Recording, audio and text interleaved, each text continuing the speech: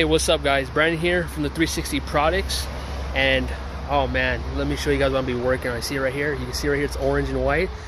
So I'm working on a 2018 Ford GT that's owned by none other than Camilo. He's one of the designers who did one of this car, and man, let me show you guys real quick. So as you can see, it's filthy. And so what I'm doing, my task and my job and my mission is to clean this car up for him using the wireless technology that we are so proud of, that we've engineered ourselves. So as you can see, I have my equipment. I'm gonna hyperlapse this, so stay tuned and you're gonna watch me do the whole process from the wheels to the tires to the body to the glass, even the inside too. So it's gonna be really incredible. Stay with me and let's get this started.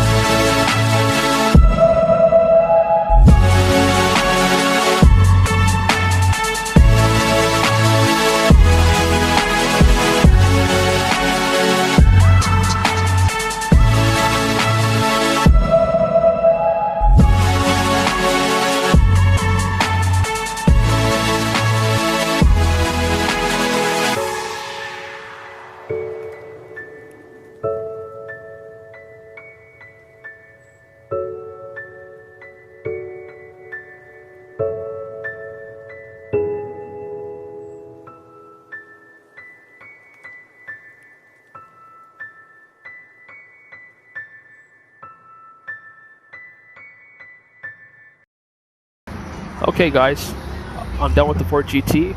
As you can see, the paint looks absolutely beautiful. I absolutely use no water, and our Brazilian mist can be used on any paint finish, which includes clear coat, wrap, matte, and carbon fiber. And look at the gloss on this, absolutely beautiful. As you can see, I'm gonna run my fingers through the tire, and look at that, no sling, no dirt comes off. And that's all thanks to our water-based dressing and our degreaser. So that's what 360 Products can do for you with the wireless technology. Thank you guys for watching, and I'll see you guys in the next one.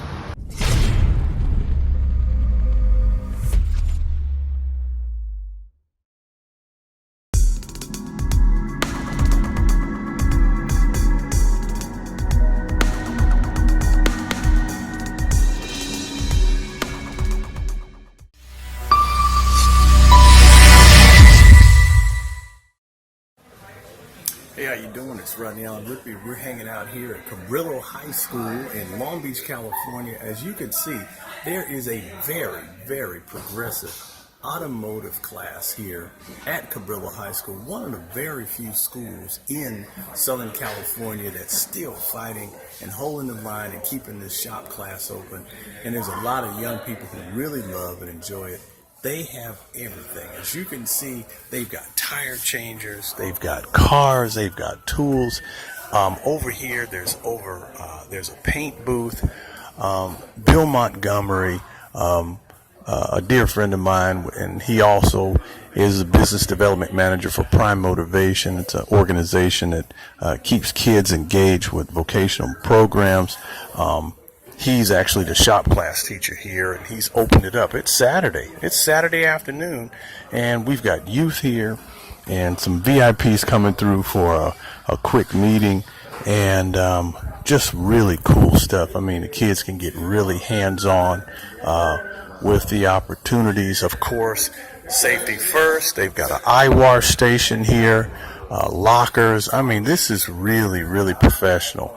And shout out to Motul Lubricants, also Auto Detail 360, Brazilian Mist Wax. And look at this. Check this out.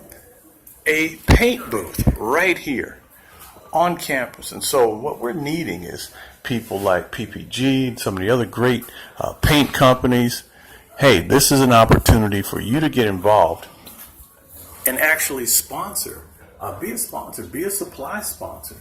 Here at Cabrillo High School, we definitely want to talk to you. You can reach out to me. I'm Rodney Allen Whitby. I'm the spokesperson for Prime Motivation and also friends with Bill Montgomery. You can reach me at 424-888-9578. Talk to me. I'll put you in contact with Bill.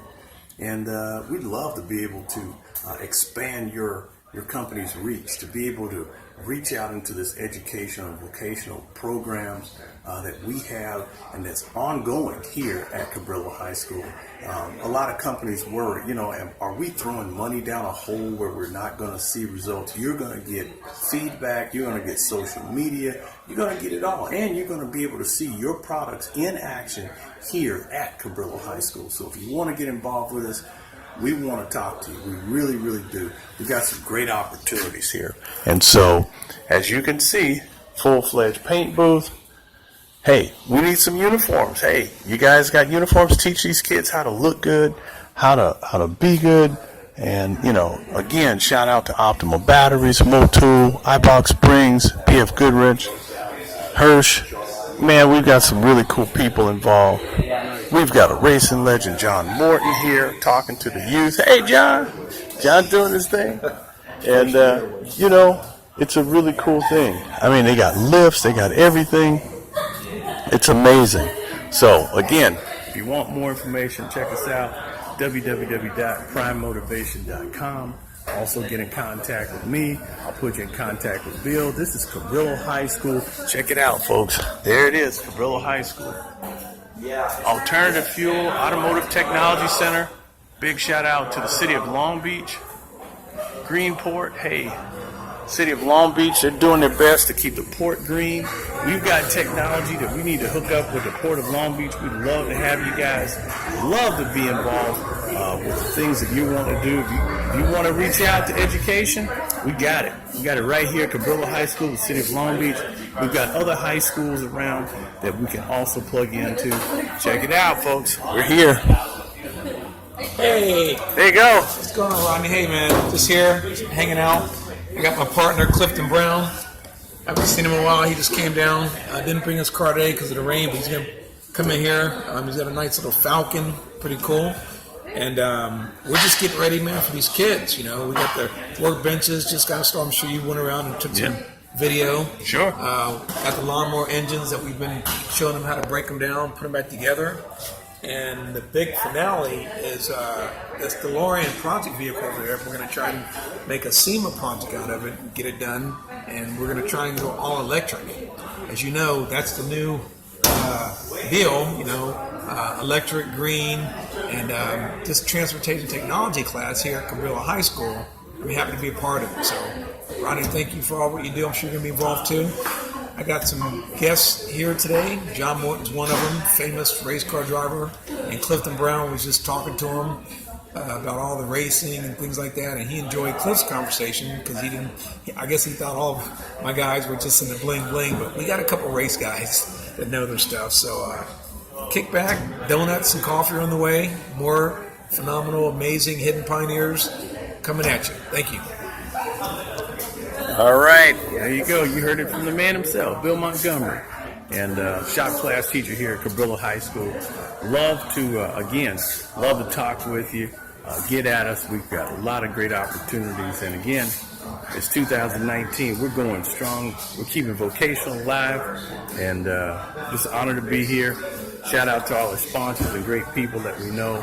And let's make this thing strong, and let's make it amazing for the kids.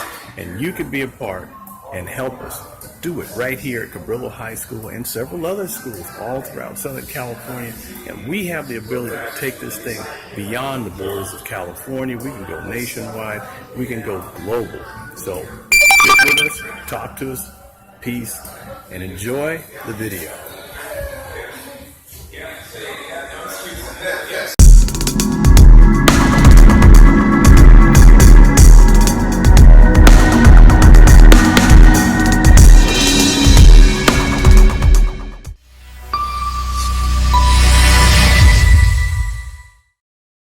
What's happening? It's Rodney Allen Rippey, and we're here with the one and only Chad and Alan Grant.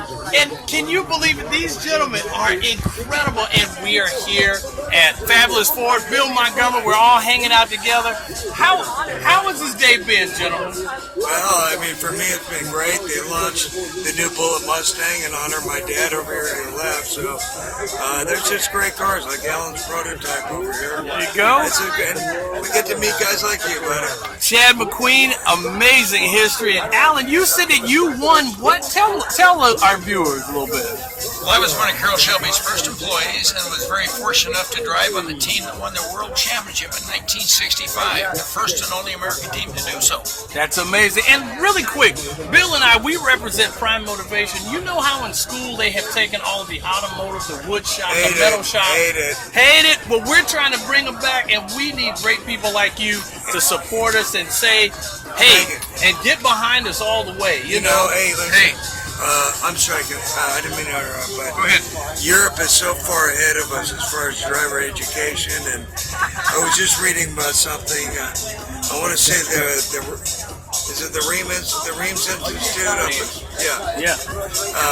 They're doing a shop program now for young teens. Which Yes, is sir. Great. We need that. Yes, sir. You know, too many of these millenniums, they don't know anything about cars. Yes, sir. You know, it's all about ride sharing.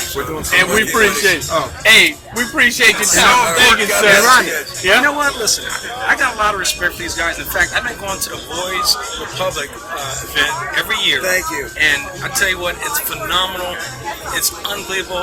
The kids, what we're doing, and these are the real deal people doing the right things. Yes. And we need more people to do it so we can change it. You know, we can make cars cool again, like My dad. your dad. There you go. That's what we And need to bring him. back. That's what we need to bring back. Guys like these, they're doing stuff. Okay, so everybody else, please chip in. Yeah, and by the way, I didn't want to hog airtime, but my dad was basically abandoned as a kid, so they put him in a reform school called the Boys Republic. Wow. Founded in 1907. So 10 years ago, we started a car show.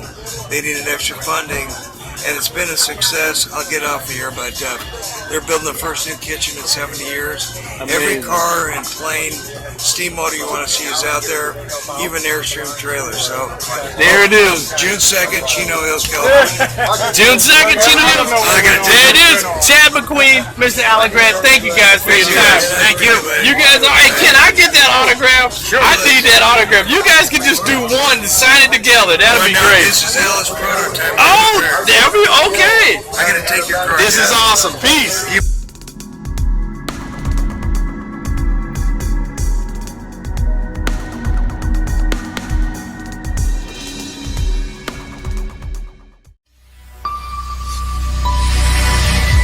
How you doing? It's Rodney Allen Rippey, and I am so happy. I am so honored to be here at the grand opening of the one and only English Classics. We are hanging out here in Hesperia, California.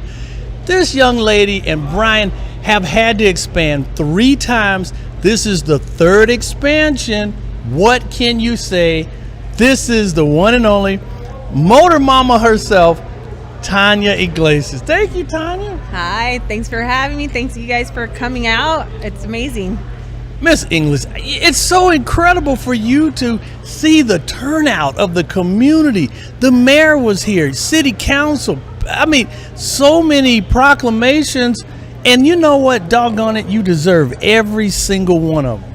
Thank you. I appreciate it. The community just came out and just gave us so much love. And there's so many car enthusiasts and just small businesses and politicians, and everybody came together, and I'm just so excited and thankful to everybody. Tanya, listen, this is a serious thing. I mean, COVID had devastated businesses around the world, and here it is. Even when those times were tough, Brian kept working. The community kept supporting. My God, it's incredible to see him having this type of workload. One of the guys in the shop said Brian has like 60 cars on hold, and the people are just cool with it because his work is that high quality. Yeah, and I hear it all the time. They said, that's okay, I'll wait. We're paying for his expertise, and we know we're going to get a good job. So instead of bouncing from shop to shop or, taking a chance with their babies, because that's what they are, they're their babies, they'll wait for Brian to work on their cars. And Brian, he puts his heart into it. He puts his skill and time into it and everything. I mean, I've seen some pictures of major renovations that he's done on cars and such restoration work, and it all comes out looking great. Yeah, it's because he has a passion for it. It's not a job for him. He wakes up. This guy, he's a morning person. He wakes up, he's excited to go to work. So it's in his blood. He loves what he does, and what we did was change what was a hobby and something that he did growing up to his livelihood and something that he gets to wake up and do every day. Right. And he loves his job. So, you're a hidden pioneer. Brian's a hidden pioneer. CSI Bill is here. All the hidden pioneers are behind you. We believe in you. We believe in English Classics. And, it's just an honor. And seeing your young son out there having fun with his dad and wrenching and helping out, the future is bright. What would you say to young people who may not know the value of really putting their hand to a wrench and really building something classic or doing a great restoration? I think it's important, if you have it in you and you have interest, to cultivate it. Definitely cultivate it. What Brian does and what so many people do, they're a dying breed, and we're trying to pass this on to next generations. I think it's important for you to have a trade. Certain things, you can go to school and learn certain things, that's great, but there's always going to be a need for technicians all over the world, no matter what it is, whether it's classic auto restoration, whether it's electric, whether it's diesel, whatever it is. We need them. We need technicians, and the best way to start is to get them young. And those that are interested, go to your local body shop, mechanic shop, restoration shop. Say, hey, I'll volunteer. Teach me. There are places, even English Classics, we do internships. There's schools that are very expensive, but I'm sure there are body shops and small businesses that are willing to take the time. And if they're willing to take the time, take the opportunity. There you go. Definitely take advantage of that opportunity. You've heard some words of wisdom from Miss Tanya English. She's the wife of Brian, and also she's the brains behind the business and the marketing for this incredible growing custom car shop, man, and just classic restorations. And Tanya, we're very, very proud of you. That's why we're here. That's why all the hidden pioneers, we rolled in from LA. We're glad we're here. Continued success to you. May you continue to grow and thrive, and may people, hey, where can people find out if you got a classic and you want to get it done? Tell them where to get it done. So you can find us on Facebook or Instagram or EnglishClassics.com, or you can call us. It's 281-601-2713. We're located in Hesperia. The address is 17229 Lemon Street, Suite A2. So just Google English Classic. There's like 100 ways to reach us. So there's no excuses. There's no way you're gonna miss them. And I'm telling you, you've seen another amazing interview with the Hidden Pioneers. I'm Rodney Allen Rippey, coming to you at the English Classics grand opening here in Hesperia, California. Continued success.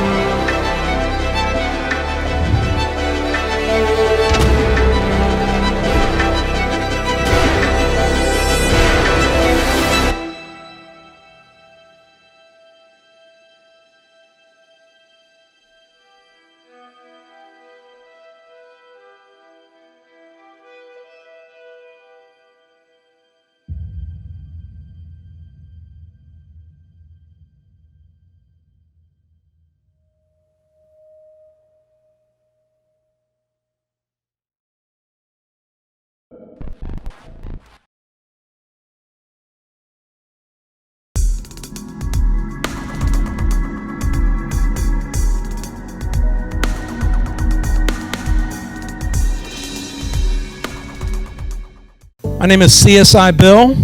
It stands for Common Sense Intelligence. Believe it or not, you can teach it. A lot of people don't think that you can. You absolutely can. That's why I'm here. I love teaching. I love kids.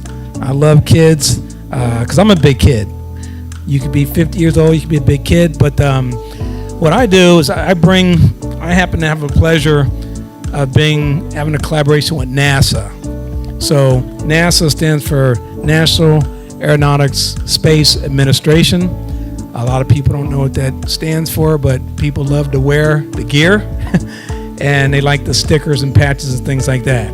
But what they don't know is that they can get involved as early as 16 years old. We have paid internships and there's no color lines. And you can have a GPA starting at 3.0. So all you people that don't think that you can be involved with NASA, you can. I'm here to tell you. We have some information and literature out there, and we have a spin the wheel that if you land on a NASA spot there, we'll give you a sticker, we'll give you some information. We also have a product called 360 Waterless Technology Products. It cleans your vehicle and it also cleans other surfaces without using water, as you know. And we're also bio-friendly, eco-friendly. Okay, so some great products out there. If you spin the wheel, we bought 100 samples, absolutely at no cost. So we wanted to see you guys out there spinning that wheel. We also have some other great partners. DuPont Registry, which is a high-end luxury magazine. However, they know that the kids are the next generation in the future. So we have some magazines out there. They actually ship me 500 magazines every month for the high school students. We have a high school tour called Prime Motivation, and it's a pleasure to be here because I've added Ivory with the game display. They're going to start coming out with this. Of course, Valerie is going to be involved, and I want to thank Vincent. Vince is here for having us come out here and connect those dots. I happened to meet a media guy from Redondo Beach, and we had a good conversation about how important media is, and he's actually shooting me right now. So I want to thank him for doing that because it's very important to get the word out, okay?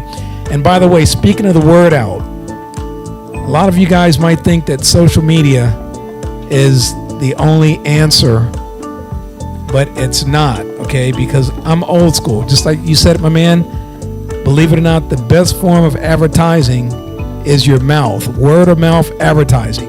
And I know a lot of the youth, they don't like to talk anymore. That's a big problem. You have to learn how to say these magical words.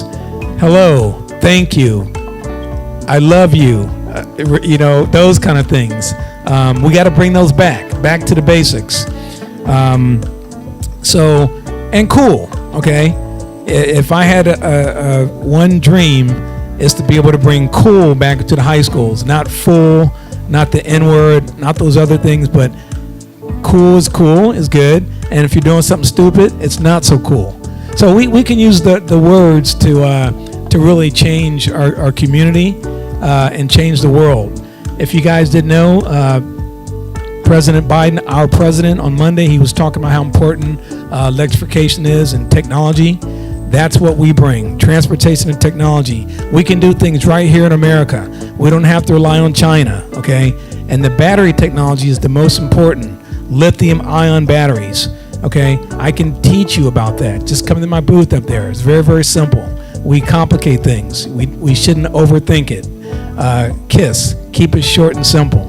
These are the words that CSI, Bill, my high school students, they actually gave me that name, by the way, so I humbly accept it because it makes a lot of sense. Common sense. If we use that, it'll be a better world. So Vince, Valerie, Altadena, I really want to thank the community. It's a great turnout. I'm very happy and blessed to be here. I'm about to go get some of that wonderful food that's up there that I told my man I'd come back for.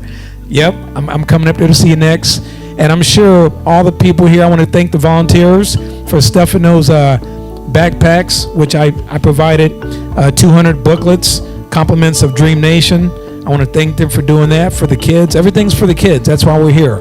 Okay, we know that we're going back to school. We're going back to school for a reason, for good education. Okay, you want to be a DJ, you got to get educated. Okay, it's all about R&D, research and development. I break it down even again.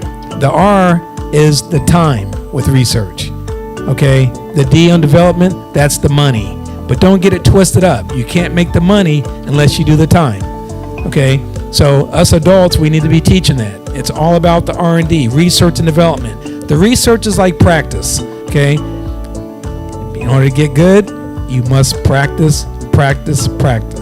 Okay, so I'm not trying to be a preacher up here. I just want to tell you about the knowledge that I have. I'm very, very blessed, and I don't take it for granted.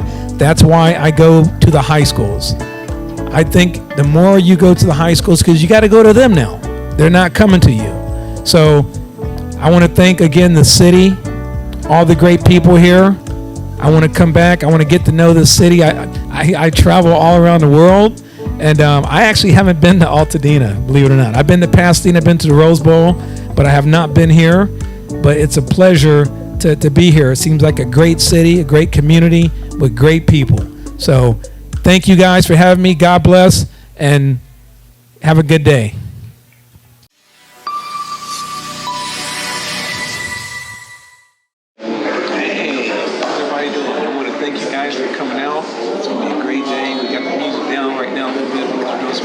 shows, but yours truly will be the DJ. We're also going to bring in Chris FM, one of them. He's going to spin for you.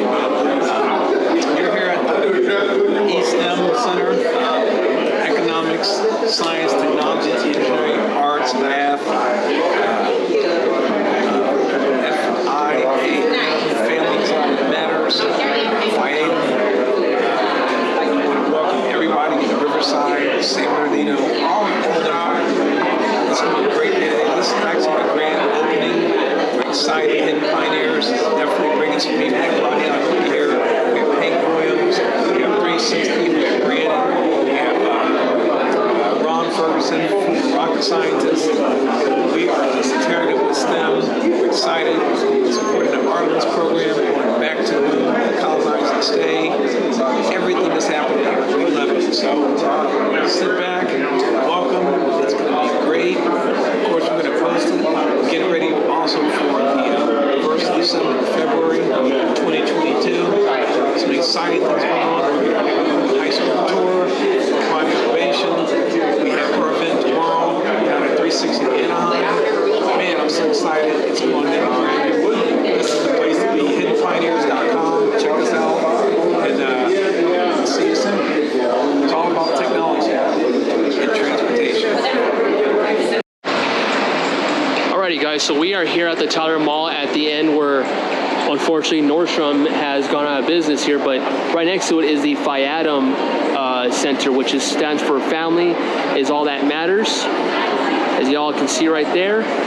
And like I said, they're going to offer these kind of services, and eventually it's going to be more than that, you know, as the years come by.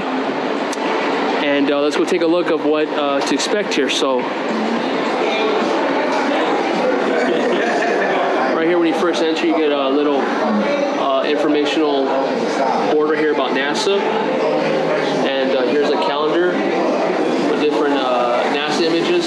You also have the information down here as well.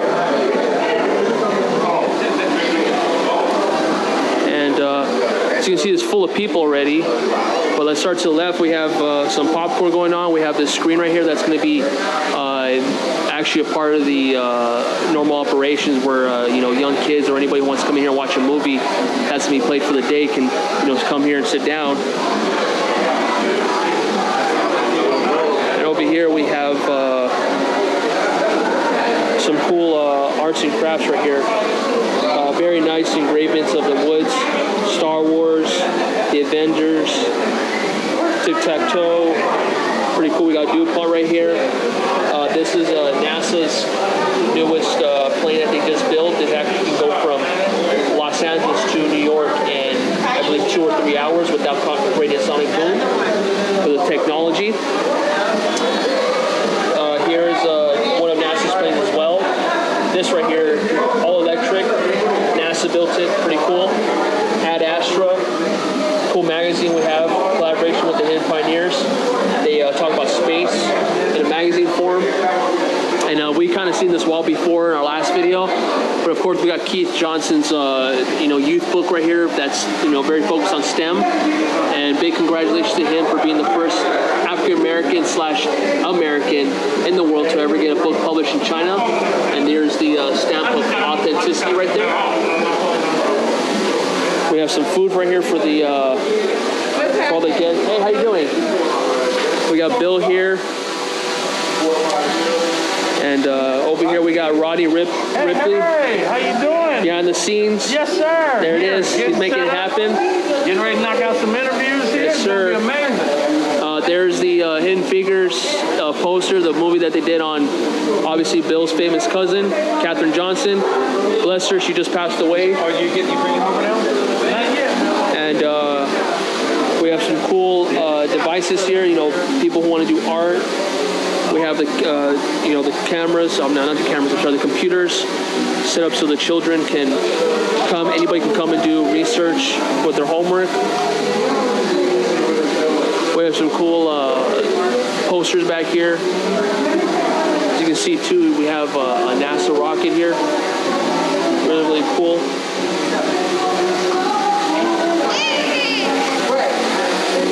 And here's the Hidden Pioneers. Bill's setup. Bill's responsible for the DJ. You know, so he's got a DJ set up right here. He's got a bunch of cool stuff. He's got banners, 360 products, and Hot Wheels stuff. Just really cool stuff for the children to really, you know, to entice them. We have an Optimal battery back there.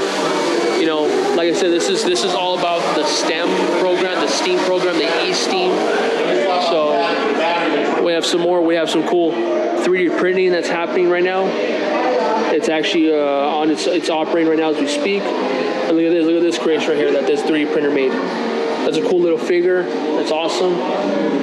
They have some hot presses, so you can do T-shirts. And like I said, they added the E and the A: economics, science, technology, engineering, arts, mathematics. And here's more information about Bill's cousin, Katherine Johnson. And she's right here. So she is responsible for taking humanity to the moon. Here she is in a later form. I believe she was about 100 right there when they took that picture. They actually made a Barbie doll of her. You guys can see right here. Of Katherine Johnson. Really cool. Once again, the movie that they made by her. And back here we have nothing but vehicles. We have Bob Rosa, one of the creators of Hot Wheels. The first schematics right here to create a Hot Wheels. Really, really cool. 30 years of excellence from NASA. I think these are all the different pins. I believe so. I'm not sure, but still really cool. Just a lot of memorabilia here. We have Hank Williams, first African American to race for Carroll Shelby, right? Yeah. A lot of history here. Glad to have him here. And he's got his display here. I'm going to put this up for the camera so you guys can read and pause it and really know what Hank's all about. Here's his vehicle. Here's the history down here. You guys can read as well. And over here, here's another plaque for you guys to read. That was done South Africa, England, France, and Germany. So the car's been to South Africa. It's been Europe. This is from Europe. See that magazine? Okay. Oh yeah, right here. That's a European magazine. So this car has been documented in South Africa, England, Australia, France, Paris, and more, huh? Yes. So much history with Hank. And I'm considered as the world's most winningest race driver. In 53 years, I won 456 trophies. Oh, that's incredible, Hank. See that? History. We'll be back, Hank. Don't worry. We'll get you all information. All right. And right here we have some history with the dinosaurs. Some puzzle pieces right here that the youth can put together. And just more STEM, more STEAM. So that's everything, guys, with the grand opening so far. I mean, this is just before the actual grand opening actually happens, but more people are going to come, and we'll get some more footage for you guys. But man, these 3D printers are so cool. I mean, look at this thing right here. This is so awesome.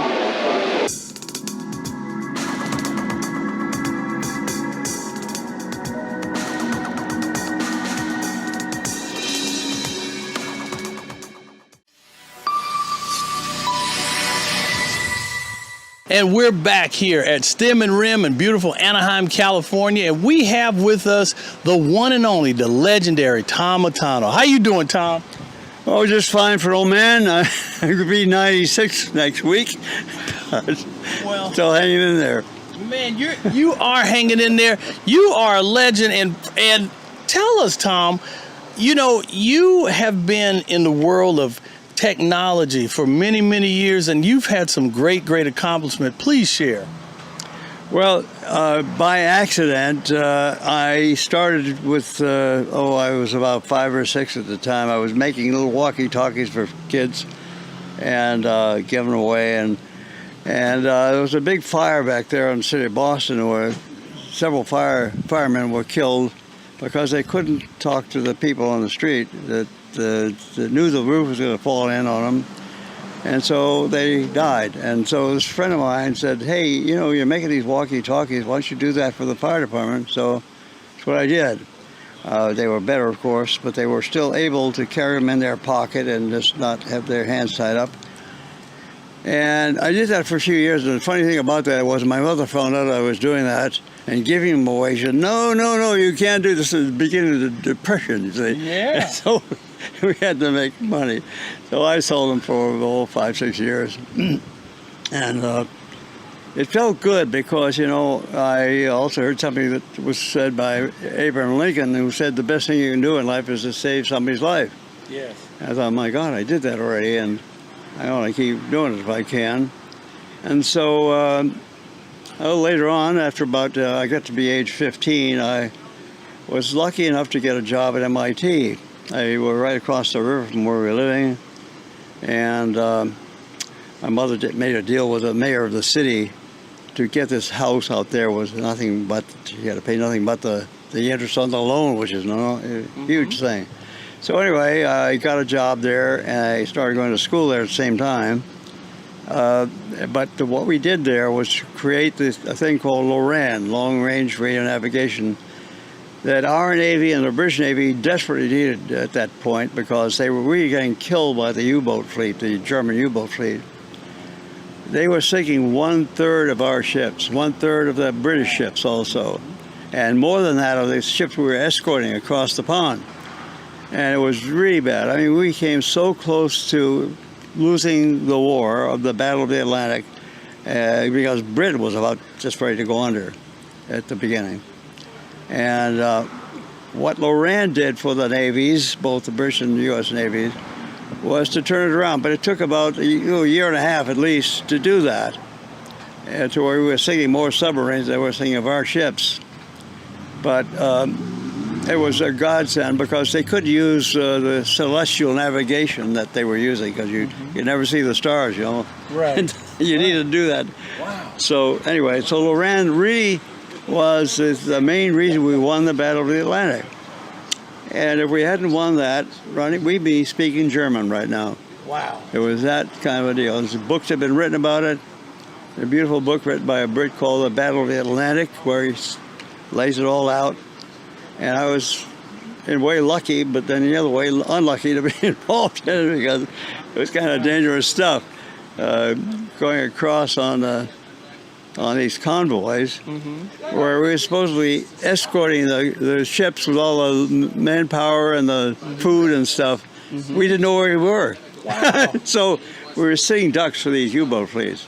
And they were sinking literally 1/3 of our ships. You know, it was terrible. And you created that particular technology for, is that radar? No, that was LORAN, but we also helped perfect the radar system. The Brits had invented that, but it was very crude. So same thing at MIT, we helped to develop that into a system where you could use it on planes and ships and so forth. Wow. But the thing we invented there was LORAN. LORAN. And saved the day. Tom, tell me about, I know that your technology has made such an impact on the military level, but you have a heart for vision in young people. Please talk about that. Well, I made a lot of money about 35 years ago with something called the medical alert system. I've fallen and I can't get up. Remember that? Yes, I remember. Well, my mother fell down back in Boston and she couldn't get up and she could have died there had not been for a neighbor that busted into her home. And my brother, who's kind of a wise guy, said, "We're an engineer, go back and do something about it." There wasn't anything on the market, so I did. And you created that technology? I did. It took about, a lot of my money and time. It took about 3 years to get the FCC approval.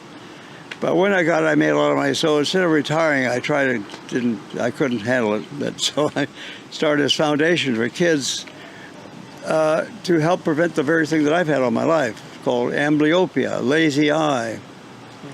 It's a terrible thing because you wind up with one or both eyes that just don't work, legally blind. It's a lifetime problem if you don't detect it and treat it before the age of 4 or 5. And the trouble with all of this is that, and I know from personal experience because I have it. I've been through the problems you have when you only have one eye. Yes, sir. As a matter of fact, when I got into the Navy, I lost some of the vision of my good eye. So I've only had like about a fraction of an eye to use during my adult life. And it's just been a horrible thing because, for example, I had to memorize a chart to just get into the Navy. I couldn't pass the eye exam. Wow. And they desperately needed my help with the Lorentz system. So kids today are going to have an awful time getting any kind of a job with a vision problem. Nobody wants to hire kids with a vision problem. Right. So that's the problem. So the real underlying problem is that children just don't know what normal vision is.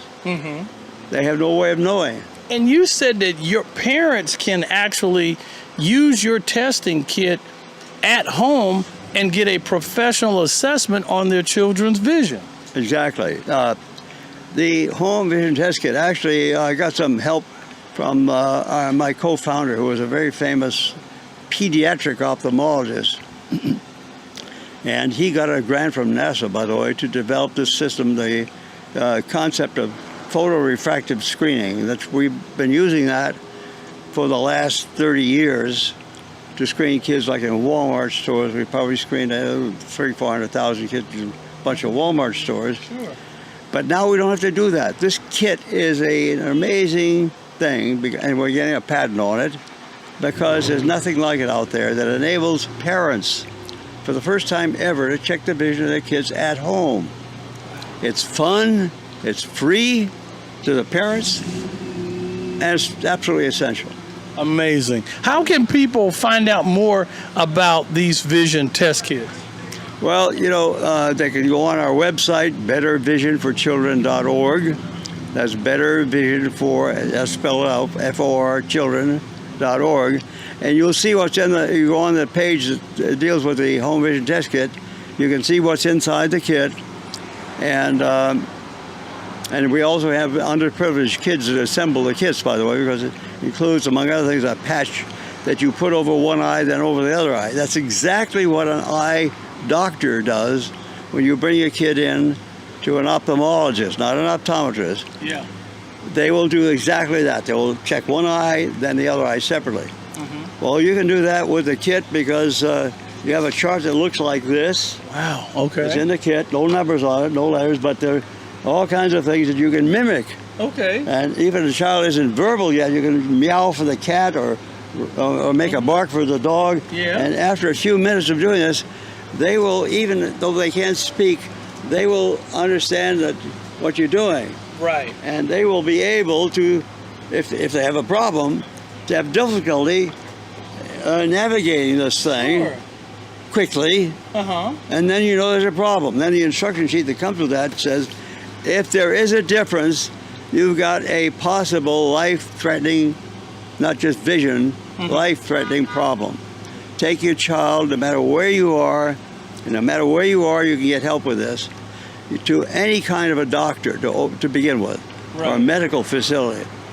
And they cannot turn the child away. They have to do something. Right.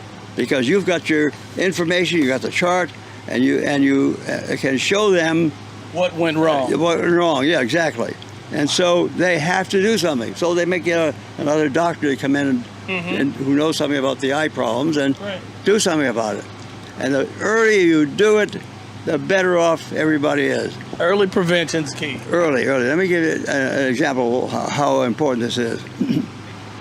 If you get to a kid that's only, say, 6 months old, and they're just beginning to form some vision at that age, and you find that they got the problem that I have, where the eyes have different focusing ability.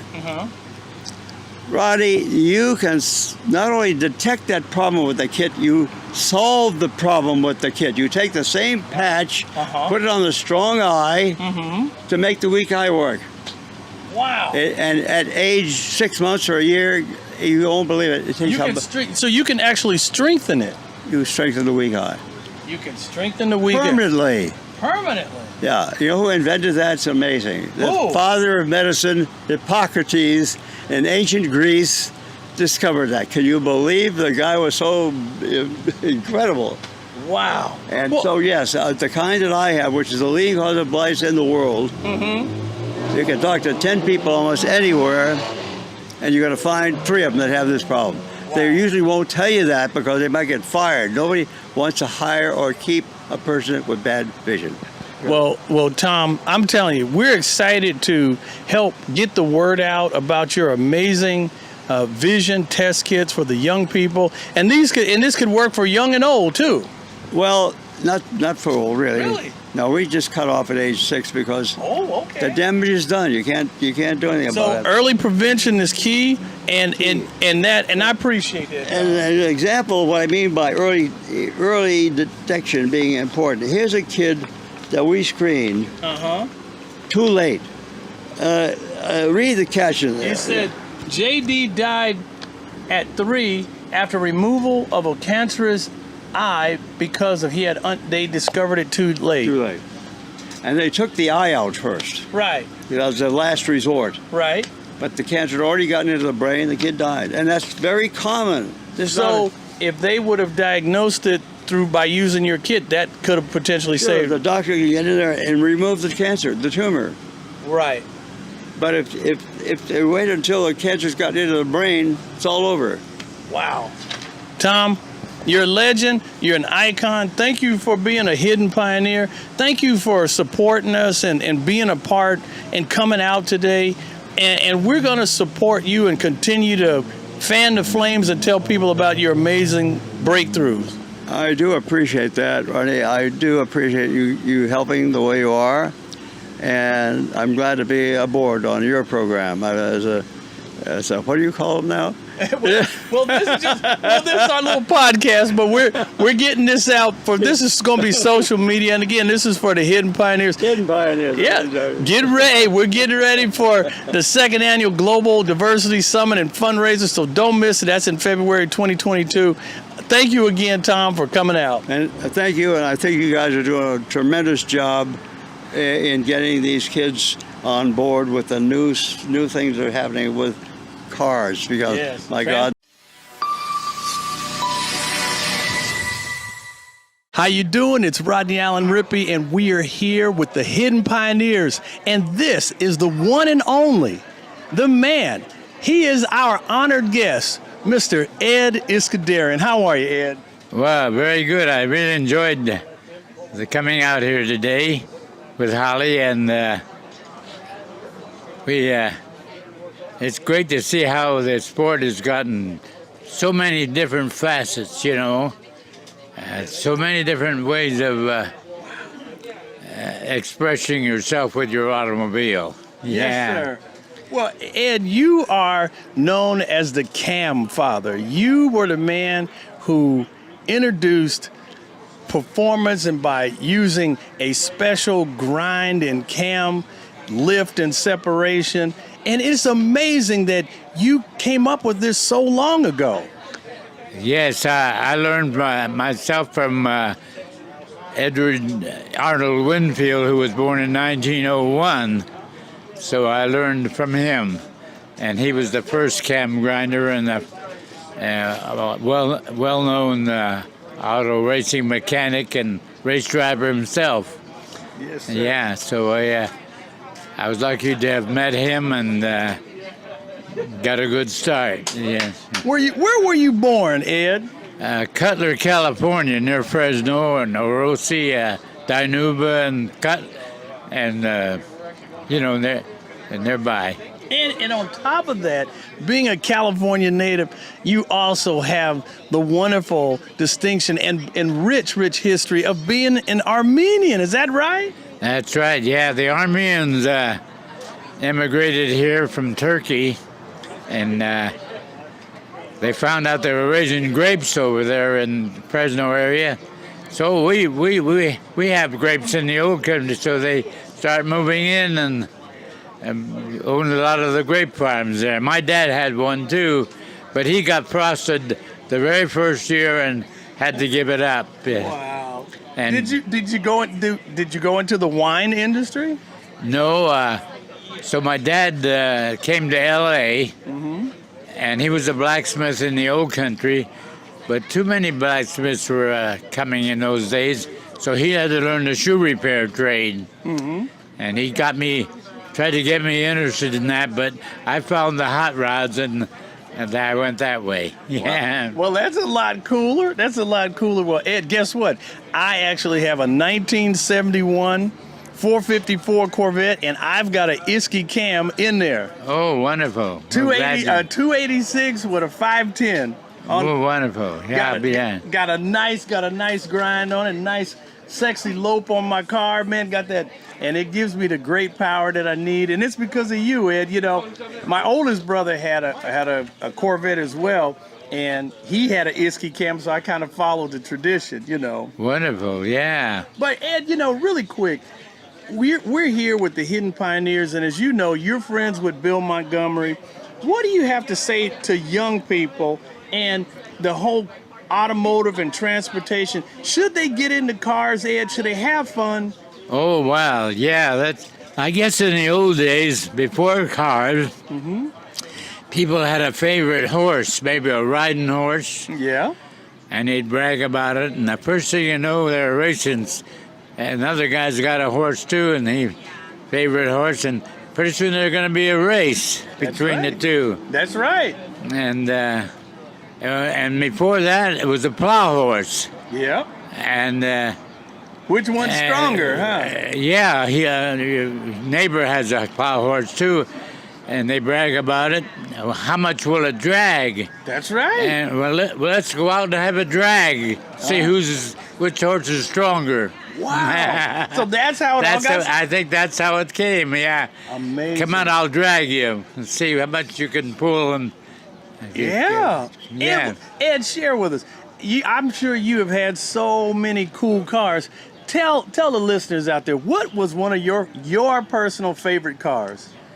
Well, it'd be a Model T Ford, because we could buy one for $5 or $10 sometimes, and it'd be sitting in a vacant lot, and we'd take it home, and our friends, older guys, would help us get it running.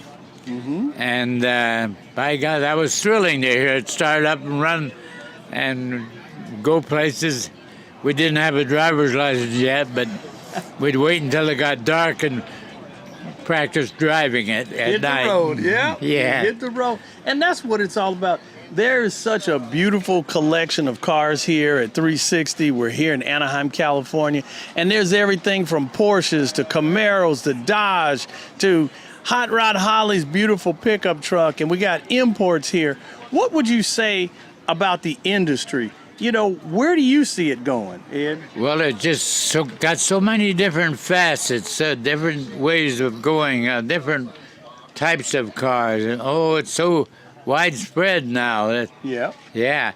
But originally it started with just little gow jobs or hot rods, customizing your little Model T or something, you know. Mm-hmm. And a few guys would dress them up. And customizing, yes, sir, and all that, and that became a big industry of its own. Yeah. Well, that's like Mr. Gene Winfield. Yeah, Winfield. They're not related to two Winfields, but he has the same name. Yeah. Mm-hmm. I know he goes all over the world shopping tops and showing how to do it. Yeah. Well, it's amazing. Well, Ed, you are a legend. You are a hidden pioneer, and you know, Bill and Hot Rod Holly and everybody, all the guests here, they love you. We appreciate you. Thank you for everything you've done for the automotive industry, for hot rodding, and we wish you a very, very happy birthday. You're 99, and we're gonna be there to celebrate your 100th birthday. Right, yeah. So this industry has been very good to me, and you meet some of the nicest people.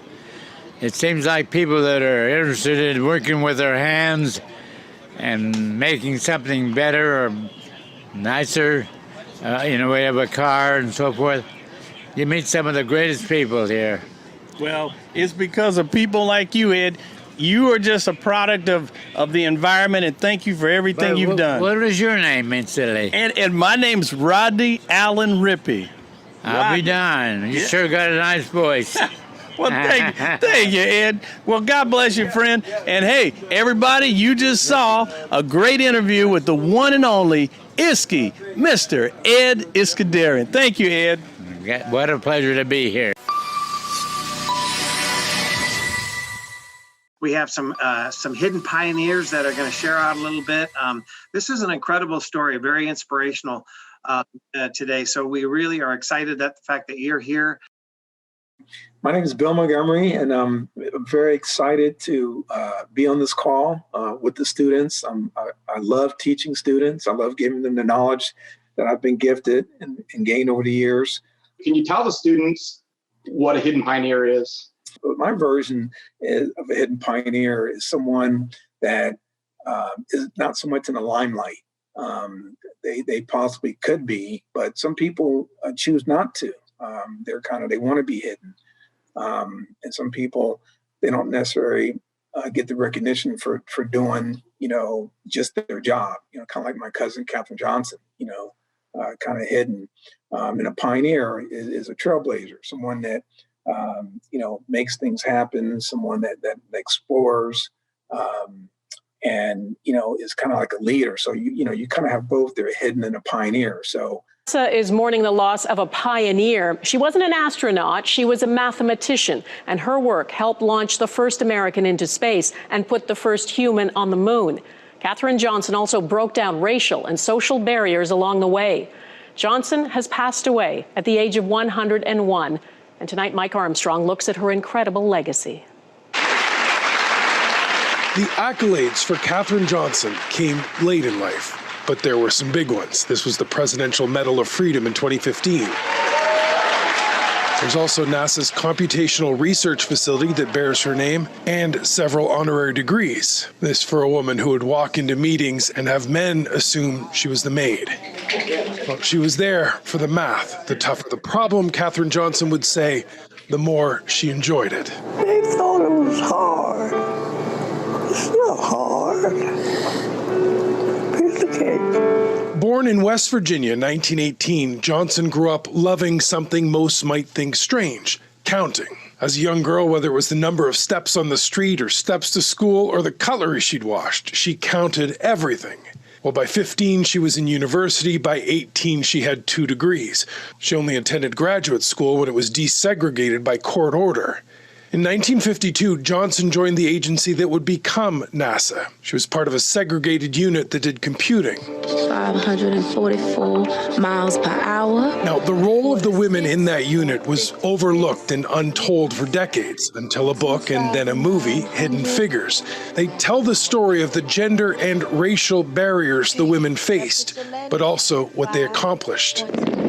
Johnson did the analytic geometry that calculated the trajectory of the first American in space and Apollo 11's mission to the moon. There's a scene in the movie where legendary astronaut John Glenn questions calculations done by a machine and demands Johnson go over them. Katherine? Yes, sir. Smart one. I mean, she says they're good. I'm ready to go. So you checked the computer's numbers, and what did you come up with? The same numbers the computer had. And he knew that if I had done it, it was right. Now, Johnson did have a trick to accomplish what she did. It was that love of counting and her passion for numbers. She would say, do your best, but do what you love. If you don't do what you love, then shame on you. And then you said we have a representative. I think Katrina is with NASA now. Yeah, Katrina's there. If Katrina wants to elaborate, but yes, Katrina is working, I think, in the same building that Katherine Johnson was working. Katrina? Hi, Bill. Hello, everyone. I have my camera off, but my name is Katrina Young. I work at NASA Langley Research Center in Hampton, Virginia, where Katherine worked. She was both part of NACA, NACA, as well as NASA. NACA became NASA in 1958. And so I had the fortune and the opportunity to actually meet Katherine before she passed on, and actually served as her official government or NASA liaison. As you can imagine, while she was with us. And to this day, there's still a lot of interest in her story and what she did for NASA, which we are most thankful for. And so I serve as the person that handles a lot of her requests from the general public and media. I get them to the right person who has additional information about her and her story. So that's a little bit about what I do. And the individuals, there were 3 other individuals with whom the book Hidden Figures acknowledged, Dorothy Vaughan and Mary Jackson, as well as the other women who were hidden pioneers and hidden figures. So it's a fascinating story. Like Bill said, highly encourage watching the movie as well as reading the book. The basics and the 6 machines, so, back to the basics, that's always a good, common word that we're always trying to get everybody to understand, don't forget about the basics. Yeah, absolutely. Like you said, Ohm's law, the 6 simple machines, Pascal's law, all of these basic foundational pieces of knowledge, will help you going forward as the technology changes. I just want to talk, Bill, a little bit more about some of the barriers that Catherine would have experienced as a Black woman entering the workforce in the 1960s with NASA. Everywhere I look, you're not where I need you to be. It's not my imagination. Now, where the hell do you go every day? To the bathroom, sir. To the bathroom. To the damn bathroom. For 40 minutes a day? What are you doing there? We're T-minus 0 here. I put a lot of faith in you. There's no bathroom for me here. What do you mean there's no bathroom for you here? There is no bathroom. There are no colored bathrooms in this building or any building outside the West Campus, which is half a mile away. Did you know that? I have to walk to Timbuktu just to relieve myself. And I can't use one of the handy bikes. Picture that, Mr. Harrison. My uniform, skirt below my knees, my heels, and a simple string of pearls. Well, I don't own pearls. Lord knows you don't pay colors enough to afford pearls. And I work like a dog, day and night, living off of coffee from a pot none of you want to touch.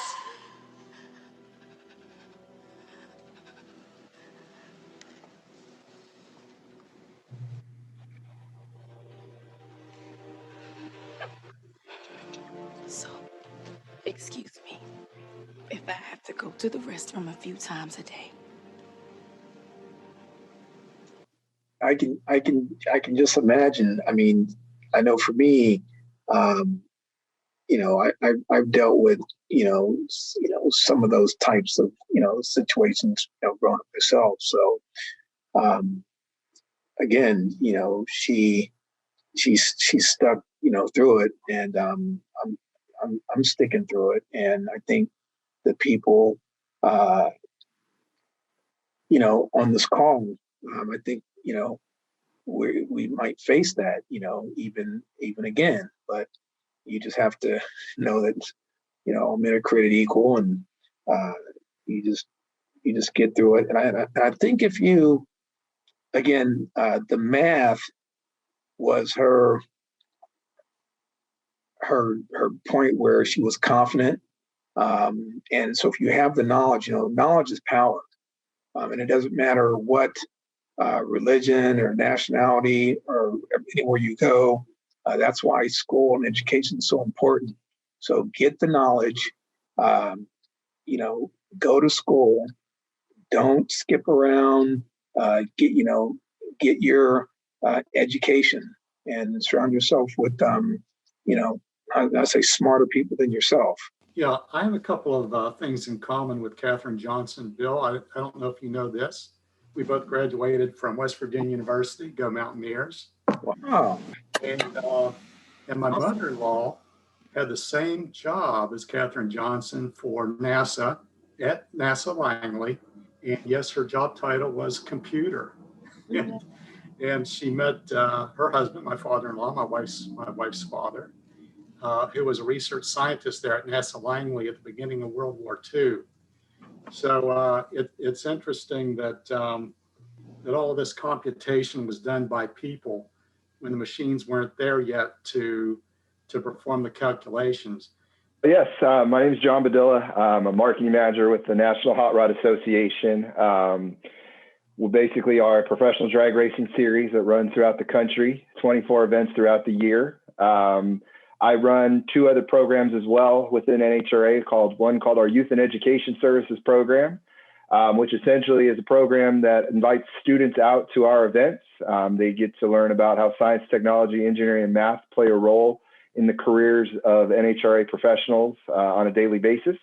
And normally they get to come out to the racetrack and see the cars firsthand, watch the cars go down the racetrack, see everything up close. Right now, due to the pandemic, we've actually created a brand new program, a virtual youth and education services program, which anyone can access. It's free of charge for all schools, for all students, teachers, educators. And we cover different topics every week. It's a video series, as well as it delves into career exploration.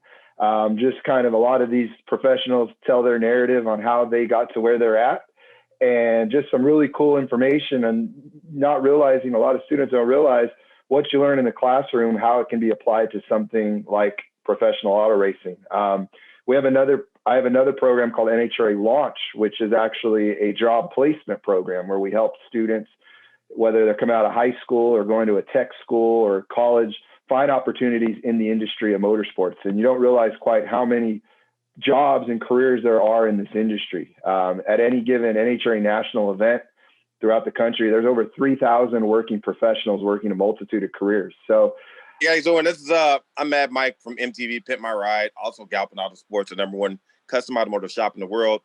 And actually, I am kind of like a product of this, doing something that you love to do. You know, I tell kids every day, find something that you love to do and you do it every day and you master it. No matter whatever it is, shoe shining, painting houses, technology, learning math. You know, I'm here in my yard, and I actually, if you guys can see, that there's my shed out in the backyard. That's where I actually started when I was 15 years old. And also, that car right there, the Tesla, is a car that I was actually on the design committee for the infotainment center. So things that you can do right here in your house, you know, take your mom. When we were kids, we took my mom's microwave apart.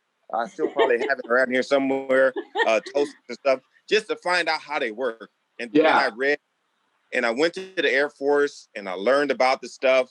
So, you know, read, stay in that math. I mean, speaker boxes, you got geometry, fractions, all kinds of stuff, electronics, Ohm's law.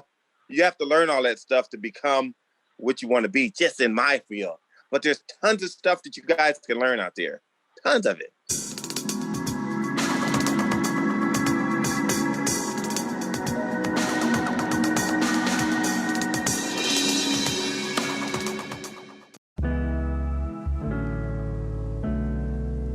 All right, everyone, we are here at Anaheim Stadium at the BMW Ride and Drive. My name is Bill Montgomery. I'm going to welcome you to the Diversity Summit on February 20th and 21st, 2021. Boris Said is actually hosting the Diversity Summit on that Sunday, and Saturday we're going to be at Downey. But we are here, as you can see. We're at the Ultimate Driving Experience in Anaheim, California. Hey guys, so we're in here. We're gonna do a test drive on an X5 M50i, okay? And so far the car feels beautiful. I have lumbar support. Bill's got lumbar support. The car looks beautiful. We got this wood accent grain right here. This really nice crystal looking shifter right here. I like this little touch. You got some cup seats, some cup holder seats that can hide away like this. And then, wow, look at that, it's beautiful. Screen, no dials. Everything looks very futuristic. So we're now gonna take a test drive in this BMW M50i, and it's blue too, just like my Camaro. So I already love it. And so Bill's gonna take hold of the camera, and we're gonna drive through Anaheim and test out the M50i. So we're gonna give it to Bill. All right, everybody, here we go. I got Brandon from 360 in the driver's seat. Of course, Brandon's wearing his famous 360 mask. So shout out to 360, one of our sponsors of the Diversity Summit. That's why we're here. We're basically filming some footage for the Global Diversity Summit, February 20th and 21st. On the 21st, Boris said at BMW of Marietta is hosting our event. And shout out to Boris. He's the famous BMW driver, the first American to win the Nuremberg 24-hour with a factory BMW. That's history. Hidden Pioneers is all about history and giving back, especially to the high school students in transportation technology. So here we are. Brandon's taking off. We're at lovely Anaheim Stadium in California, and we're going to go do this test drive. Compliments of BMW technology.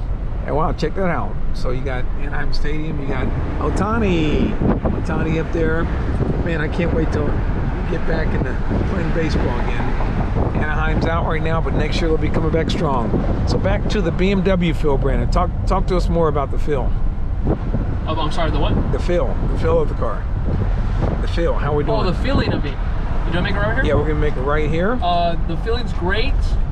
It's very modern, smooth. You know, I don't even have the brakes on, and the brakes are doing it by itself. Wow. So it's slowing down for me automatically. I didn't even have to touch the brakes. As you can see, look at this, Bill. Look at, we got a backup camera, and we also have a 3D model right here that shows me how far away the sidewalk is from above view. This is also cool too. You have to press the unlock button on the side to get into drive. You just can't push it in. Nice. So in case safety feature. So I like it. What a day in sunny Southern California. That's why everybody wants to be here, Brandon. Yeah, and there's no other place like California. No other place. Taxes might be high, this might be, but the weather, the location, you have it all here. You have the beach, you have the entertainment, you know, you have the, you know. Probably snowing. You probably can go skiing if you want right now. Oh yeah, 100%. We have all 4 seasons here.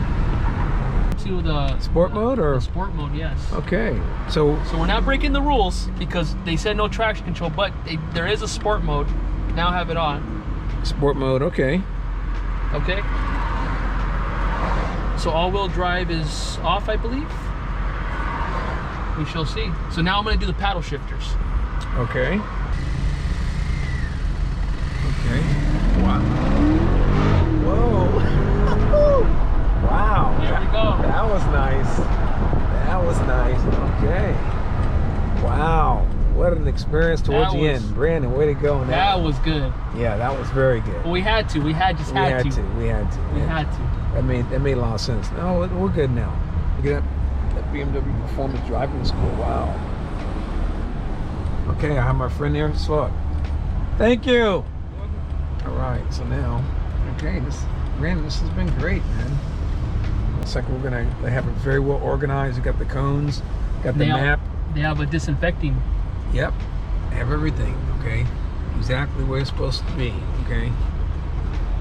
Gentlemen, we brought your vehicle back nice and safe. Appreciate it. Yeah, it's been a great drive.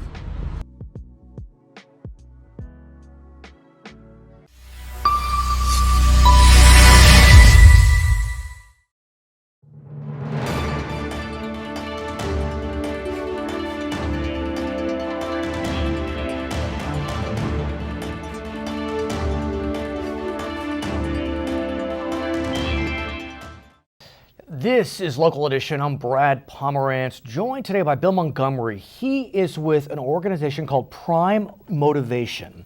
And I am so glad you're here. We know each other through a local elected official, and he sings your praises. And so I want to talk about your work and the work of the organization. Sure.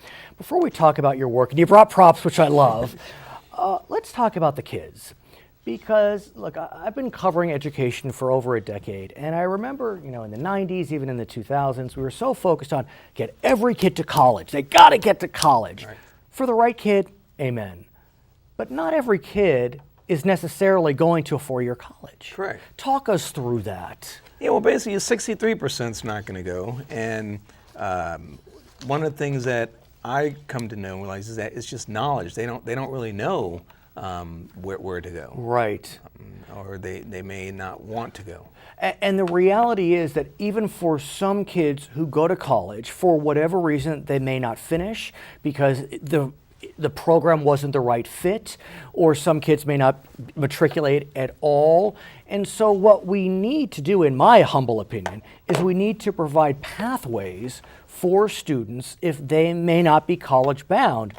And I talk about this, and I recall that whatever one may think of the new administration in Washington, what we do know is that the new president has talked about bringing jobs back and manufacturing jobs and automotive jobs and not having production in Mexico, but having it back in California and Michigan and et cetera. So your program may be timed extremely well. I think so. I think it's good timing. As you know, the Los Angeles LA Unified School District is the second largest in the world, only being second to New York. Right. But we have the most cars. Right. And we're on our way. Right. Yeah. And you talked about why I think the cost of college is very, very expensive, and that's another reason why I think a lot of kids don't go because of the cost. And we have some community colleges, Brad, that are right down the street, and a lot of the high school kids and teachers, they don't even know they exist. And the brilliance of your program is that you are working to marry the kids with the community colleges with their programs specifically in the automotive space. Correct.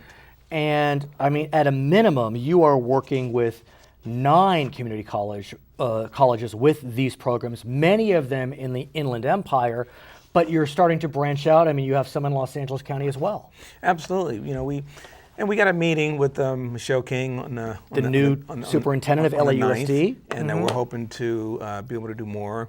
And it's exciting times right now. And we're looking to get the word out. And thank you very much for having us here, because it's all knowledge and how many people you can let know what's going on. But let's talk about what you're doing, because I think it's important that people understand the depth of your program. Sure.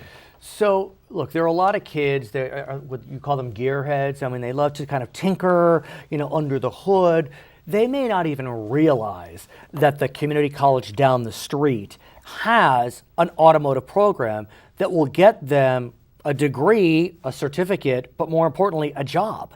And so you are engaged in literally conducting educational tours for these automotive programs. Look, sure, we can send some of our kids back east to tour the Ivy Leagues, but not everyone's going to the Ivy League. So let's tour these kids who are gearheads and show them what Mount San Jacinto can offer: San Bernardino Valley College, College of the Desert, Victor Valley, Riverside, Barstow, Copper Mountain, Palo Verde, Southeast Occupational Center. And there's a lot more. That's just one thing. And again, we need some partners. We need some more supporters to help us get on more campuses, Brad. That's the whole thing. We want to do more. We have the talent. We have the recipe, if you will. We can do more. But let's talk about what you're doing now. I feel your desire to go to the next level, but you're doing good stuff now. So I want to talk about these tours, these educational tours, which have been going on. I mean, they're still going. Correct. Tell me about it. I mean, have you been on these tours? Absolutely. What do you see in the eyes of these kids? I see excitement. I see passion. I see hope. I see the want and desire to be, the Ken Blocks, the Chip Fooses, and all this. And let's talk about some of these names. Ken Block, for example. Ken Block, I'm going to hold this up, David. Let me know if I'm doing it correctly. Ken Block is known for a brand called Hoonigan. Yes.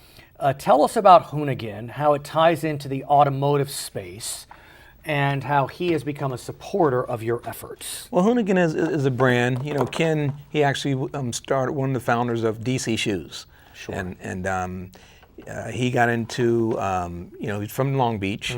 He has a Hoonigan is out of Long Beach, and which we intend to go to some of those high schools. And basically, he inspires these young kids in a very big way. They want to be like him. They want to find out what he's doing. He's a social media phenom. He is the social media phenom. Okay, a lot of Fortune 500 companies bring their social media people to watch his videos. He's surrounded himself with some great people. He's got a great team. It's a whole production. And he is, I'll call him a gearhead, I guess.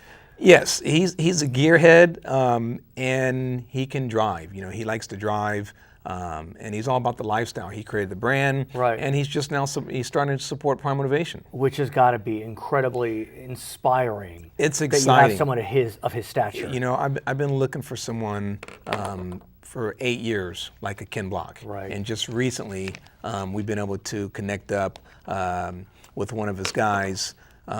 Chase, John, I met him at an Edelbrock show. Sure. And he got it. He said, yeah, let's get on the campus. And some other well-established brands. Yes. You have Performance, K&N at Performance Air Filters. Yes. You brought props. I couldn't be happier. Tell me about this mad scientist. Who do they represent? Yes, VP Racing Fuels. Right. And it's funny, we actually have a scientist, named Ron Ferguson on our team, and he comes out, he brings a Back to the Future DeLorean. I like it. Yes, and that excites the kids. You want to know what we're doing on campus. We basically bring a few vehicles, cool vehicles. It's got to fit. You know, the kids, you got to have, but believe it or not, they even like old cars. Right. It's not just the new. You have the electric cars coming in now, yes. Hybrids. But the cars start, we also bring a DJ for the excitement.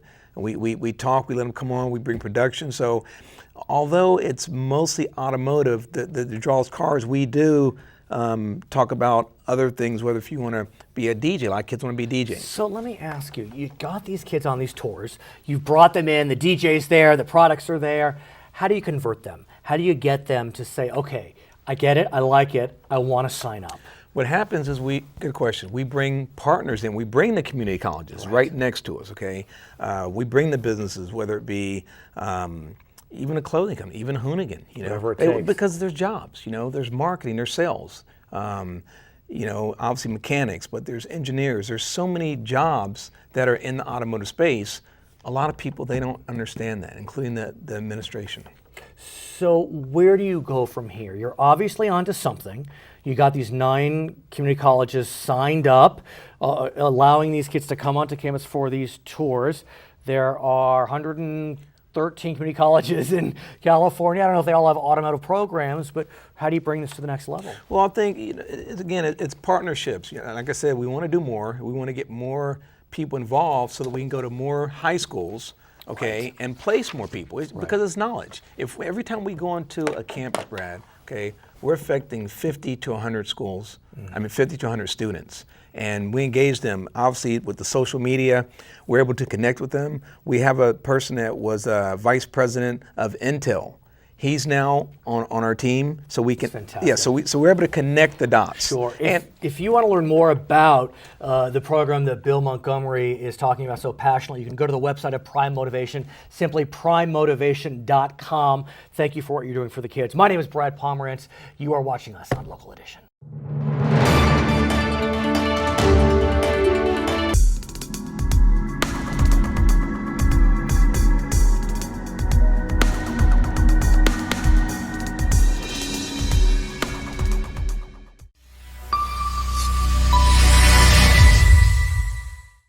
This is so cool. You're going to see them over in 3D.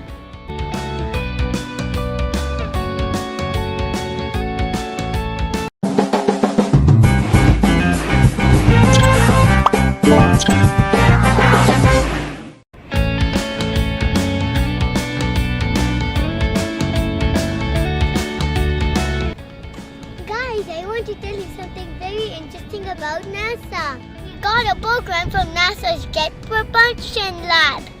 In this program, we can go to Mars and see the Curiosity rover. Okay, let's go find Lenny. She's playing with the Curiosity rover now.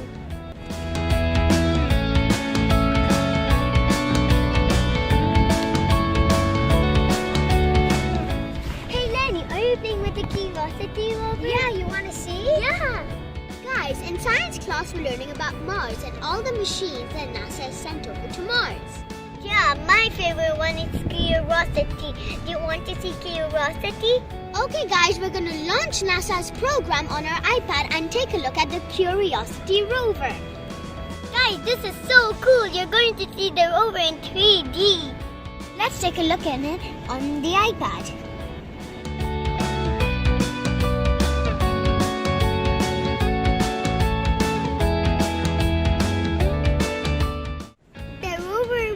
To Mars in 2011. It landed in a place called the Gale Crater. The journey took 8.5 months. That's a long journey. Did you know this rover has more than 17 cameras? We love how we can zoom in and out and study the rover from different angles.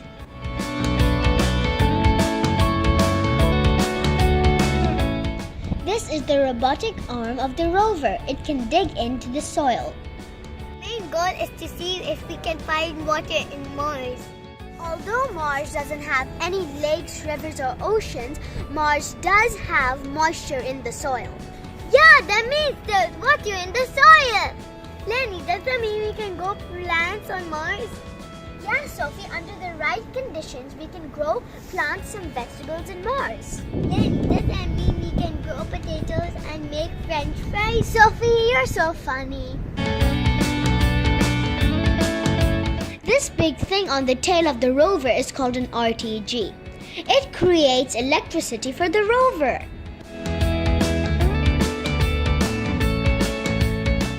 This is the head of the rover. Do you know this has lasers? In real life, the rover is as big as a van.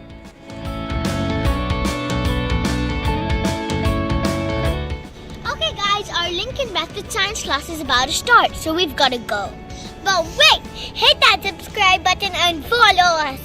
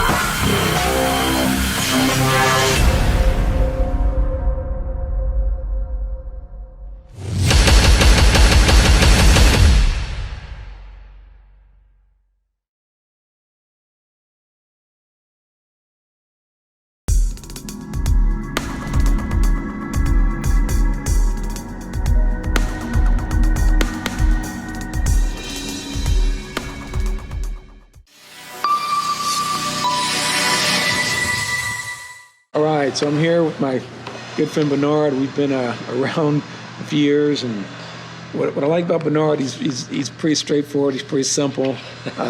You know, no baloney. You know, he likes racing and working on cars. That's what he does. So Bernard, just kind of tell people kind of how we met and a little bit about yourself. Well, I mean, of course, we met through Jay here. This whole business we got here, garage we got going here, But I mean, that's what I do.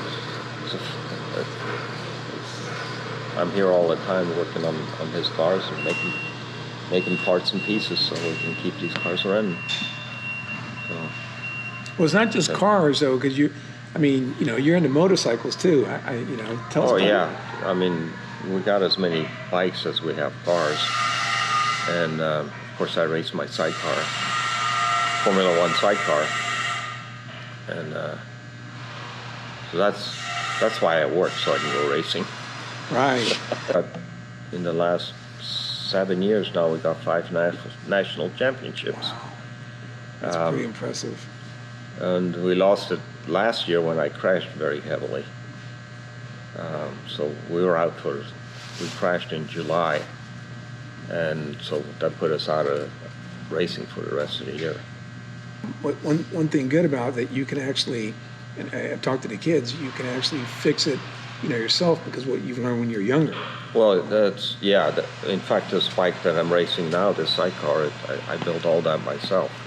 I designed it, and I built it, and we developed it for about 2 years before we won a championship with it. So that's all part of it. You go try it, see if it works. If it doesn't, you make changes. The R&D, basically. Yeah, absolutely. The development of it is you can get it pretty good to begin with, but to get it to the top, it's going to take a little work. And now what we're racing now is more like a Formula One car. Mm-hmm. Wow. They're now making monocoque chassis, 3-wheel chassis. They're basically a 3-wheel car, sports car suspension on it, So it's changed a lot, and they've gotten hugely. I mean, the speed that we're getting are phenomenal. Like at Willow Springs, at the end of the front straight, we're hitting 180 miles an hour. Wow. Yeah, With 2 of us on there. So it's pretty fast. It's pretty fast. Are you guys using any carbon fiber parts? Not really. We have some carbon fiber on it, but I guess the most exotic piece on it, we have some titanium pieces that I made. We have a aluminum honeycomb floor in the thing to stiffen it, because the honeycomb floor is really stiff. I mean, there's no twist to it, and we're using that to stiffen it. So we have magnesium hubs, trying to keep the weight down. We have some like I say, we have some titanium parts in it. It's like I say, it's pretty much like a Formula One car nowadays. What's the cost on that? Like, if someone wanted to, what would you have to spend? I mean, if you were to buy a chassis out of Europe, LCR is what everybody's using in the World Championship. They're $65,000. Now, is that just for the body? That's the chassis and the Wow. bodywork. No engine. Ooh. No engine. Okay, so comes with wheels, but no engine. So. And when you put the engine in, engine and electronics. So you could be in it for probably $80,000 by the time you get all done. Okay. How did you get started when you were like very young age, 12, 13? How did you get into all this car stuff anyways? Well, I mean, I was born into it. My dad had a Volkswagen and Porsche dealership in Switzerland. Oh. So I grew up in the garage. Oh, okay. I didn't even know that about you. And then when I was in high school, I was in auto shop in high school. I had a really cool teacher. And we built the Formula B, which is a Volkswagen-based Formula car. Wow. Back then? Wait a minute. What do you mean? We're not in the 80s, 70s. I don't know. We're not talking chariots here. Wait a minute. I think that's where a lot of kids, boys and girls, can really get started into cars at high school. Well, yeah, absolutely. And the way it worked out was building this car. I mean, it gave us a purpose,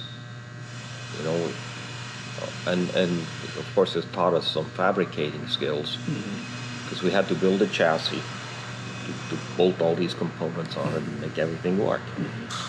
So it was a really cool project. It wasn't just like, working on a carburetor or a something on an engine over here. We did all that too, but in them putting the whole thing together into a car that we built, and it was to be raced. Mm-hmm. So we had a nice purpose there, and we learned a lot on that. So it was really good, a good project. And I took flying lessons. Actually, I did that while I was still in high school. You took flying lessons? I was the only kid in high school that had a pilot's license. What? Yeah, it was no, cool. Hang on. That was cool. See, I knew. Yeah. That's amazing. Yeah. So when I went to college, I got my commercial pilot's license, and I got an airframe and power plant mechanics license. So now, was this in Switzerland? Or? No, I was here. What school was it? It was Gilroy, Gavilan College in Gilroy. Okay. And the aviation classes were down at the Hollister Airport. Wow. And this is some history stuff, Bernard, man. Yeah. I'm glad you're talking about. I didn't know that. Okay, so we're looking for a machinist, but I need somebody that knows how to turn handles. You know, not just punch the computer keys like they do with a new CNC. We have a CNC, and I can run that, but to find somebody that can, you know, I can say, here, make me one of these. You know, that's a whole different ball game. And that person could be like 16, 17? Well, possibly, if he's... See, nobody trains anybody. They need to learn how to operate these machines. All the old guys like me, they're all retiring and don't want to do it anymore. Right. So there isn't. Is it a pipeline? We're not training. The old guys are going away, but there's nobody following behind. And this is exactly why we're doing what we do, Bernard. You know, and I appreciate you telling. You know, because we're trying to get this out to, you know, the mainstream, the education system, all the way up to the president. Not everybody needs to go to college. You know, there's a lot of people that like to work with their hands or are good working with their hands. They need to be taught a skill, whether it's a plumber, an electrician, or a machinist. Mm-hmm. They need to be taught. Mm-hmm. And they can get a good job. Mm-hmm. They can make good money. They don't need to be, you know, computer literate. Mm-hmm. I mean, if you can teach a guy to operate a CNC or design a program or you know, design a part on the computer. Or even welders. There's a huge demand for welders right now. Mm-hmm. But somebody needs to teach them. They need to learn. Well, listen, Bernard. There's a lot of opportunities for people that don't want to go to university. Right. You know, there's no need. And they might be forced into it. You know. Well, you know, in the 70s, 80s, there was this big drive that everybody has to go to college. If you want to be anything, if you want to make money, if you want to be something, you have to go to college. Well, that was a mistake. Mm-hmm. There's a lot of people that are not suitable to go to college. They're not thinking that way. They're thinking more practical, right. More mechanical. Right. And going to college for them is a waste of time and money. If they get into a vocational program or an apprenticeship program, they'd be a whole lot better off. I agree. This is the first year, Bernard, because I was in Long Beach, and I'm very passionate about, you know, I think the high school students, I'm trying to bring it back into not just Sylmar, but all over Southern California.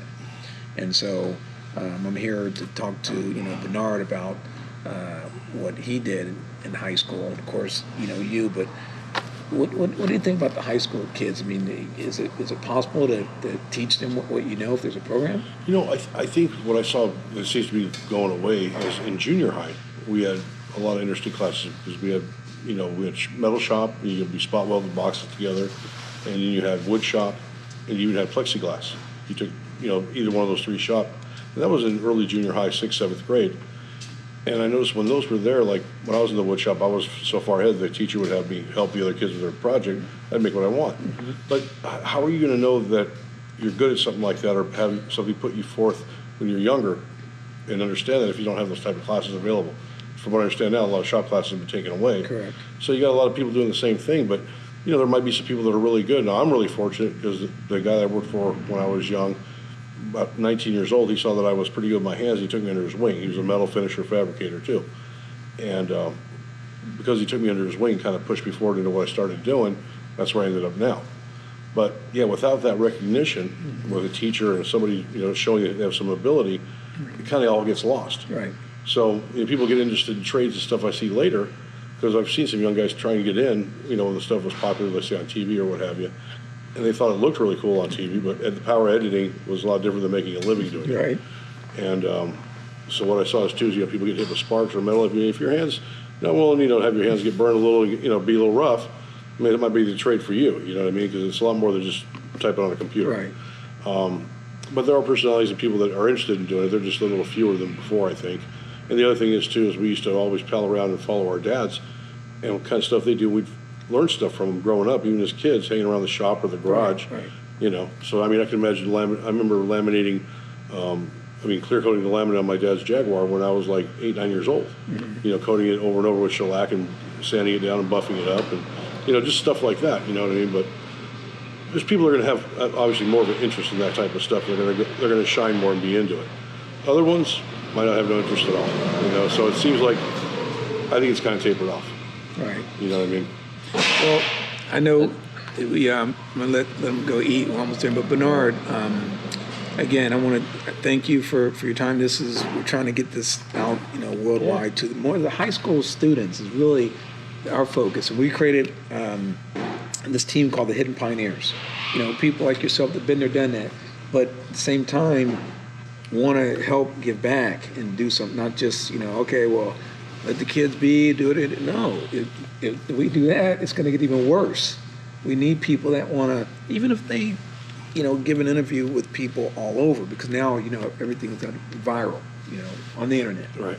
They don't watch TV anymore that much. Yeah, this is more of an intimate, hands-on thing. Like even me coming here working with Bernard, I'm a high school kid all over again.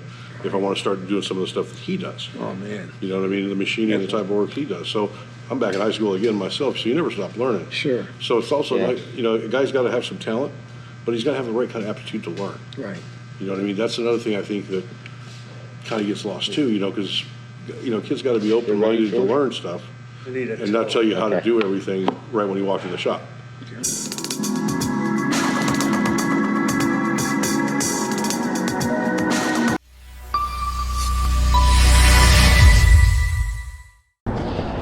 Alrighty guys, we just made to Anaheim ADSO and I picked up the famous Bill Montgomery. CSI. Right there. What's going on? We're going down to the Automobile Driving Museum, ADM, Automobile Driving Museum, and we're going to meet up with probably John Morton, another hidden pioneer.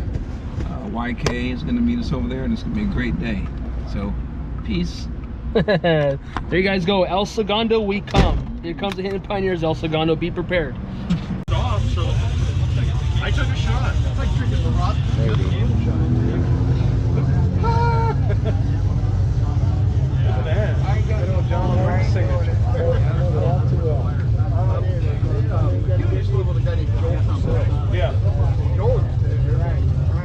Woo, look at that right there, man. Nobody's gonna see it and nobody's gonna know who that is. What's the weirdest thing you've ever signed? Never signed a ticket. Really? I thought that'd be your answer. No, I don't know. No baby foreheads, no. I don't think so. I don't think any babies. A lot of cars, a lot of dashboards. Yeah. You know, in Mexico, there you go, man. doing the drifting thing down there. Yeah, you want me? I'll take a picture. Now it's done. It's retired. You're never wearing it again. I was thinking about that. So we just catched up with YK and Bill Montgomery. Yeah, see, if you get closer to there. I couldn't tell you what you were getting. Yeah. Around my glasses like this, too. Hey, what's going on, everybody? I'm here with this guy, YK. YK's in the house. We're here checking things out. Looking forward to a great event, February 26th. See you here. How you doing? What do I have to say? Well, you're putting me on the spot here. First of all, look at this amazing color. Secondly, Hidden Pioneers. The kids. The kids. How do we meet? how did we meet? At a car show. We were hanging, having a grand old time, and we had the same, good vibe, same passion for the craft. So we just kind of talked. That was what, 5 years ago? Yeah, about 5 years ago. Yeah, we're still They talking. came to my high school. Yeah, man. Talked to the kids. Yeah, did some drawings. Sat through a couple of shop classes, which were awesome. Rebuilding car engines all day. At 17 years old, I think so. Wish I was doing that when I was that age.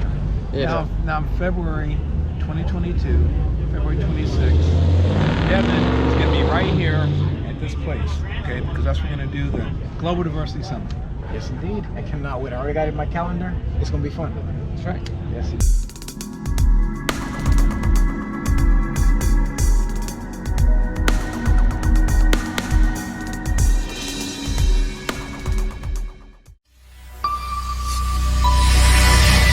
A story of how me and Larry first met was actually 2016. I'm not sure if you remember that, Larry. Oh yeah, just a couple years ago. I know, just a couple. So at that particular show, what do you remember of it and kind of how we met? Well, I just remember it was the Edelbrock show. I think I had my truck and trailer there at the time, my motorhome, and you came out and introduced yourself, and we've known each other since. And man, I tell you, I remember when I first came up, I was actually looking for you a few years before that, and I didn't know if I could find you. And then I remember coming up asking you. I said, because you were wearing your jacket. I don't know if you remember. And I said, do you know anybody at Hot Wheels? And I said, look for a guy named Larry Wood. And you said, that's me. You remember that? Yeah, that was, like I say, that was a few years ago. So. Amazing. And you what I remember is that you were very approachable. You were very nice. You were short because that's how you are. You're always like, okay, that's it, because you were looking out the vehicles like that. But that particular show, Vic was still alive. Yeah. And, that was always a good show. Lots of really nice cars. Of course, nice people. I get to meet a lot of people when I go to shows. Mostly when I take my car, because I can just sit there and talk to people. Right. And I remember talking to you about the kids and the youth. Oh yeah, yep.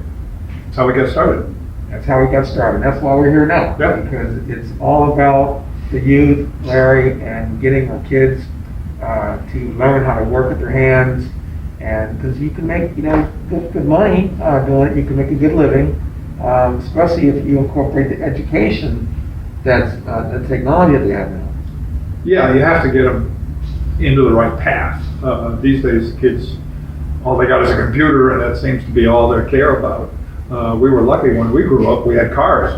We would fix them. And cars back then, you had to keep them running. So I think that's what got us into them.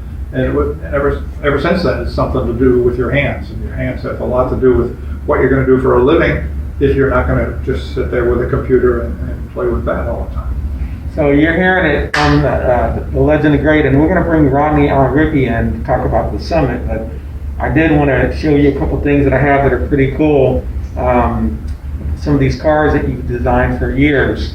But yeah, so anyways, I got something very, very cool here. On this collection right here is my own, okay? And this particular vehicle, I'm going to say here because this is with my tree. I want to show you a couple vehicles here that I know that I got this one here before. Looks familiar. I think I got them all the way up there. Yeah. Now this is considered like a Larry Wood special, or this particular one? No, it's like everyone else. I don't do the graphics anymore, so the car design was mine, and then they go through the graphics department for every time they redo it. Okay, so the car design was yeah, I did the bunch. Car design, but this is the signature. Okay, well, listen, that's why one of the reasons why I got this one. Okay, but also, do you remember this one? This is the one that. That's the one that won the contest. Yeah. See, I knew Larry. This is the one that won the contest. That Larry was the real. We voted on real cars at Hot Wheels shows, and this is the one that won 2 years ago. And with the SEMA? SEMA was there. Now, were you one of the ones that kind of selected that as a judge? I don't think I did the first time, but at the final in SEMA, we definitely selected it. Okay, so that's cool. That's a cut now. Check this out, right? So this one right here is one of our vehicles that we bring to the schools. Oh yeah. What kind of vehicle is That's this? obviously the DeLorean. DeLorean? Yep, from the movie. From the movie, The Time Machine. And Lenny, hi Lenny, how you doing? So we bring this to the schools, and this particular vehicle really excites the teachers. The teachers get excited. Yeah. Well, they're the guys that remember the movie and everything about it. So we found a way to excite the teachers and the administration that isn't always really, they don't really understand the industry with the kids. So when we bring the other cars in, they don't really get that excited with this one because they can relate to it. They can relate to seeing the movie years ago. Yeah. Now this one is special near and dear to me because you remember this one, right? Oh yeah. This is my friend John Morton, okay? And actually, because of John Morton's vehicle, this kind of helped Nissan put them on the map with the I-10. Yeah, exactly. Yeah. My good friend, and he'll be at the summit, okay? Cool. Along with you. In fact, we might even do a pre-production like we're doing for Larry with John Morton, okay? Now, before we go, this particular vehicle right here is what's considered like a loan, okay? And a good buddy of mine made this, and he knew that I was going to see you one day in Australia, so I said, I'm going to give this to Larry. Oh, geez. So this one is yours. Great. That'll go on my collection of custom cars. So, yeah, somebody did a lot of work on that Mini with a V8 in it. Yeah, I can relate to that. Horsepower, that's what counts. That's pretty cool. So I knew that would be cool. That's why I'm giving it to you. That's yours. Yeah. And also, I got something else for you. I'm not sure if you're in the hats now, but I got a couple good friends, Tanya and Ryan. They're hidden pioneers. They have a shop up in Apple Valley, Victorville. Okay. They do a lot of older vehicles, and build engines and stuff like that. And this is a new hat, and they just wanted me to give it to you. Cool. Okay, English Classics. Is this for Okay, you? got it. Yeah, that'll be Okay. good. Wear that when the sun comes up. Yeah. So other than that, Larry, is there anything that you want to say before we bring Ronnie Allen Rippey to talk to you about the Diversity Summit? No, I think the main thing is that we want to get kids excited about working with their hands. Doesn't have to be with cars or anything, but it could be almost anything. My son builds chairs, things like that you like to do with your hands, because it's not always about computers. You got to learn to use your hands, and you can always do the computers at night. So keep you busy. And I talk about the pocket computers, those little things that drive you crazy. I don't call them cell phones anymore. The pocket computers is really what it is. All right, so that's pretty much all I had. Bill Montgomery with Hidden Pioneers. This can be viewed all over the world because we have an iconic gentleman here, Larry Woods, Mr. Hot Wheels. I'm very excited to always talk to you. Yeah, you always come down, and I've always got new projects here, so we got plenty to talk about. Always projects, man. That's all very cool guy. Without further ado, let me bring up the host of the summit, along with Ben, Mr. Ronnie Allen Rippey. Hey there, Ron. Hey, how you doing, Bill? All right. Chris. All right. Hey. Well, indeed, it's a great honor, Rodney Allen Rippey, and we are here for the World Diversity Summit and having a great opportunity with the one and only Mr. Larry Woods. Well, it's good to have you guys here. Yeah, it is such an awesome opportunity, and as you know right now, this whole COVID situation has struck the whole world. It's ridiculous. And the young people are having a terrible, terrible time because, young people and people in general, they're used to the interaction. Oh, sure. And now everybody has to be at home, and now they're being forced to literally learn online. What is going to happen to the hands-on experience like that has driven your whole career? Yeah, I'd hate to think what I'd be like to be a young guy just getting started and all of a sudden being cut off from all the different things that you can do out there. The only thing good about messing with cars is you can always find a junker and drag it home and pull out some wrenches and tear it apart. Well, but what you've done is you have actually taken your art from a very small miniature and you actually parlay that into your life, into great hobbies, and the skill set that you use in your design, you also put it in your real life collection of beautiful cars. Yeah, and again, when I was a kid, I really wasn't very good in high school. luckily I graduated, and from then on my life changed because I realized I could make a living with my hands. I did aircraft parts, I did design, I did all sorts of things, went to college and got a job at Ford and then ended up at Mattel. And it all was because I realized that somebody cared about what I did with my hands. So, learn what your limits are and just go out there and do it. And you learn as you go along. So it really has a lot to do with yourself, pushing yourself to become what you want to do. And so being there at Mattel and having had a history that dates back, is it safe to say at least 50 years? 52. 52 years at Mattel. Mattel is a global brand, and this man here, he actually was an intricate part of making one of the most iconic toys. I myself collected Hot Wheels, and I see some of the very cars that I owned when I was a young man. They're here in his collection, and it's so incredible. Well, I was there by myself for 20 years, and then it started to grow, so they hired more people, and of course now it's a global company. And never thought in the very beginning, just drawing a few hot rods for Mattel, that it would become this. We make like 5 million cars a week now, so it's unbelievable. And I'm hoping that every kid that gets that little car thinks about what he's going to do when he grows up. He says, maybe I want to work on one of these, or maybe I want to build one of these. Yeah. So that I'm hoping that I'm getting a lot of kids involved in working with cars or anything with their hands. That's what counts. Well, with the World Diversity Summit, this is going to be an opportunity for iconic people like yourself to come, share your story, and whether you're actually there physically or there virtually, that's what this is all about. And we want the youth and people around the world to know that there is engineering, design, technology, and to make people dream once again. Yeah, and there's going to be plenty of jobs, even now there's jobs. But when this whole thing gets over with, we're going to be back in business. Everybody's going to be hiring. They're going to be looking for people with the energy and the education that it takes to get the job. That's wonderful. That's wonderful.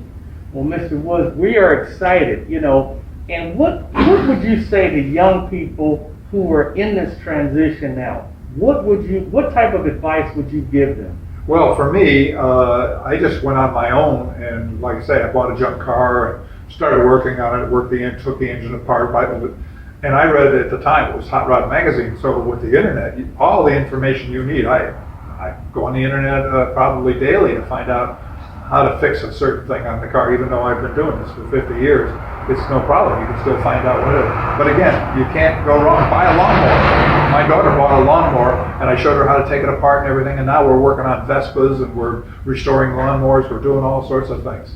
And it's just fun to go get a set of tools and just start taking things apart. Lawnmowers are free. You can throw them away and they're done. But you at least learn about the engines and parts like that. And if you don't want to do that, you want to draw, you want to be an engineer, just start learning on the internet or go to school and find out what you want to do and follow it. I always wanted to be a car designer, and I never thought I'd be in California designing toys, but it was what I wanted to do, and I chased it. So like everything else, you can do anything you want to do. That is an amazing story. Everyone, Mr. Larry Wood, Mr. Hot Wheels himself, thank you for this.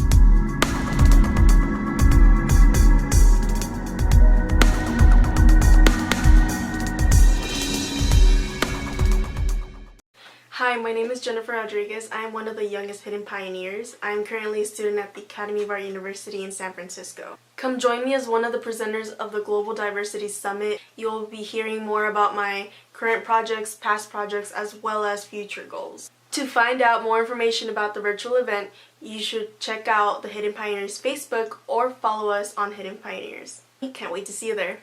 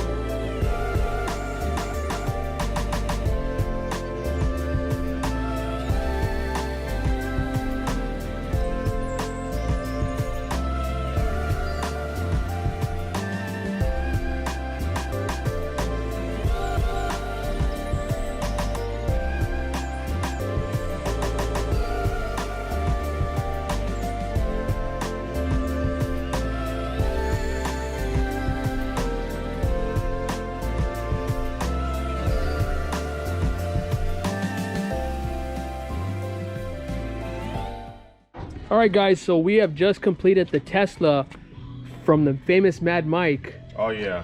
And me and Bill, we knocked it out. So, Mad Mike, what's your impressions on a 30-minute detail for a wireless wash?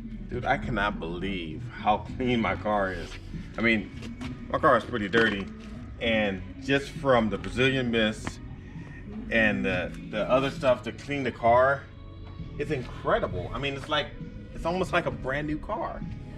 So now we're pimping Mad Mike's ride because he pimps so many for everybody else. Man, It's incredible. It's just great, man, to listen to someone that can do anything. He puts all the entertainment in the car. We just pimp his ride. Man, I'm glad 360. I'm glad, Brandon, you came out. Bill, I really need my car clean, and I wasn't expecting you guys to clean it, but you guys really did it, and it was like in 30 minutes. I told you. It was incredible. Well, we'll do anything for you, Mike, and we mean that because you are a hidden pioneer, and thank you for all the stuff that you do to give back, okay? Oh, yeah. Because famous people like you, they don't always give shouts out and stuff like that because they want to be paid, but you don't expect anything, and that's why we do it for you. Oh, you got me sold. I'm sold. 360. Yeah, you got another customer for life. This looks great.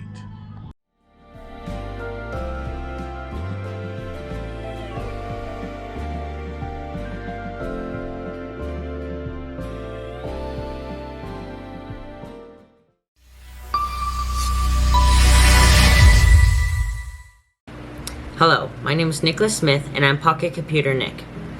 My partner and teacher is CSI Bill. Bill has a different approach to teaching where he uses CSI, Common Sense Intelligence, as its focus. I'm a student in San Diego County where I use CSI, Common Sense Intelligence, every single day. I try to use my pocket computer using CSI and try to manage my time on it wisely so I don't get distracted on it. And I hope together, using CSI, we can change the world.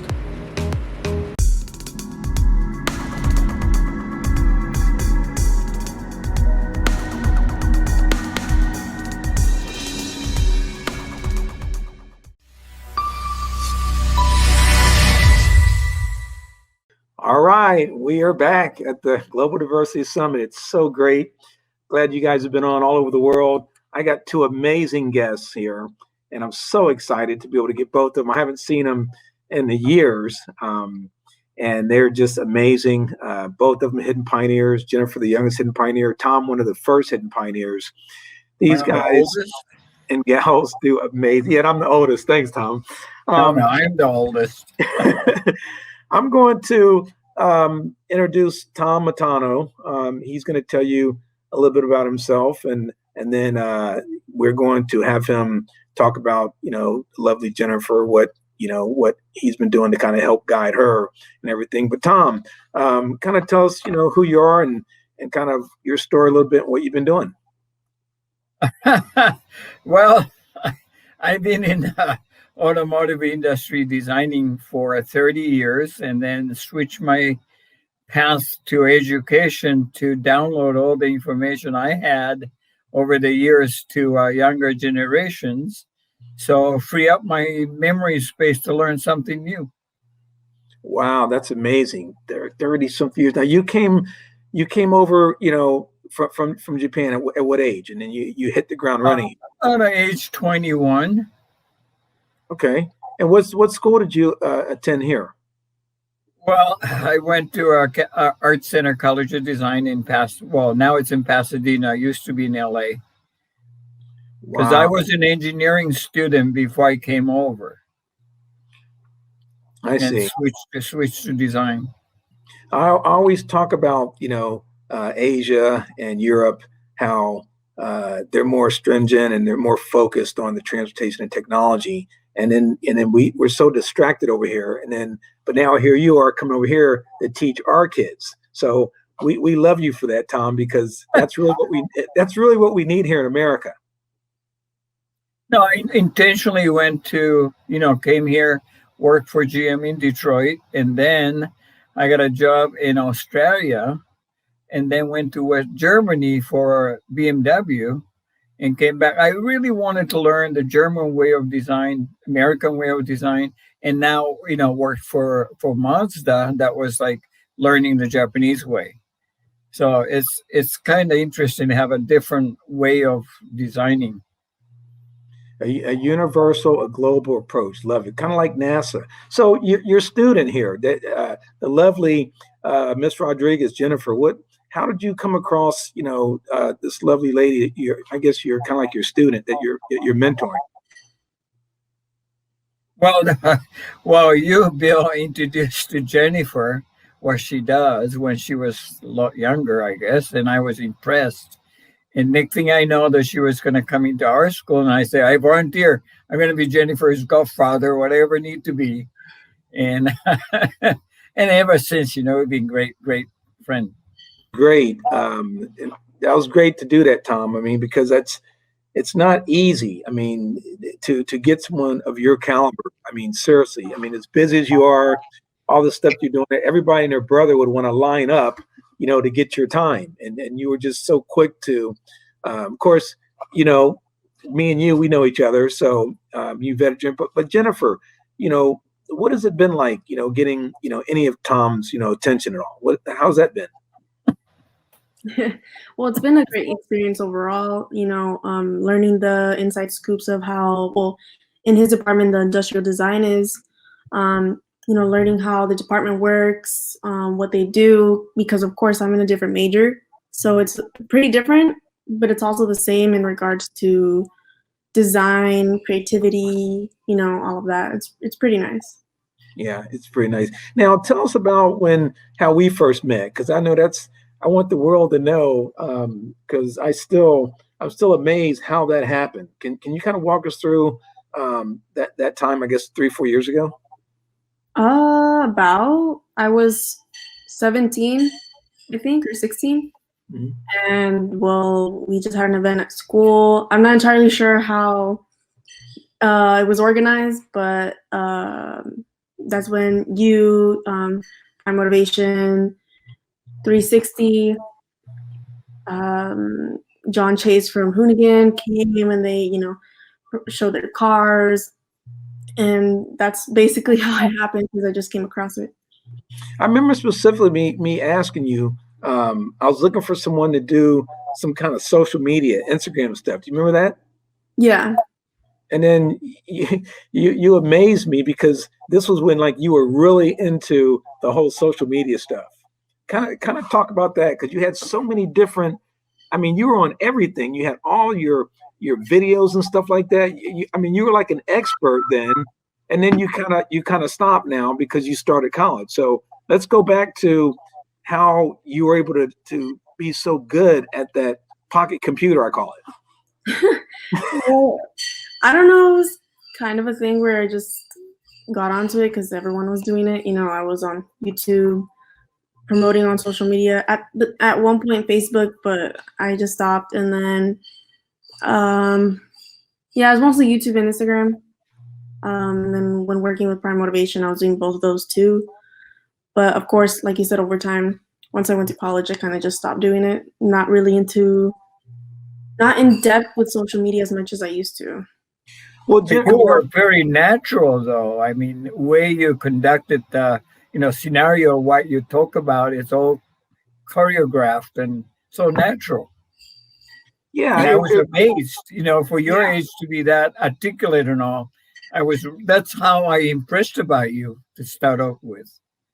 Yeah, it really was. It was kind of magic, because I actually I was looking for that. Okay, well, you didn't know, and I used that to help open the doors. That's how I was able to get Larry Wood from Mattel, 50 years with Hot Wheels. Okay, Tom Matano. Okay, they saw that and they were very impressed.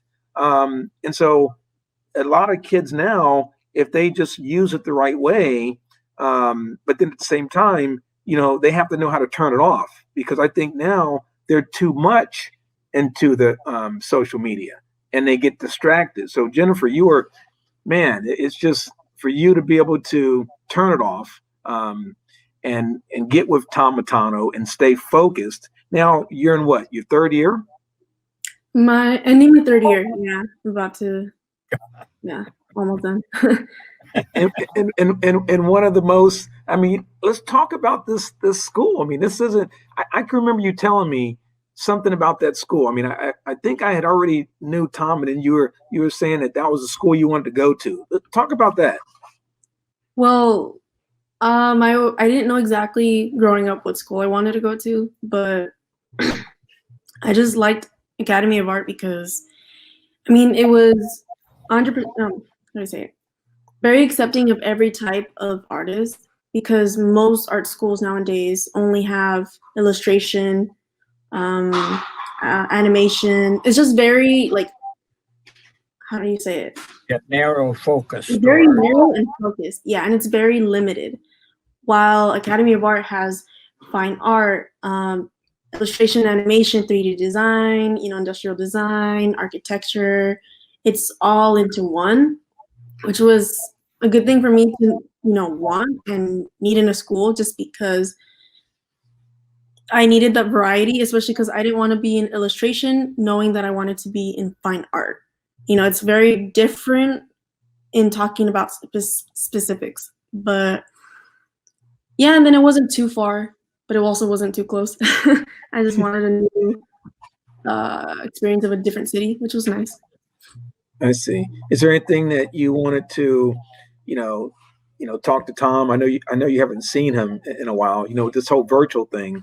I guess your mentor, your father. I have so much respect for him, and I really thank him for kind of looking after you because when you ask someone to mentor someone, you have to continue. You just can't do it for a little bit and then stop. So I think you're in great hands, and we're going to continue to look after you because we know that you're a shining star. I mean, Tom knew that in the very beginning. And every time I talk to Tom, how's Jennifer doing?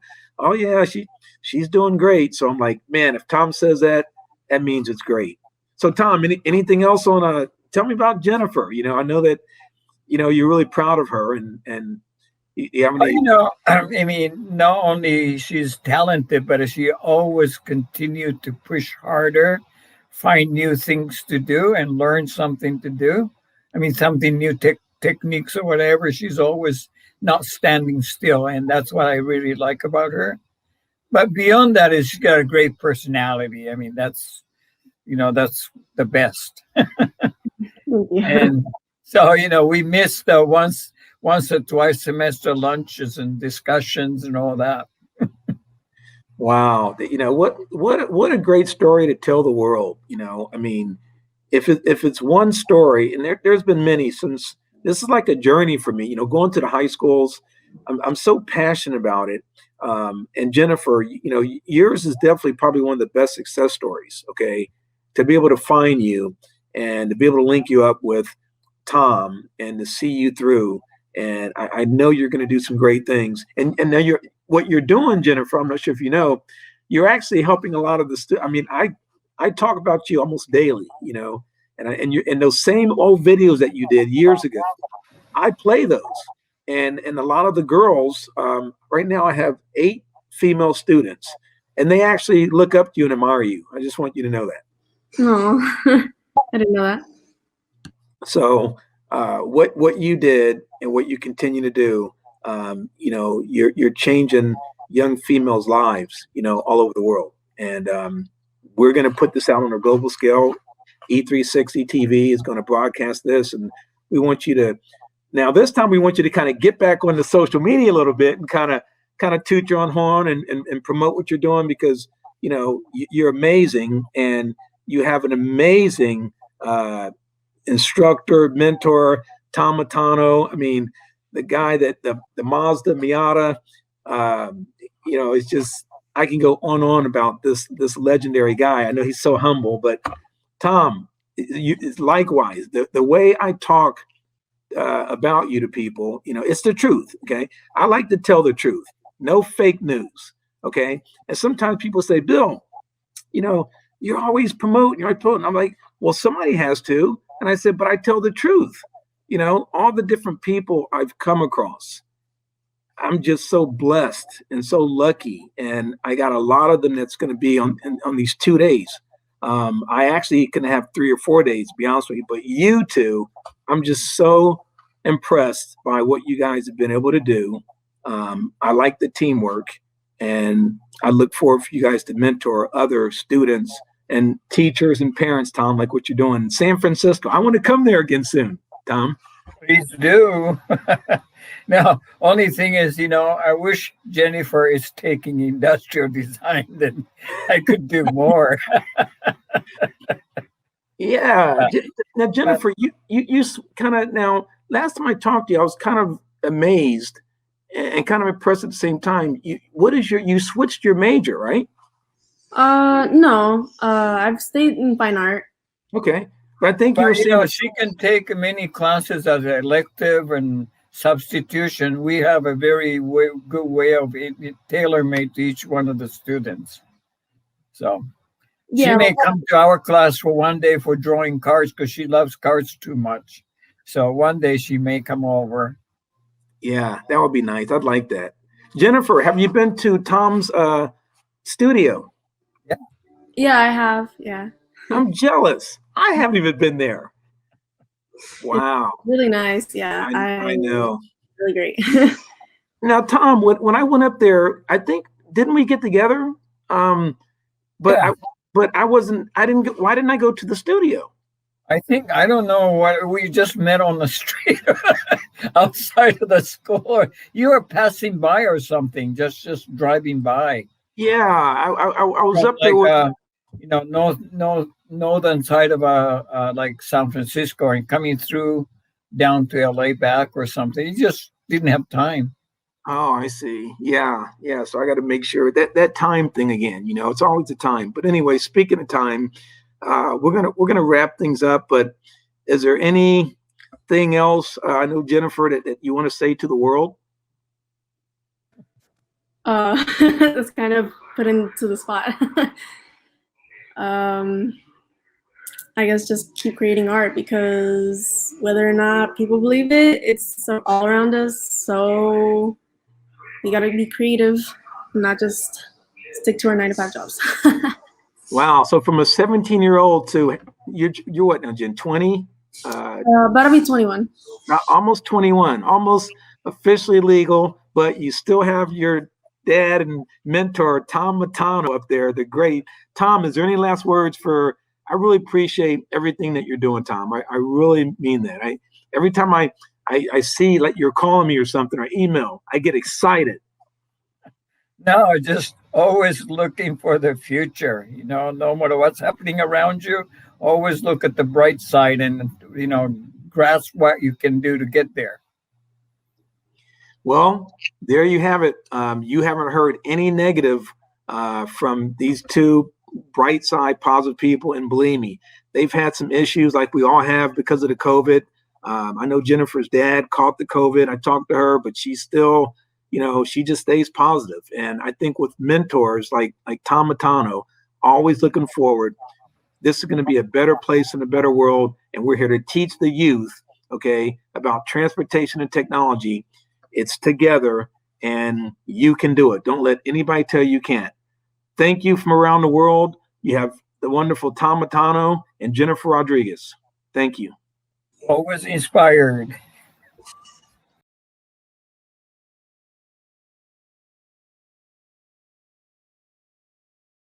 Pretty much I grew up in Tokyo and was in the middle of the city. My great uncle had a car, big thick doors and air conditioning in a car, that no houses had air conditioner then. So I remember ice cream never melted in that car.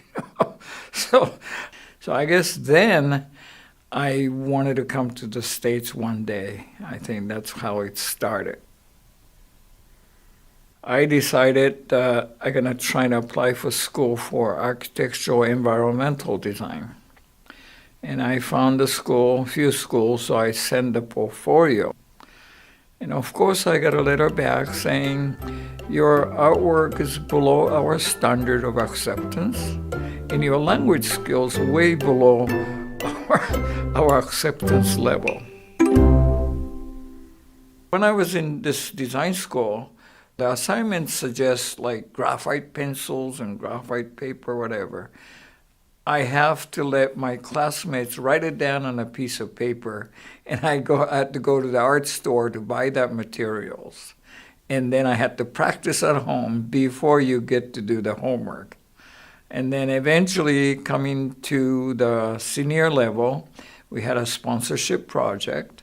And then I found it out one of the VP is coming to final presentation. So I studied what the VP did in his part, and I did one rendering that I felt he cannot refuse me. So overnight I did it before the night before the presentation. It's got, not really related to the whole semester of development, but I felt strongly that I wanted to see whether my guess would work or not. And sure enough, at the end of the interview, he said, "You want to come to Detroit?" When I got into GM is the beginning of the first energy crisis. After a few years, I wanted to go to Europe.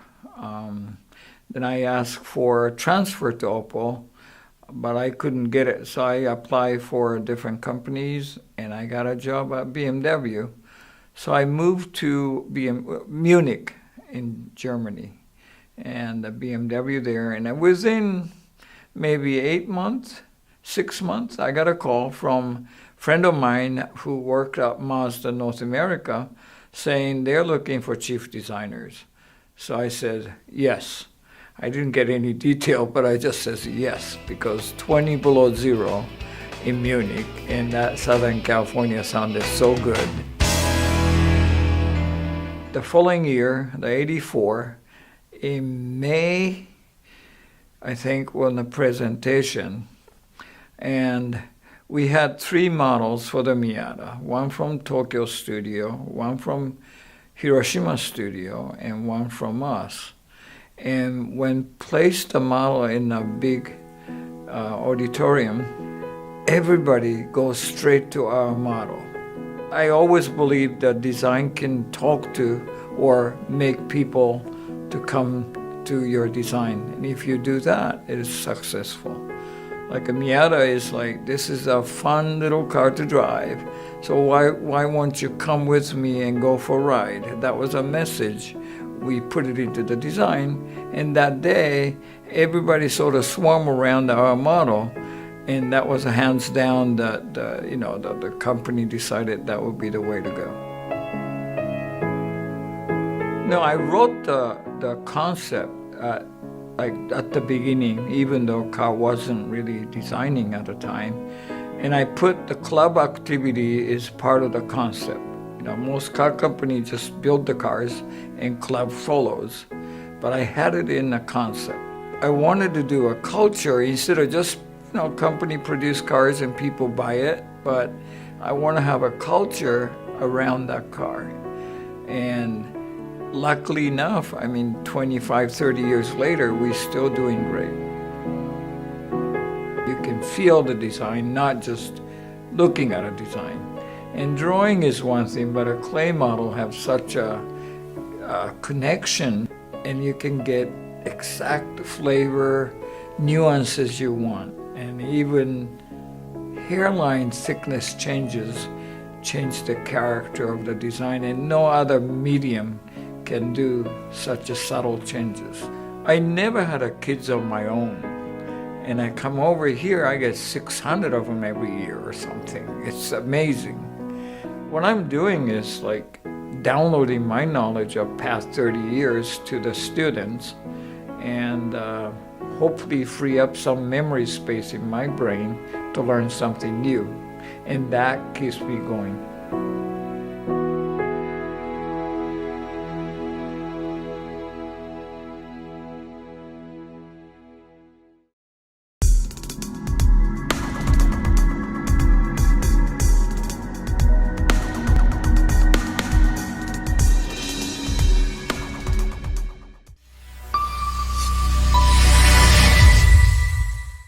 When you see a light like this, if you're like me, you probably head straight to the mechanic. I'm Parker Collins in Long Beach with more on the growing shortage of people who can look under your hood.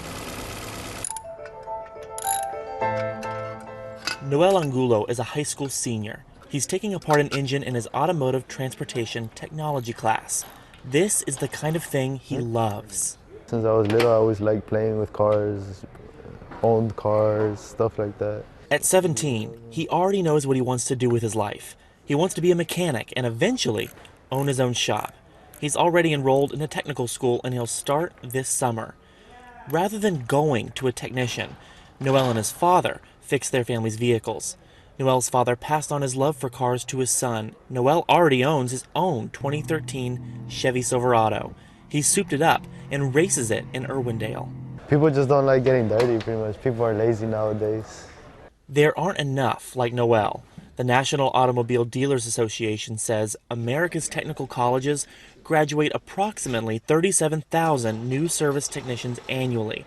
But the industry needs more than double that just to keep up with retirements and growth. Noel and his class met employers at the Universal Technical Institute. You can hear how desperate some recruiters are. I'm looking for 100 people today in Los Angeles County. I will spend the next 2 days after I leave here doing nothing but trying to find those people, and I'll be lucky if I find one. It kind of goes against the grain to drop the books and say no to a typical 4-year degree. Of course, Noel is happy with his decision, and there's money to be made in the field for those who work for it. Some experienced technicians bring home a 6-figure salary.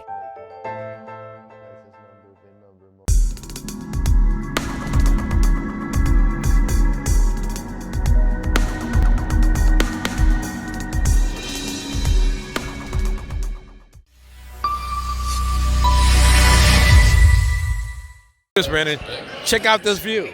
We got the big screen right there. Everything's going down. We about to go over to talk to my publicist, Tanya. Hey, I'm doing great. Hey, what's up? Yo. We're about to in the house. Compton Cowboys over there. Here at Man Mike's, having a great time. And I know your husband doesn't talk much, but let's see if we can get a couple words just to say hi. Can you say hi? Hey. Hey, he's from Texas. He don't say too much. She's the mouth. She's the talker. He pushes me in front. He said, "You handle it, baby." He'll just turn the wrenches and make it happen. Well, Tanya, we thank you for all the stuff you do up there. You got some big things coming. You know, you've been supporting Hidden Pioneers and Prime Motivation from day one. We really appreciate it because it's making a big difference from the kids. Check this out. We got the Compton Cowboys coming up in here. So we're going to pause it here. We're going to check them out. Over here, Brandon, check this out. We got the horses. We got the Compton Cowboys over here. Let's go check it out. Okay. Now, Brandon, this is again. So, again, this is technology and transportation. Okay. Transportation. Okay. Any kind of movement. Point A to point B. Transportation. You see what I'm saying? That's how we do it. What up, my man? How you doing? You want to Compton Cowboys? Oh, yes. I am one of the members of the Compton Cowboys. Yes, I am one of the Compton Cowboys, and this is what we do. We like to just help the kids out. So about the kids, man, we appreciate you with the kids. Look at them lining up. So how long you been doing this? All my life. Wow. I'm 30 years old now, and I started this when I was 7. Wow. And I never looked back since. I'm the same way. 7. So look at these kids. Hey, you guys, I want you guys to say, hey, how you doing? Hey, how you doing? Hey, how you doing? You guys having fun? Yeah. This is what it's all about, the youth. So we want to thank you guys. We want to make sure you guys have a great time with the Compton Cowboys, okay? Thank you. That's what I'm talking about. It's all about the kids. All about, yes, you want to say something? Come on, what do you want to say? Okay. Don't forget to always love the Raiders. Love the Raiders. Okay, even though, yes, you can. Always love the Raiders. Always love the Raiders. This is like a common thing, okay? And always love the Raiders. We got a lot of Raiders fans here. Now, how about Cincinnati? You guys don't like Cincinnati? No? Always Raiders. That's what I'm talking about. Brandon, this is how we do it, man. This is the biz, okay? Once in a lifetime, that's how we do it up in here. It's great in Compton, California, okay? This is the place to be. We're bringing it live to you. But you know what? I got to be honest with you. Cincinnati's my heart. You know where I'm from, Brandon, okay? May the best team win. I'm so excited about today. It's great. So we want to thank everybody for doing this thing. In fact, you know we got to find Mad Mike, okay? We got to find Mad Mike on the thing. We do it. That's how we do it. Peace, Brandon. We're out.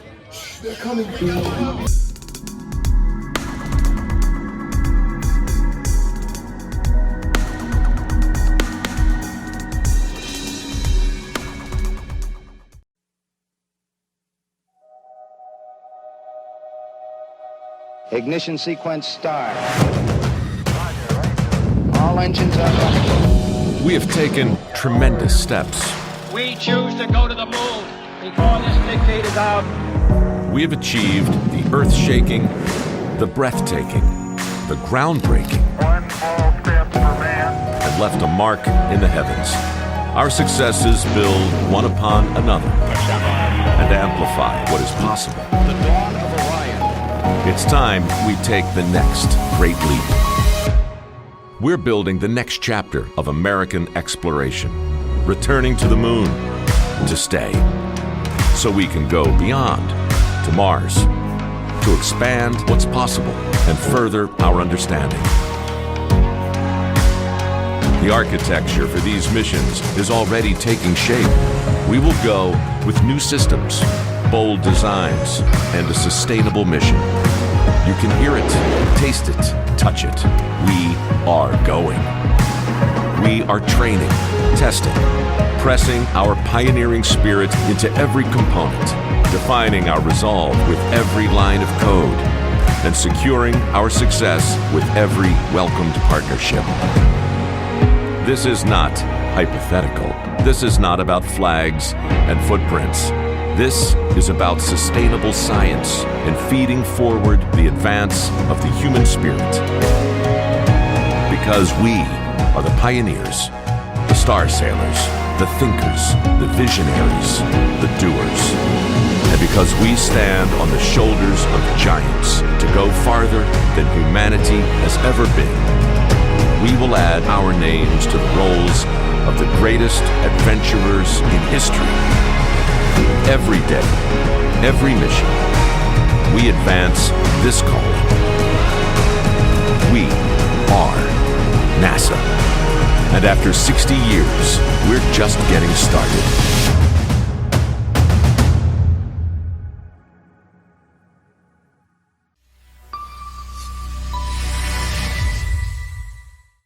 Like we always do with this time.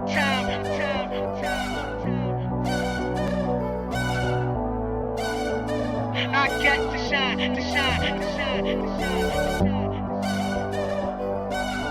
Guys, representing Prime Motivation, we're here at beautiful Rio Hondo College. We got a great group of people. We're gonna go down and do a quick little Q&A, man. We appreciate Rio Hondo, all the great people here.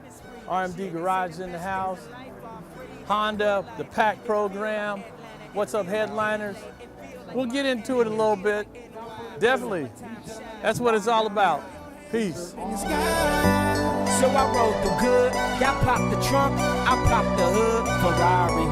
If she got the goods, I got to look sorry.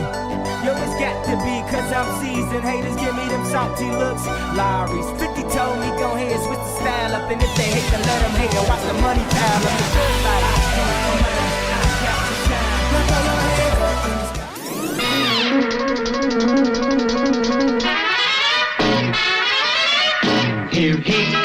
Here comes Speed Racer. He's a demon on wheels. He's a demon and he's gonna be chasing after someone. He's gaining on you, so you better look alive. He's busy revving up the powerful Mach 5. And when the odds are against him and there's dangerous work to do, bet your life, Speed Racer, see it through. Go Speed Racer, go Speed Racer, go Speed Racer, go! He's up and flying as he guns a car around the track. He's jamming down the pedal like he's never coming back. Adventure's waiting just ahead. Go Speed Racer, go Speed Racer, go Speed Racer, go!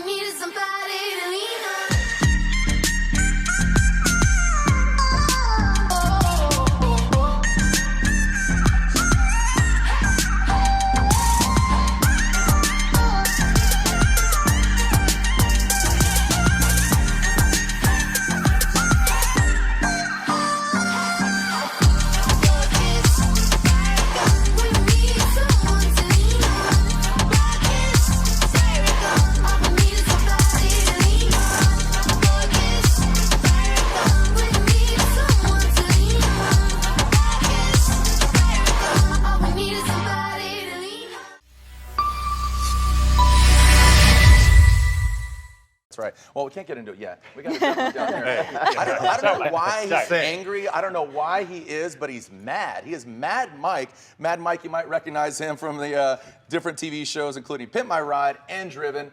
What are you so mad about, Mike? It's not like mad angry. It's like a mad scientist. Okay.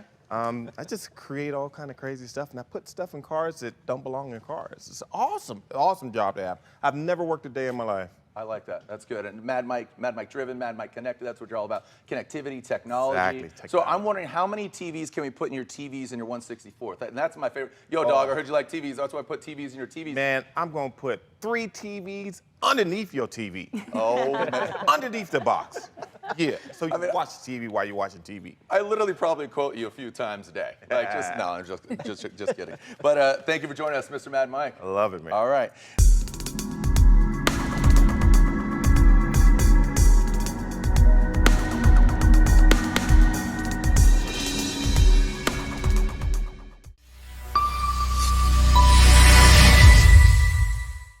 Hello, everybody, all over the world. Welcome to another Cars and Coffee. We're down here in San Clemente, which is Southern California. It's a little cloudy today, but that's because it's early. It's going to clear up. We're so excited. We're here promoting the 2nd Annual Global Diversity Summit, which is going to be next month, Black History Month, of course, February 24th, 25th, 26th. We're going to start off in Irvine, California. Then we're going to move to Riverside. Then we're going to end up the 3rd day on Saturday in Los Angeles, right by LAX. So if you're flying in, we can't wait to see you. That's on Saturday. My name is CSI Bill, stands for Common Sense Intelligence. I'm an educator, sports guy, athletic, military man, mobile electronics. We're trying to find future technicians, okay, all over. So we have this awesome tour. It's called Prime Motivation. We've been doing it since 2004. Everything's still good, Brandon, with the salon? Okay, cool. We're gonna have a great day today. We got some of the hidden pioneers down there already. Icebox is in the house. We're gonna go meet the Tesla Club of SoCal. Marty, she's there, so it's gonna be a great day. Bought a couple of things, of course. I'm representing NASA. Of course, got the little swag here. Mobile Electronics 75th anniversary. It's going to be great. Also, of course, we got the 360 products, okay, wireless technology. We got the sample bottle here that we go give to the kids at the schools and teach them how to do it. We also have our signature bottle here. This is one of the hidden pioneers, Hank Williams. Of course, we're going to feature him during Black History Month next month, along with other people, Mad Mike, Emmeline King. Man, hidden pioneers, we're doing things, okay? Make sure you check out the events page that Tanya, my publicist, is making. We'll post it pretty soon. Check out our Instagram, Hidden Pioneers, Twitter, Facebook. You know how we do with social media. But artificial intelligence is great, but you gotta make sure you use that common sense intelligence. Make sure you kids, you learn how to talk, speak up, say what's going on in your mind, and just enjoy, you know. It's wonderful, it's peaceful. Like I said, it's gonna be a great day today. My main man Brandon, CBB, gonna get his car going. Hopefully we can get it ready in February. Hey, let's enjoy the show. I'll probably wrap up. Let's go have some fun. Look at some very cool cars. It's all about the cars. Cars are the hook. So that's why we go to the car, go to the schools, educate our youth, the students. Peace, we're out.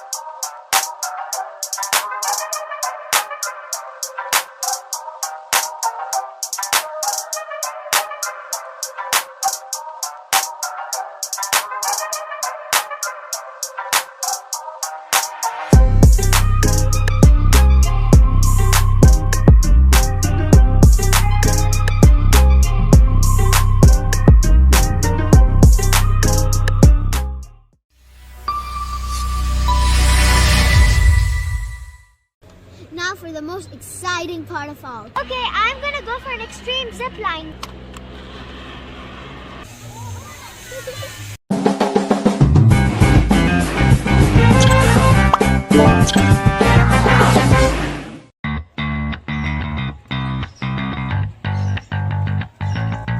Hi everyone, we're Lincoln Method students and we're in the Hidden Pioneers program. We're women of the future. We're athletic, we're adventurous, and we're smart. By the way, do you know NASA is taking us to the moon? So that's right, NASA's going to be taking the first woman to the moon. And this is called the Artemis mission. Okay, we'll talk about the Artemis mission later. Right now, let's go to the adventure course. Istanbul has these amazing high-road parks, and there are 4 courses: the green course, the blue course, the red course, and the black course. It looks like so much fun and adventurous. I can't wait to go. And when Lenny goes for a tree run, I'm going to go in that tree house. Look.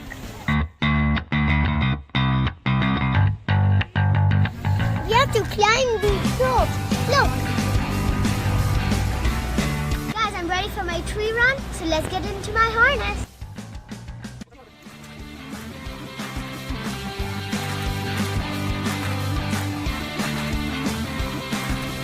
Okay guys, I'm ready. Let's go.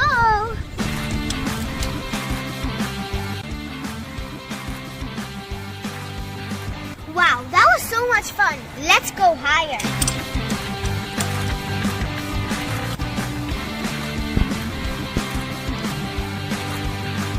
That was easy, but now comes the dangerous part. We need to go on a block of wood. I mean, there's no net. Oh. Guys, I'm in the trees now, and guess what? I can see my apartment, those white buildings.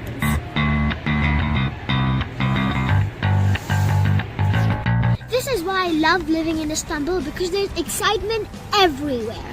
Guys, now I'm gonna go through a tubular net.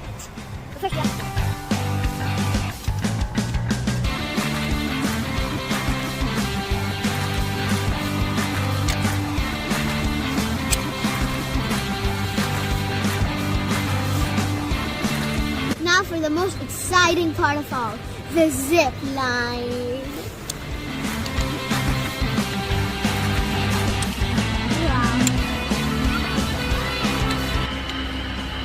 Okay, I'm gonna go for an extreme zip line. Watch me swing.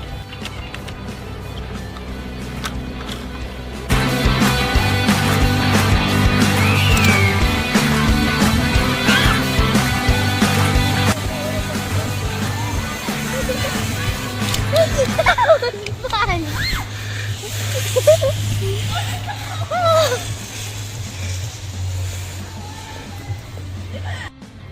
That was so much fun. We're training to be NASA women for the Artemis mission. I'm a hidden pioneer and I'm going to become a NASA woman. Let's go, guys.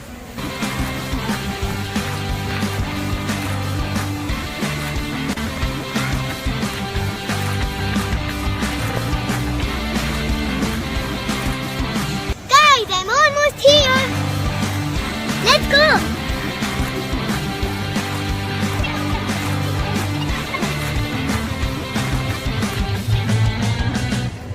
I'm ready to go on my new zip line.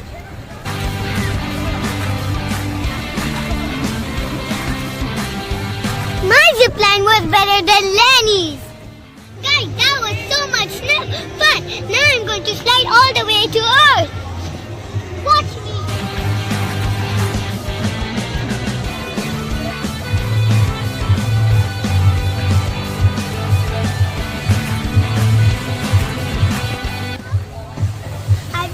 Back on Earth. Let's go!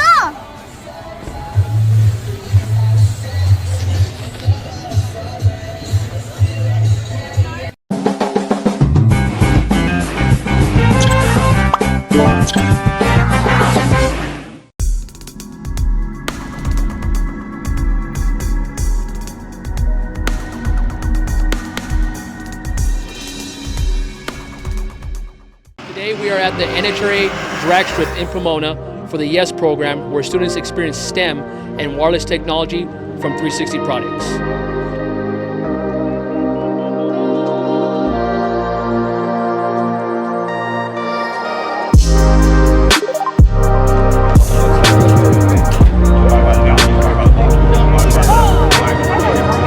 Shelby? Yeah. You know that race for that race for Shelby? We actually have 300 hours of hands-on training just on electronics, so you'll be prepared to work on a car that has multiplexing and 14 different computers on board. Prime Motivation, Hidden Pioneers. We got some great people that love to teach the students, so bring it on. Let's make it happen. Thank you. We'll see you at the summit.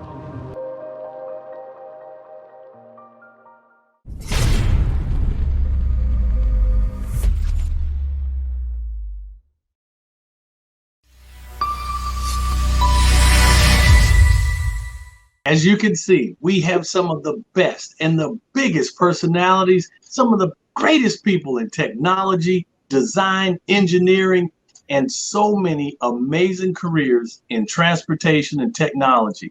I've been having the ball of the biggest ball I could ever imagine, just meeting some of these people and sitting here taking notes and listening. I've just been amazed. Bill, you have put together an all-star lineup of hidden pioneers. Job well done. And you got another great interview waiting for you, so take it away. Yeah, and this guy, like I said, every time I say his name or someone says it, I just get excited, and I want to kind of know, okay, what do you know about Boris? I know that guy. He's just amazing. He's a great father, a fantastic, one of the best racers in the world. And I'm going to kind of introduce him, but I do have a story. I remember when I was at K1 Speed, and this was when Boris Jr., before you were born. I was driving one of the go-karts, and I kept seeing all these race suits in the wall, right? And I'm just, I've been a big fan of these race suits. I just like them because maybe I want to be a racer. I don't know, but I see a whole bunch of them. And I asked the guy, I said, so who are all those suits? Oh, that's Boris Said. I go, who's Boris Said? Oh, he's one of the owners. I was like, well, can I meet him? And well, I don't know. And I was like, so I basically tracked Boris down, and I got a hold of him, and he was just like, yeah, come on by. And I'm like, and I went and talked to Boris and asked him a couple of questions, and he was so cool. He was so easygoing. And then I was doing a drifting TV show. And I said, Boris, can you come out? And he's like, yeah, I'll be there. And I thought he was kind of joking, And of course, I didn't tell the other people, right? And next thing you know, and it was way up there too, right? Like up in the mountains. It must have been about an hour and a half drive for Boris. He drives this brand new SUV BMW, okay, on the dirt road. I'm never going to forget that, Boris. You were freaking amazing, man. But anyways, without further ado, I do have one question before I turn back to Rodney, okay? Is that Boris Jr., okay? Do you really understand, how much of a celebrity and famous person your dad is? I mean, like, I saw it, saw him when I went to races with him, but just from my perspective, he seems like, it's pretty normal. It's sort of all I know, so. All right. Well, you were in for a treat, man. I tell you, because your dad, he has touched so many people. He's amazing. I can't say enough about the guy. So, Boris, why don't you kind of tell us what you're doing now? Because you've done so many things. Well, I mean, I raced cars for 35 years, so I feel pretty lucky to get to do that. I mean, that's a long career in any sport. So I've kind of wound it down. Like the last 3 years, I stopped full-time racing. But I still do a few Trans Am races here and there, and maybe a few sports car races here and there just for fun. But, Boris just turned 17, and he started racing now, SCCA racing in Spec Miata class. So I'm kind of like the crew chief, truck driver, chef, and / mechanic, but I use that term very loosely. But we work on it together ourselves. So that's a lot of fun. And, 10 years ago, I had a long career with BMW. At the end of my career, they ended up giving me an open point for a dealership. So I ended up becoming partners with Rick Hendrick, who's, a big name in racing. Sure. And somebody I never thought I'd be partners with. So 10 years ago is when we opened BMW Murrieta. We were the first Highline car dealer in the Valley there. So that's really been consuming my time, as well as we have a go-kart company we started in 2003 and called K1 Speed. And we have 34 indoor go-kart tracks around the country and 7 of them outside the country now that are franchises. So I stay pretty busy. And we also started a vodka company about 5 years ago called Trust Me Vodka. So I still have my hand in a lot of things. Just racing is a lot less of my time now. But, I try to spend as much time as I can with his racing. It's a lot of fun. We started go-kart racing 2 years ago. And then this year now is first year in cars. Wow. Rodney? Well, Boris Jr., man, thank you so much for coming on with your dad. And it's wonderful to see father and son, and sometimes there's father and daughter.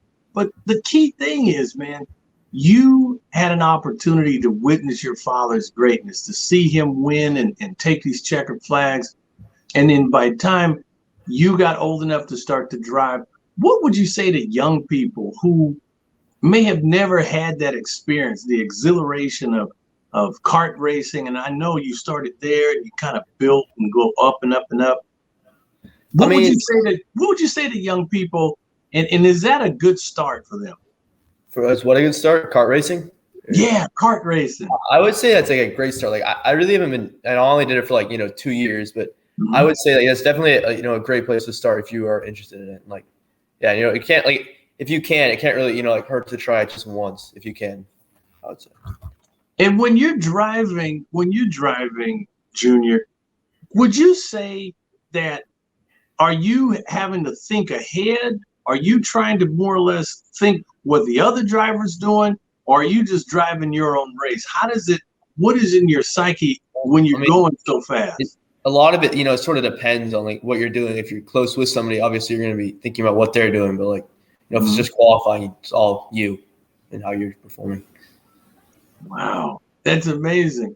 And Boris, I have to admit, me and Bill, we had the pleasure of going and doing a little visit there. We had a meeting at your dealership. I have to tell you, I've been into some dealerships. You have one of the most premier, the most pristine, the best staff, the best showroom. I mean, your dealership really, really rocks. I actually even went out. Bill said, hey, you want to see something really crazy? Go look at the service area. So I just opened the door and peeked out and looked. And your service area is cleaner than most people's kitchens. I mean, it was amazing.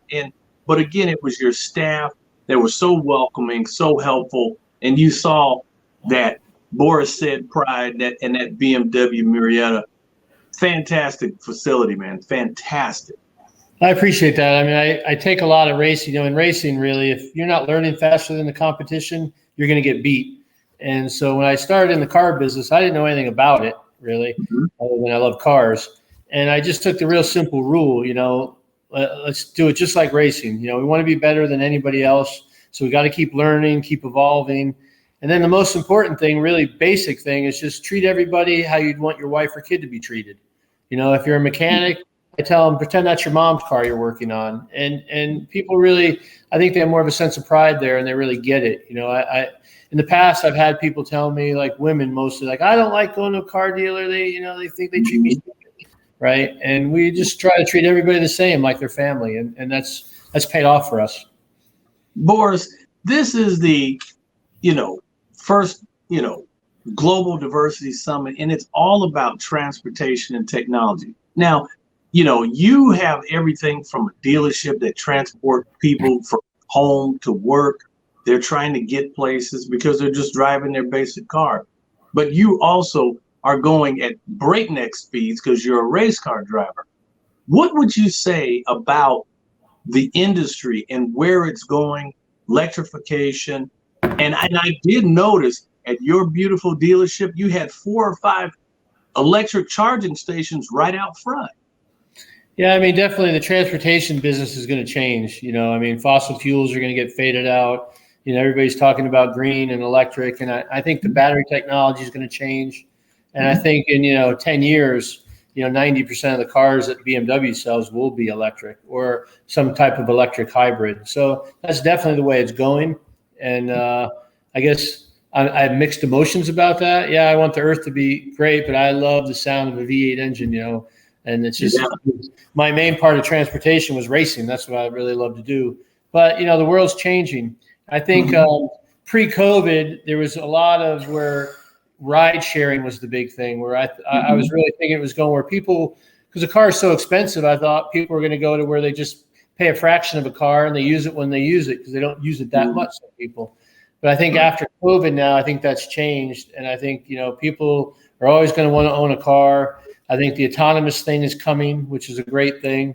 All the safety features that have been coming in, when I started racing, everything that's in a car now that you see, ABS brakes, traction control, fly-by-wire, those are all things we developed in BMW race cars early on. So it's kind of neat to see that evolution going from the racetrack to the street cars.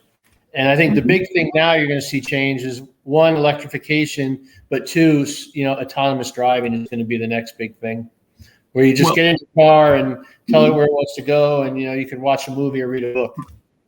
Well, Hey, Bill I and mean, I, yeah, Bill and I I was going to say, Bill, that we had the opportunity of interviewing one of the designers of the E1, your very first BMW electric, and he spoke about that in the Diversity Summit, and he said BMW was the first automotive company to have went into electrification. They were first at the game in a mass-produced, direction. Well, I mean, they were the first developing a hydrogen vehicle. They did that, 15 years ago, but there was no infrastructure coming behind it, so they got away from it. I think Tesla really is the first to be, electrificated, basically, right? And he's an amazing guy. But I think BMW, they've dabbled in it for a long time. The big companies seem to take a lot longer before they're changing over, but they're all coming. There's Chevrolet and Cadillac and Toyota. They all have electric cars. Audi, Mercedes, and my favorite BMW. They're all going to have the bulk of their line is going to be electrified. And Ronnie, I heard. Let me stop back a minute. I wasn't going to, but when Boris said, the COVID-19, I called Boris when we were supposed to meet, and he went to Utah, and I called him on Monday, and Boris said, "Hey, we're going to have to reschedule." I caught the COVID, and he just, and this was when it was like, it was unknown, okay, and he just said it so, he had such a positive attitude, with it, as if he didn't even have it. So Boris, tell what happened with you and your son, how you caught the COVID-19. Well, I took my son and two of his buddies on a dirt bike trip in Utah, and we all ended up catching it. So we all drove back with it. Up until that point, I didn't know if it was real or not because I didn't know one person with it. I have 200 employees. They didn't know anybody with it. So we were wondering, is this thing real or not? And then I ended up getting it. And it was real. It wasn't great. For me, the worst part was losing the taste and smell because I love to eat. And that's how I realized I had it. I mean, I was driving back and, stopped at a Panera Bread and had a blueberry muffin early in the morning, in Barstow, and it didn't taste like anything. And I'm like, I chucked it out the window. I go, that was the worst muffin I've ever had in my life. And then we ended up getting tested and we were all positive. So, we laugh about it now, but we were pretty sick, but not, not deathbed sick. The worst part was the taste and smell. Yeah. We both like to eat. And I remember telling that story because I'm the type person, I hate fake news, first of all, okay? I'm the real deal. I love real news. And that's what I like about Boris because he's a straight shooter. He no matter what, he tells you exactly what it is. And I was kind of surprised because most people, they would be ashamed to even say that, And Boris, we're going to have to reschedule because I caught the COVID. I'm like, what? And then sure enough, he has such a great attitude. And I remember as soon as he said, why don't you give me a call in 2 weeks? He said it just like that. I called first on that Thursday. He had just came back into the dealership. He had me come in on that Friday the next day. Unbelievable. Who does that? That's fantastic. That's just fantastic. And that just shows your dedication, to your people and people who are behind you. And and the people that you give your time to. Boris, this is also a fundraiser. Hidden Pioneers is connected to a great organization. I'm sure Bill's probably told you, Prime Motivation. That's a 501c3 out of Chula Vista, California. They've been very much connected for a long, long time in helping school kids, high school students, make sure that they are getting opportunities for vocational training within transportation and technology. Bill is a fantastic instructor here in the LA Unified School District, and we are looking for great companies. And big shout out to Hendricks Motorsports, one of the most amazing NASCAR race teams, and probably they race in so many different divisions. They're just amazing. And so we really are wanting to make sure that we can carry this tour where we can take people like you, whether it's virtual, whether it's physical, hopefully when the schools open back up. We want to be able to have the type of funding to bring the top-notch people from around the world, from all the top industries, especially here in transportation technology.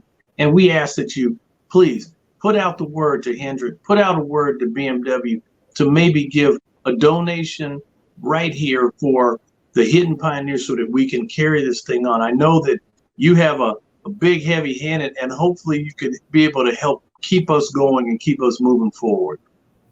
Yeah, well, I mean, I'll definitely put the word out there. I mean, this was a tough year, COVID, for everybody, Yes. And most car dealers, they laid off 60 to 70% of their staff when COVID hit. And Hendrick in my store, we didn't lay off one person. We guaranteed everybody, their paycheck this year was financially, it was a disaster for us, but we kept the team together, and all the families, nobody lost a job in our store. So I feel really good about that. And I just hope, like everybody, that the world gets back to normal and this virus is wiped out. You're a great guy, man. You're great. And little Boris, man, I tell you, you got some huge shoes to follow, man. You got a great legend for a pop and a mentor. That's awesome, man. And really.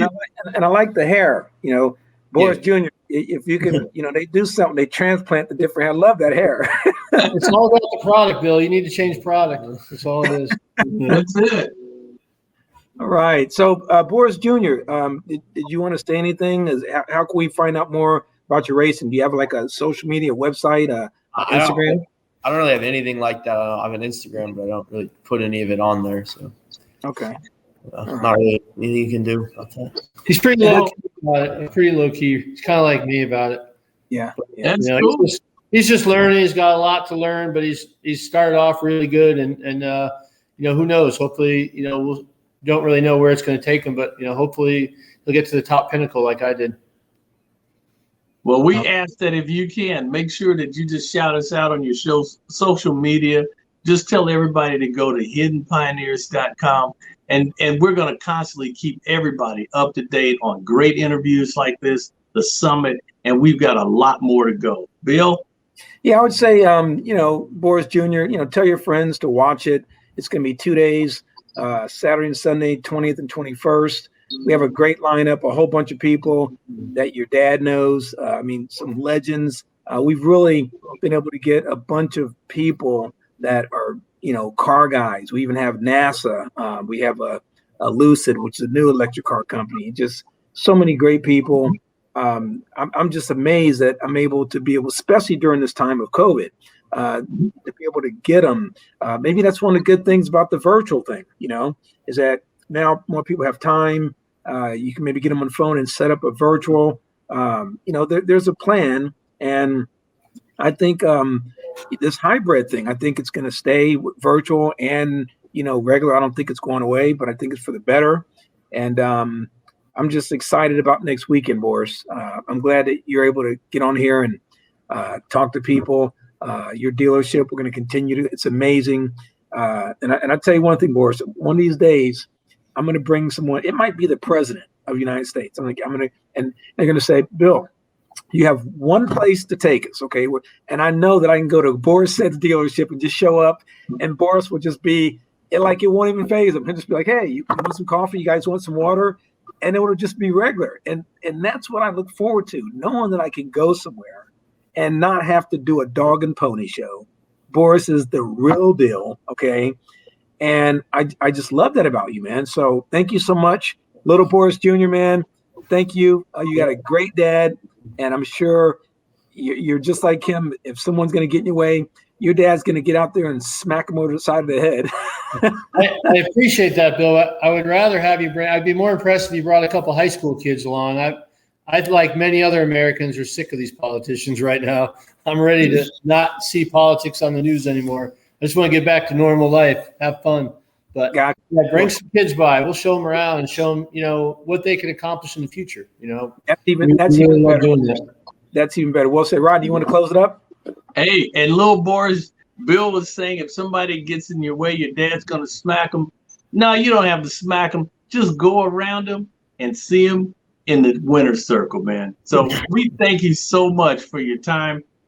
Mr. Said, little Boris, thank you for your time. Thank you for being a part of the Global Diversity Summit. And as you've seen, we've got more VIPs for you. Make sure you stay tuned. We got another great hot interview coming up.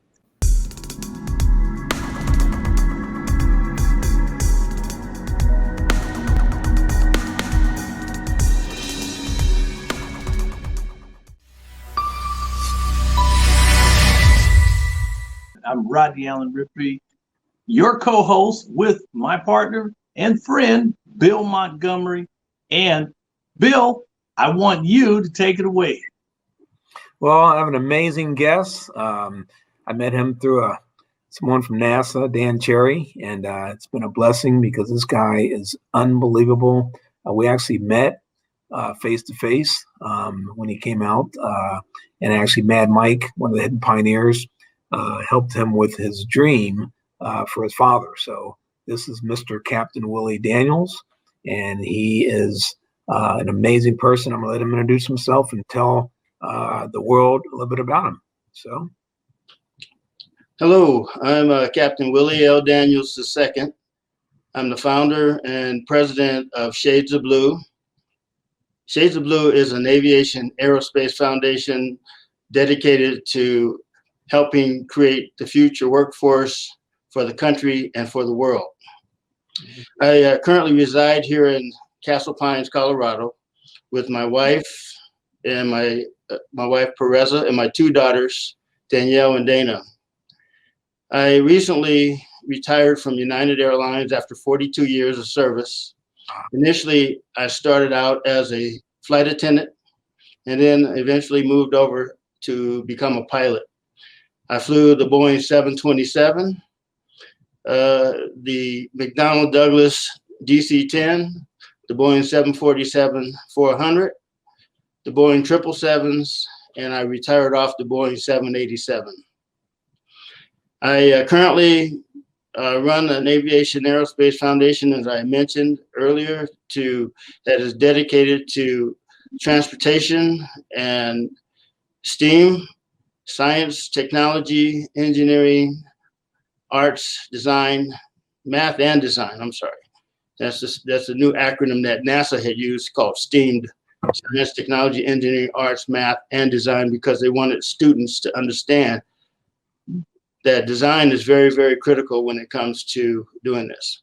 So if you are interested in donating to this cause, it's a fantastic cause to be able to help the future generations of the students across the world. And this is a fantastic way to do it, even if it's $1. $1 helps. Yes, I agree. Captain Daniels, I have to say it's incredible. Thank you for all your years of service and being out there and flying.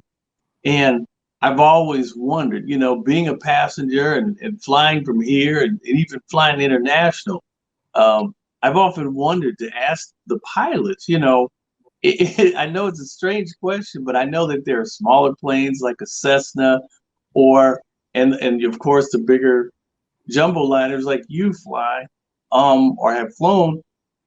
Which is easier? I know that's a strange question, but both of them are very you have to pay attention to what you're doing, of course. But which one would you say is easier to fly? Well, we all start out the very basics, very basic airplane. All airplanes pretty much fly the same with the basic four principles of flight: thrust, lift, drag, and gravity. And once you master that, no matter if it's a two-seater aircraft or you're carrying 400 people across the world at 500 miles an hour, it's all the very same principles. Wow. So if you can master one, you can transfer that to the other aircraft. It's all very interesting, you know. And Captain Daniels, this is the Global Diversity Summit, and we are focused on transportation and technology. Also, you know, and when we talk about transportation, we're talking about anything that moves, from automobiles, trucks, and now we're talking about aviation. What type of breakthroughs? I mean, right now they're talking about different fuels for planes. You know, do you ever believe that they will actually create an electric plane? Actually, the Boeing 787, which I just retired off of recently, that's pretty much an all-electric aircraft. A few other components on there are not electric, but they're conventional type of equipment that we had on board the 787. But the airplane is predominantly an all-electric aircraft. There's also a company out here in Colorado, is actually called By Aerospace. And they are in the process of creating a all-electric aircraft called the E-Flyer. And I think it's going to actually be the first one to be coming off the assembly line in the fall of 2022, which is the end of next year. That's going to revolutionize things, especially when you look at transportation in terms of aircraft going from using fuel to using electrons. And that's going to reduce the cost of learning how to fly, especially for the young people that want to get into that profession or this profession tremendously. It's going to probably be close to $100 an hour reduction in cost of their flying. And Captain Daniels, you know, what would you say? You know, we've got a lot of young people, high school students all around the country and around the world watching. What type of advice would you give? What would be the first initial core things that they might need to know in order to look into flying? Well, the things I mentioned earlier, STEAM, science, technology, engineering, arts, math, and design. Those are the very core subjects that the students want to participate in. And I would recommend that they learn everything they can about everything. Because you'll find yourselves in a position that when you're traveling across the world, like I have done many times over, you'll meet interesting people from all over the world, and you can have any type of conversation that you want. For example, one day I was sitting next to a nuclear physicist, and we ended up having a conversation about cobalt theory on the airplane. And but as a pilot in the air, and you're flying around the world, and I'm looking out this big, gigantic window in front of me. The passengers have their portal windows that they can look out and see on the side of the airplane. But I have a panoramic view of the world, and it's an ultimate view because most of the people in the world will never have an opportunity to see that from that vantage point. Well, when flying, I mean, I've been a passenger, and I mean, and it has been years. I mean, they don't allow it now, but I remember being a child and flying and actually being able to go up in the pilots, you know, and up at where the captain was in flight. That happened before, but you can't do that now. But when you're flying and you're looking out the side of the plane and you're seeing clouds going by, I've often wondered, I'm like, what are the pilots seeing? Are you seeing the same thing, or is it a different perspective? Well, we're seeing the same thing that people were seeing from the back of the aircraft, but the only difference is you're seeing it from a panoramic view. Okay. For example, I can give you a quick example. One day I was approaching the west coast of Greenland, and it was a severe clear day, and you can see the hills and the ice, the glaciers, where were formed thousands of years ago as you're approaching this. And I'm watching the sun rise up over the eastern shores of Greenland at the same time. It's absolutely fantastic view to see, because you have an opportunity to see things that most people will never have a chance to see from that vantage point. And you're looking from I would say, you got about a 220-degree view that we're looking at. I've often wondered, how the perspective was of a pilot, but I appreciate you sharing that, because I've often wondered about that. When you are looking at the current situation, you're looking at what is happening now with the students, and because of the pandemic and different things now, the students are having to do a lot more virtual learning. Is that an opportunity for students to dig into aviation and some of the STEM things that you had mentioned? I think this is a unique opportunity for the students to get engaged. With the pandemic, I think things have changed tremendously when it comes to education. Once school students are back in the classrooms, we're in a different dichotomy, because we have a brand new tool now that schools will be able to tap into, in addition to their classroom work in person, versus going home and being able to turn on their computer and study a course on their own at home. And it's a unique opportunity that we've been presented with. I can say it's one of the positive byproducts of the pandemic, if you want to think in terms of anything positive that have come out of this.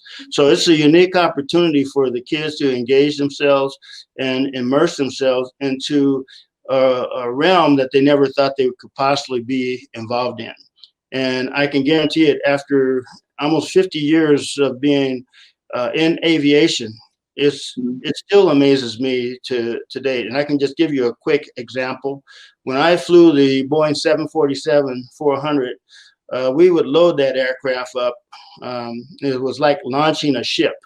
And you would have 400 passengers and baggage, and the airplane weighed 875,000 pounds. And we would put 388,000 pounds of fuel on board that aircraft, which is equivalent to about 57,000 gallons of fuel. We would take off and we would fly roughly about a quarter of the way around the world, which is about 7,500 miles from Los Angeles nonstop to Sydney, Australia.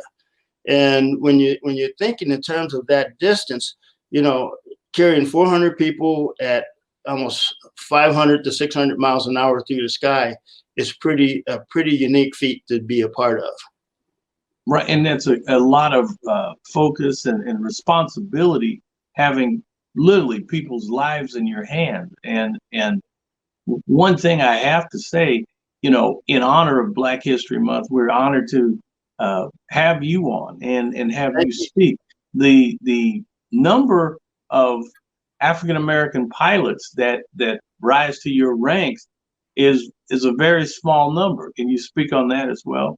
Well, you have to go back in history a little bit, and you go all the way back to Miss Betsy Coleman, who was the first African American, and she was female, but she became the very first African American pilot, and out of male and female, and so she was basically Huron for us as a historical figure in our area of expertise. And then you look in terms of the building blocks.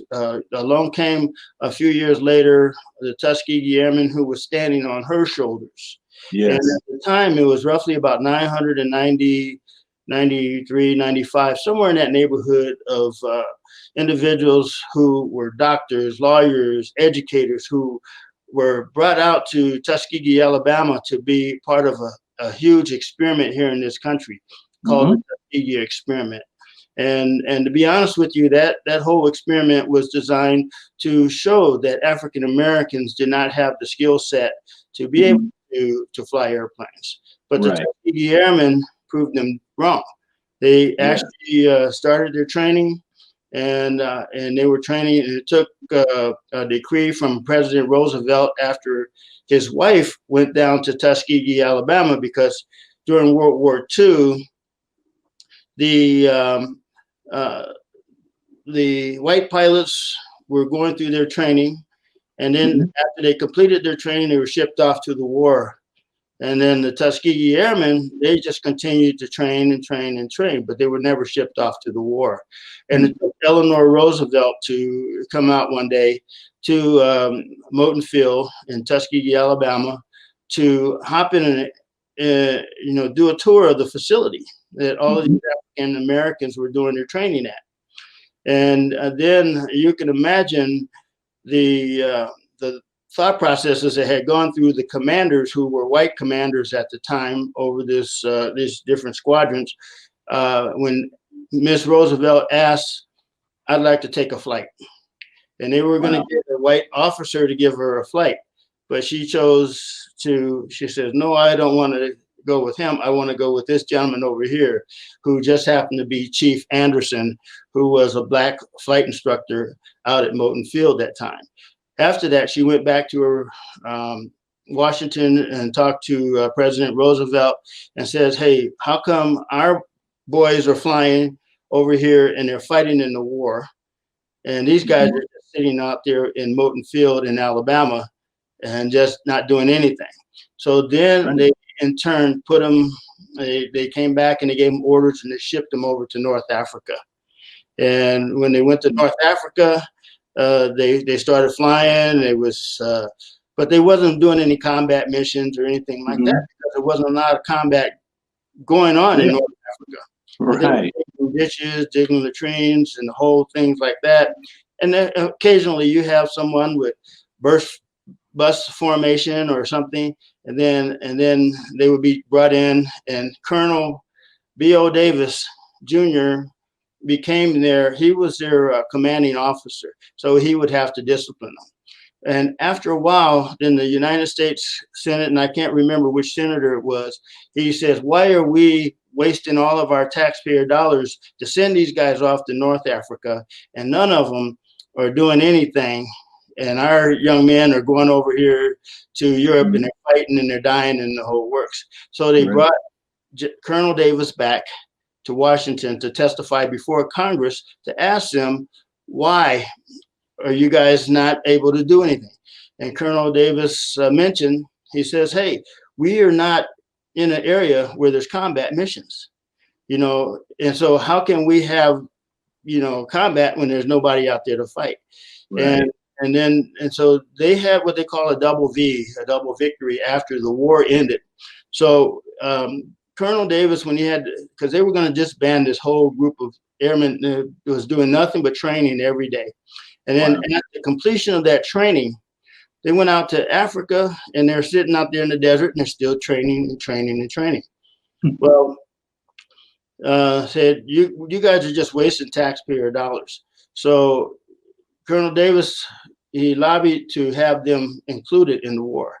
And so the last thing he said before Congress, after they tried to disbar him, he says, "How am I to feel about my country when I don't know how my country feels about me?"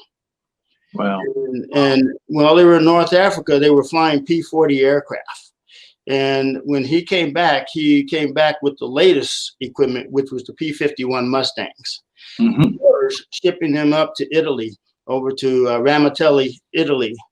And when they got there to Ramatelli, Italy, once again, now they're closer to the action in Europe. And so they started, having some skirmishes with the German airplanes and stuff like that over Europe. And then one day, one of the commanding generals came to Colonel Davis and says, "Here's what we want you guys to do. We want to give you the option. We want you to escort our B-17 bombers over to Germany." Now, I can give you a quick example, and I'll be quick about this. And you can imagine these B-17 bombers carrying 10 to 12 crew members each. And they would launch a raid going up over Germany with 1,000 airplanes. So you're talking about 10,000 men. And they go up over Germany, and the Germans were attacking them because they didn't have the protection.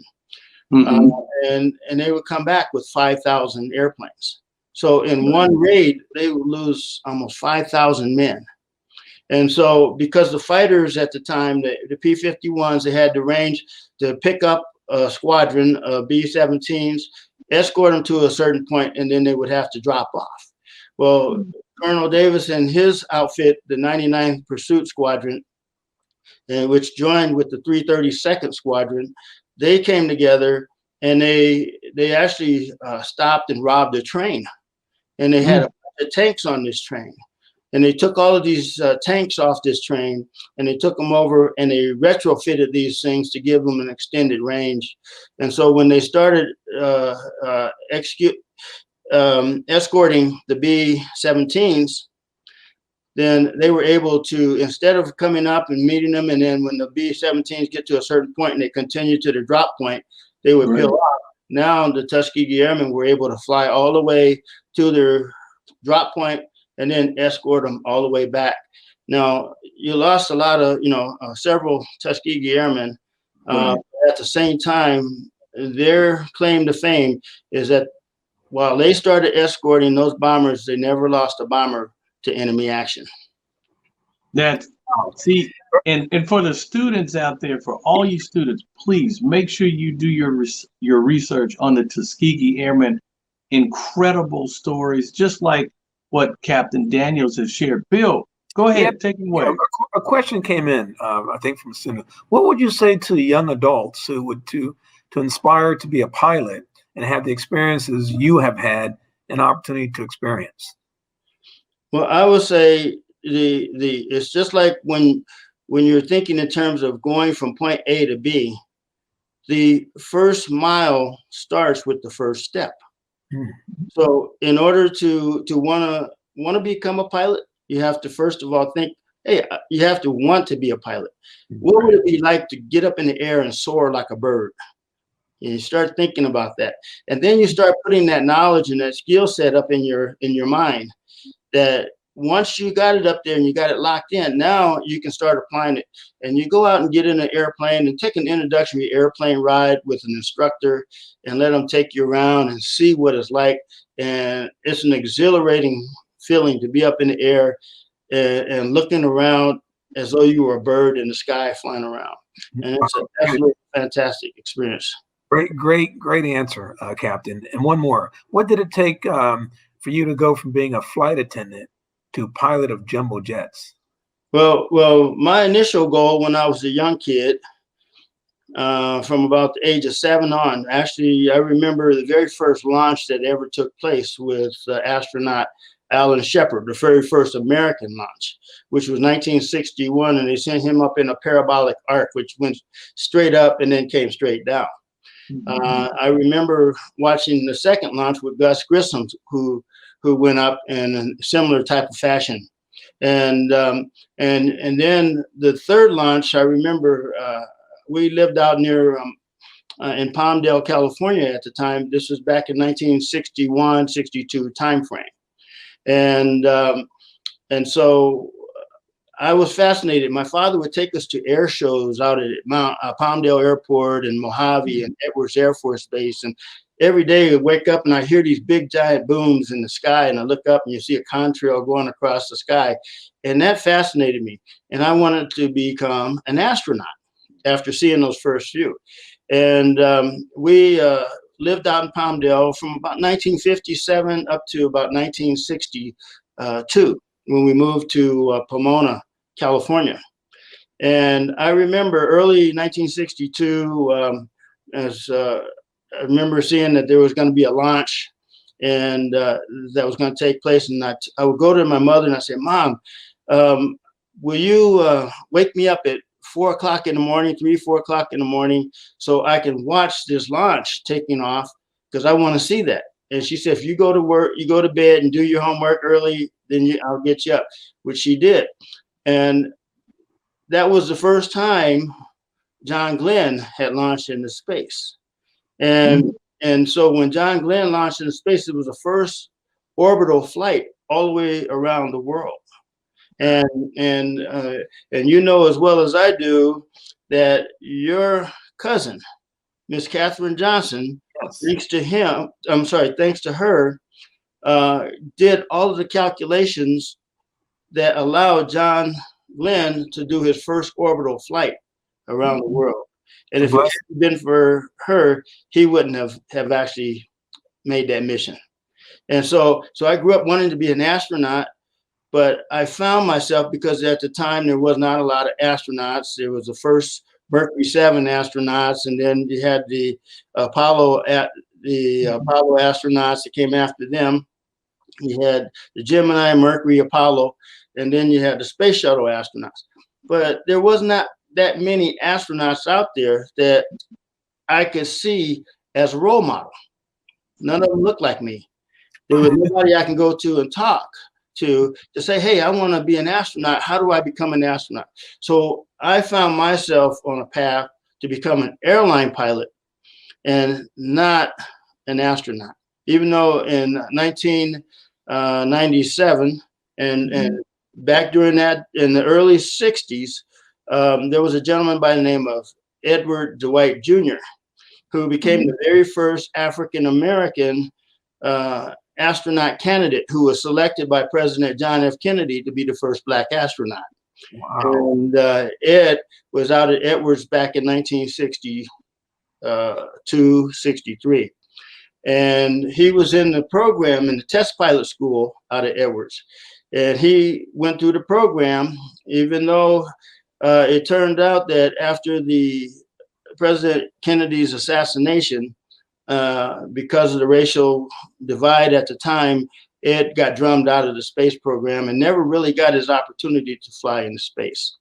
And so, but he is now a world-renowned sculptor. So when I had an opportunity in 1977, after I had graduated went to elementary school in Southern California, junior high school, and then into community college over at Mount San Antonio College in Walnut, California.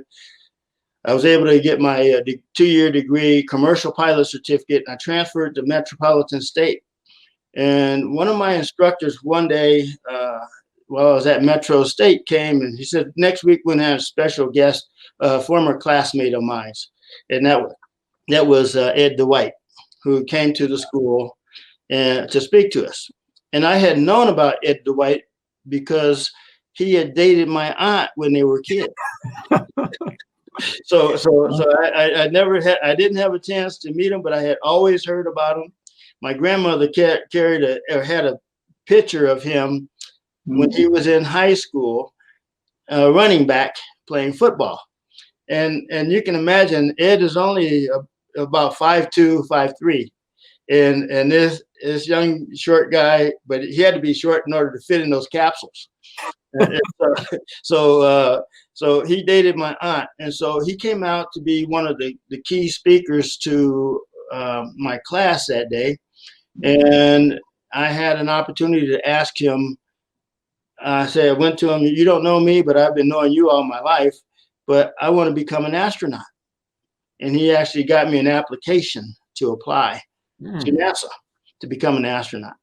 And so I submitted my application, and I got a rejection letter back, probably along with another 15, 20,000 people who also applied for about 7 or 8 positions. And in that rejection letter said I had to have a certain amount of background in engineering. I had to have a certain number of experiences in test pilot school. And I had to be this and I had to do that. But I had to have graduated from college. Well, I was still in college when I applied in 1977. And so because of that, after I got my rejection letter, I found that I was on the wrong path to become an astronaut. in college, I was on a path to be an airline pilot and not an astronaut.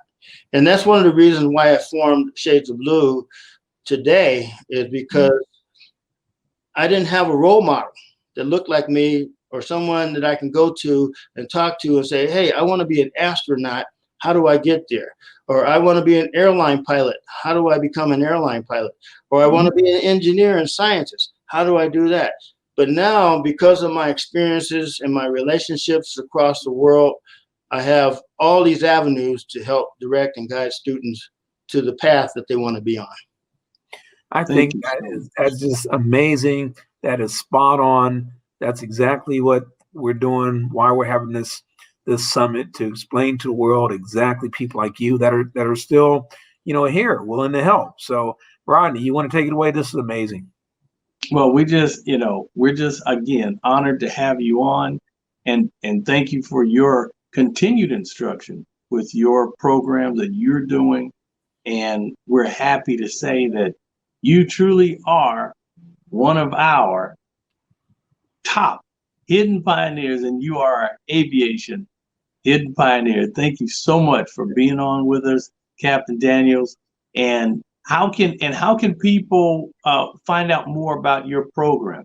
Well, they can find out more about us, but if they want to check out our website, it's www.shades, SHADES, of blue, OFBLUE.org. And if you go on, sometimes we have so much information on our website, it can be overwhelming. But if you want to get a close hand look, down at the very bottom of the home page, just click on the YouTube links. We have Facebook links, YouTube links, and you'll start seeing a whole host of subject matter experts, going all the way from retired Marine Corps Administrator General Charlie Bolden to Colonel Fred Gregory, who was the very first African-American shuttle pilot. And you got a whole host of other astronauts, including the ones that inspired and actually talked to Fred Gregory, Ron McNair, and Dr. Guyon Bluford to become the very first African-American astronauts, Miss Nichelle Nichols. So, yes. and she's a beautiful singer, by the way. So, awesome. So you'll see me interviewing them when we hosted our event, actually back in 2016, honoring Miss Katherine Johnson as an American hero. Well, thank you so much. Well, you've heard from Mr. Captain Daniels, and he is a true hidden pioneer. And we would like to ask all of you supporters out there, please give. There are programs like that. That's what the Hidden Pioneers at Prime Motivation, we want to continue to take people like Captain Daniels and programs. We want to be able to give scholarships for young men and women all across the country and around the world. We want to be able to extend education to those who deserve it and who need it most. So thank you so much for being on with us, Captain Daniels. And that is going to wrap it up for this segment.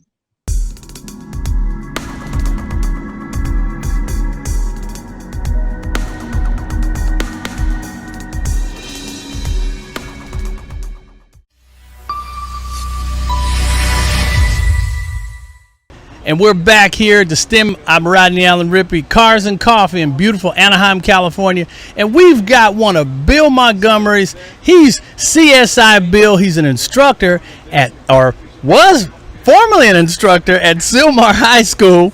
And he has moved on in high gear with the Hidden Pioneers. But the thing is, Bill has been an educator, as you know, teaching at a lot of schools from Long Beach, also out near Pomona, also all the way out in Sylmar, and now Bill's going full time for the Hidden Pioneers. So hey, we're behind you, Bill. CSI is doing his thing. And who do we have with us today?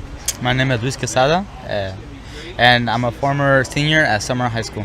Wow, okay. And so Did you have an experience being able to be in the class with Mr. Montgomery? Yes, he was able to teach me about a number of things about technology and science, and all the stuff revolved around it. And so what do you say? All right, come on, man. You're a young guy. You're in high school or just coming out of high school. What did you see with young people? Did they really care about technology? Surprisingly, a lot. No, they need to really motivate themselves and see really how much truly transportation technology does to like the world. Now, do you really feel that technology is the next step for young people in education? It is a very big industry for them to get into, and it's growing by the minute. Wow. So what is next for you? You've graduated high school. Man, the whole world is yours, man. What do you plan to do with the education you picked up? Well, at first I was considering the Air Force because you could do your 4 years there and then go on to a better engineering job. But then I also applied myself to a number of colleges to see which college would accept me. And luckily I got accepted to UC San Diego for engineering.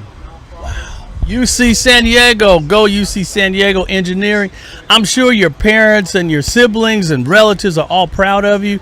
This is a huge step for you, you know, and right now you are going to be making an inroad for the future because you know America is so short on technicians, and that's what you're doing. Exactly, you know, like the world needs more engineers, more technicians, more overall people working in technology.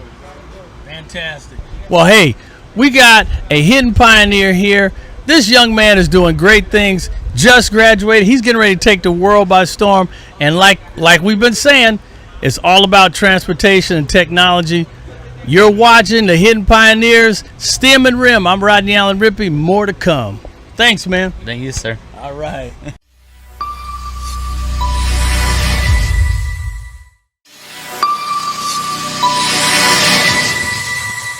So hello everybody, my name is Jay Sanders. I'm the Executive Director of the Transportation Design Department at Art Center College of Design in Pasadena, California.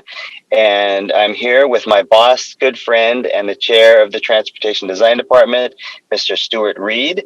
We are very excited to be part of the Global Diversity Summit and are grateful for being invited to be here.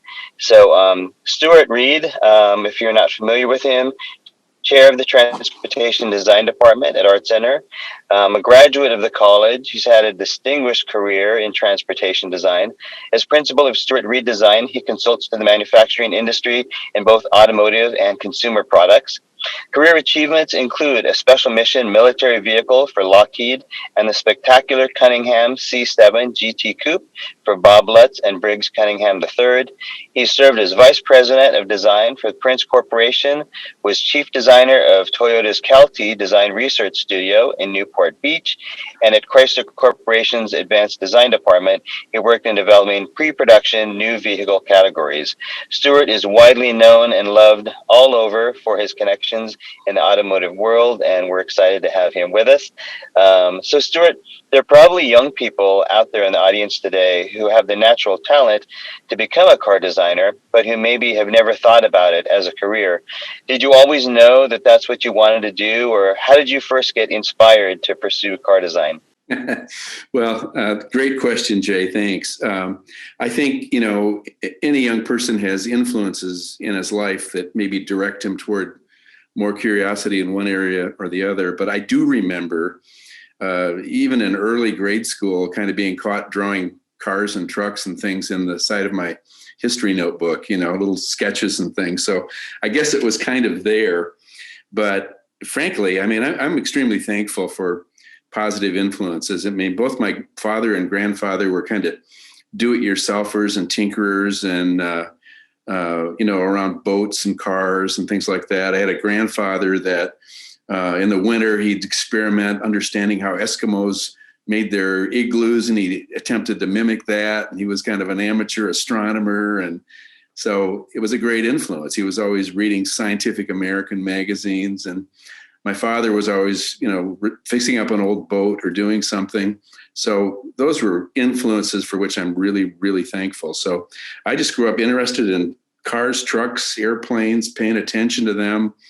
And I know at the age of perhaps, 10, 11, 12 years old.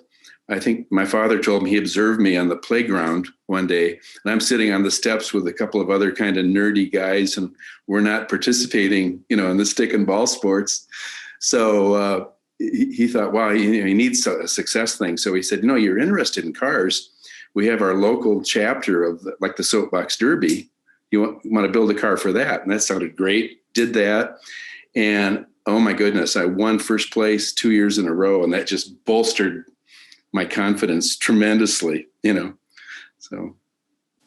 That's terrific. And then as you kind of moved on into sort of your teenage years, were there other kind of adult role models as well that sort of influenced you? And how did you eventually kind of decide you're going to pursue going to college for this? Well, yeah, I mean, my father had a good friend who was an architect, and he was a tremendous role model for me. I can remember being over at his house, which he had designed and built himself, and he had all these great architecture magazines and interesting, well-designed furniture, and I paid attention to that. And of course, it was, highly influential on me.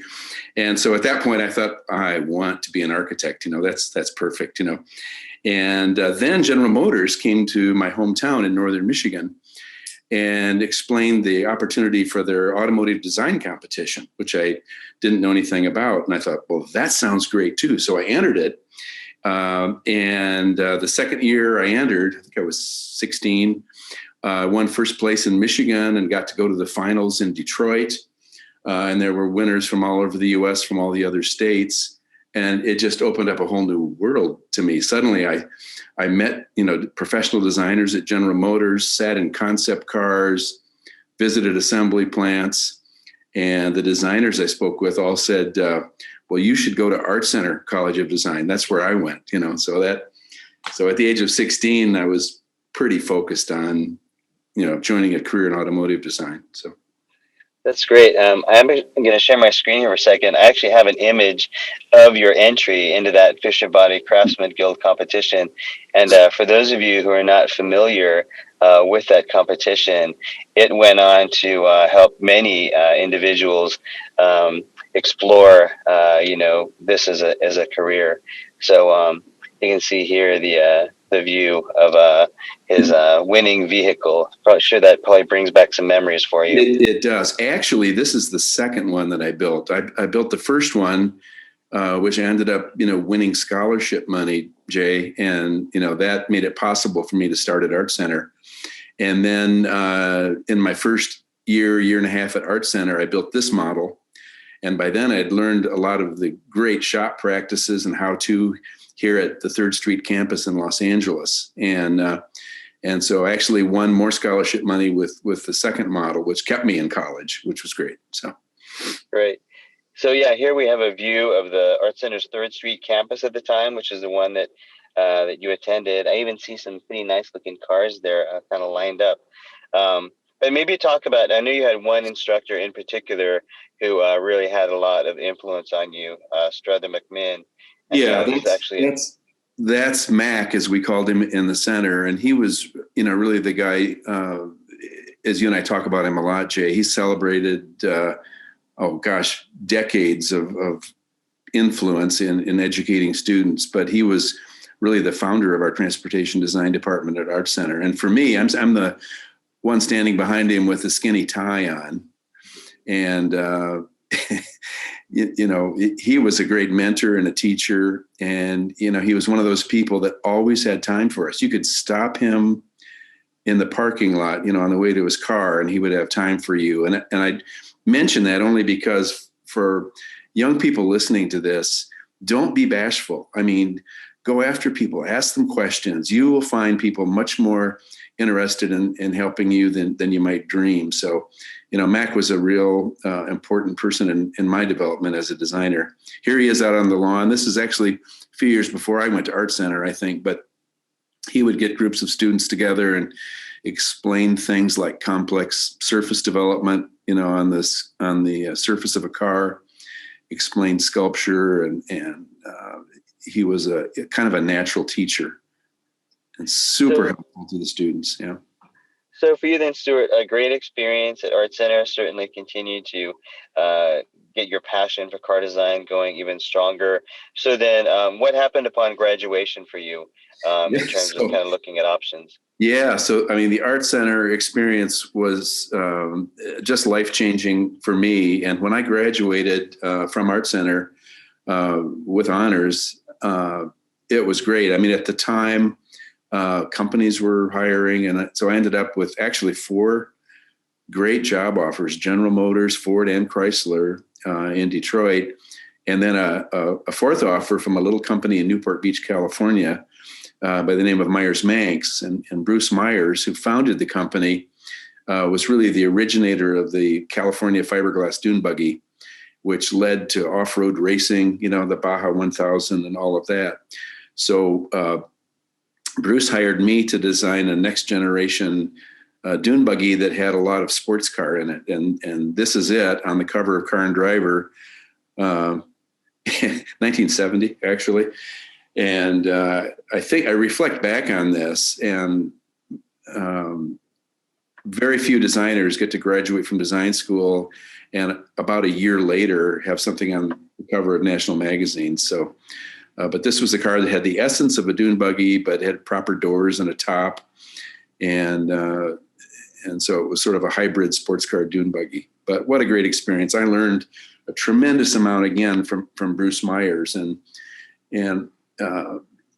anybody that you're around, and I would just again emphasize the point in terms of role models. Bruce's whole background had been boat building and composites and fiberglass and so on. So he drew on his knowledge of boat building and applied it to the first fiberglass dune buggies, and I learned a lot from him. So I just encourage, you know, all of you, if you're around somebody that knows a lot about a topic, just ask questions and be curious. Great advice. So then from Myers-Manx, can you kind of walk us through then your tour? Thanks, Jay. So yeah, after the experience with Myers-Manx in Newport Beach, California, moved back to Michigan and joined the Jeep studio, which was kind of a stepping off point. I had that experience, you know, with off-road racers and specialty vehicles in California. And that kind of made me attractive at that time as a designer for the Jeep studio, which I joined. And then sometime after that, joined the main Chrysler Advanced Design studio, which was, as you mentioned in the intro, Jay, was really responsible for early kind of concept development, packaging studio, the architecture of a vehicle, sort of upstream of, final design development process. And I was in Detroit about 10 years, and then moved from there to an offer I got from the Toyota people, and it was the new Advanced Design Studio in Southern California. And so we've got the images. Yeah. Go ahead, Jay. Sorry. I would say the images here then are kind of leading that into your Toyota experience. Yeah, this is one of the many. I mean, there were many. We would do, several concept projects a year in the California studio, and then typically the cycle was we would take our concept models to Japan. They had big product cycles, so in the fall of the year. The previous one was an advanced project study for the little Toyota MR2. Expressive of a small mid-engine car. The red one that you just had on there is that was a proposal when the Lexus brand was being proposed inside Toyota to have an aspirational sports car that would be a companion car to the Lexus sedan. And of course, in recent years now, Lexus has a sports car, but at that point it was a proposal. So, Stuart, I'm just going to kind of go quickly then here because we're kind of paying attention to time. Kind of quickly through some images here, again, of you with Calty. Important work here. Yeah, that was talk about the. Yeah, that studio shot was an early concept for what became Toyota Sera, S-E-R-A, which was only made for the Japan market. And that was an early clay model. And then we finished a concept model, took it to Japan, and then the next image is actually a production Toyota Sera. It was one of the early cars with glass top and a rather unique door system. Yeah, Really beautiful. And then you kind of moved into your own consultancy. This is a really interesting vehicle. If you want to kind of talk quickly about this Yeah, one. then I established, after about 10 years with a tier one supplier in Detroit, Prince Corporation, that you mentioned in the intro, developing automotive interior systems, really for all the major global manufacturers. Then I started my own studio, Stuart Reed Design. And this is one of the concept vehicles that I developed. It's called the Gearbox, and it's sort of an expedition vehicle with reconfigurable interior and a hose out floor and solar panels on the top and very high mobility based on GM mechanicals. And then what about this project? This one was for Bob Lutz and Briggs Cunningham. Cunningham built the first American sports cars in Palm Beach, Florida in the 50s. And this was an effort to bring back the Cunningham brand. I did this in 2001 around a new V12 engine that was being developed in Detroit. So that was a super fun project. And if you don't mind, I'm just going to go kind of quickly over some other projects that you did, during your consultancy. This one was for Ford Motor Company. If you would just go back one really quick, that was was a two-mode vehicle. And I was working with Jay Mays, another Art Center alum who was global head of design for Ford, wanted a transformer vehicle with a sport wagon variant and a pickup. And I developed a way of doing that with this model. We had it at the North American show in Detroit. Yeah, genius. And then a little bit of work for the military as well. Yep, this was for Lockheed Martin, an advanced military truck, very survivable, ballistic, real different kind of a project than the Cunningham or the Toyota Serra, but nonetheless interesting, So Stuart, really an amazing professional career, and then full circle, you come back to Art Center. So I'm just going to kind of go through a few images here. If you want to talk a little bit then just about what it's been like for you coming back. First, you were brought back to teach, and then ultimately brought back to chair the department.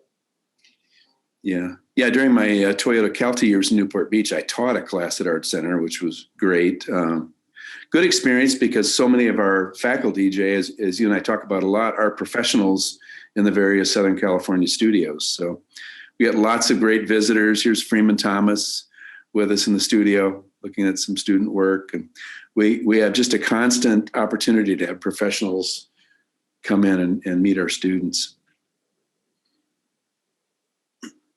This is, of course, Ken Okayama, who actually was even chair of the department before you, continuing to do amazing work over in Japan.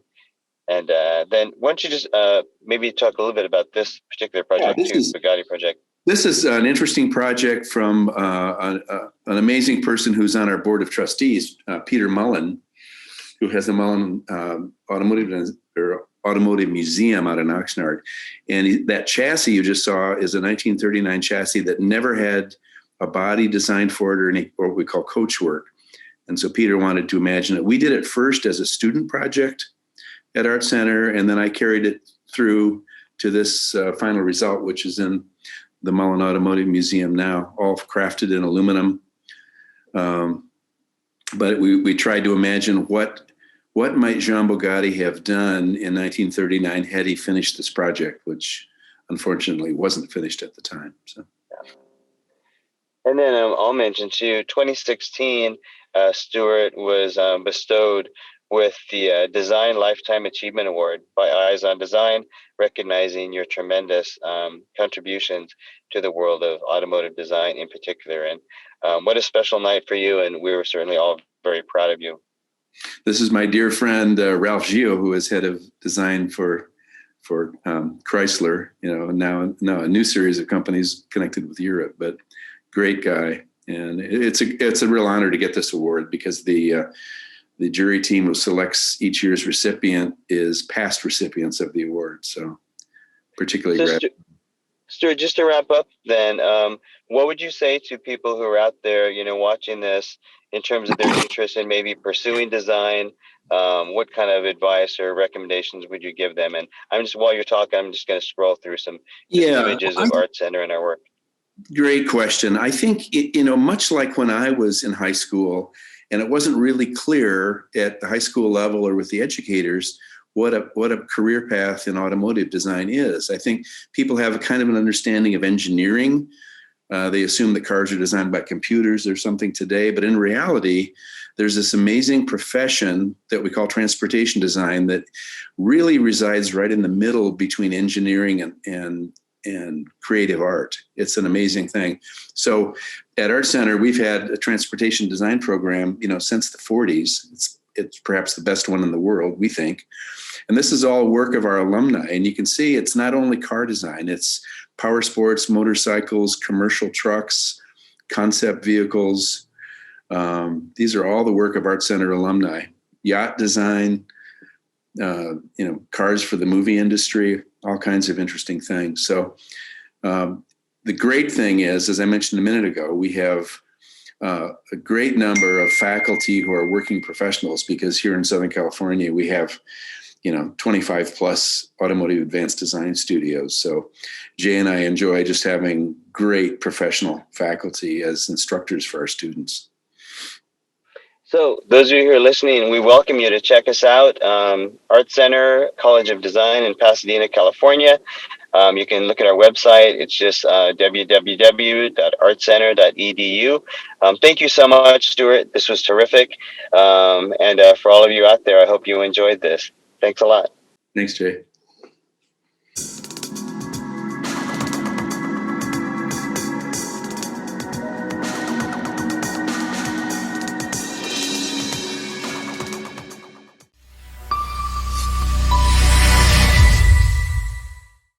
Hey, Bill. So what do you think so far, Bill? How are these interviews going? Man, so far, man, we've been knocking out of the park. It's great.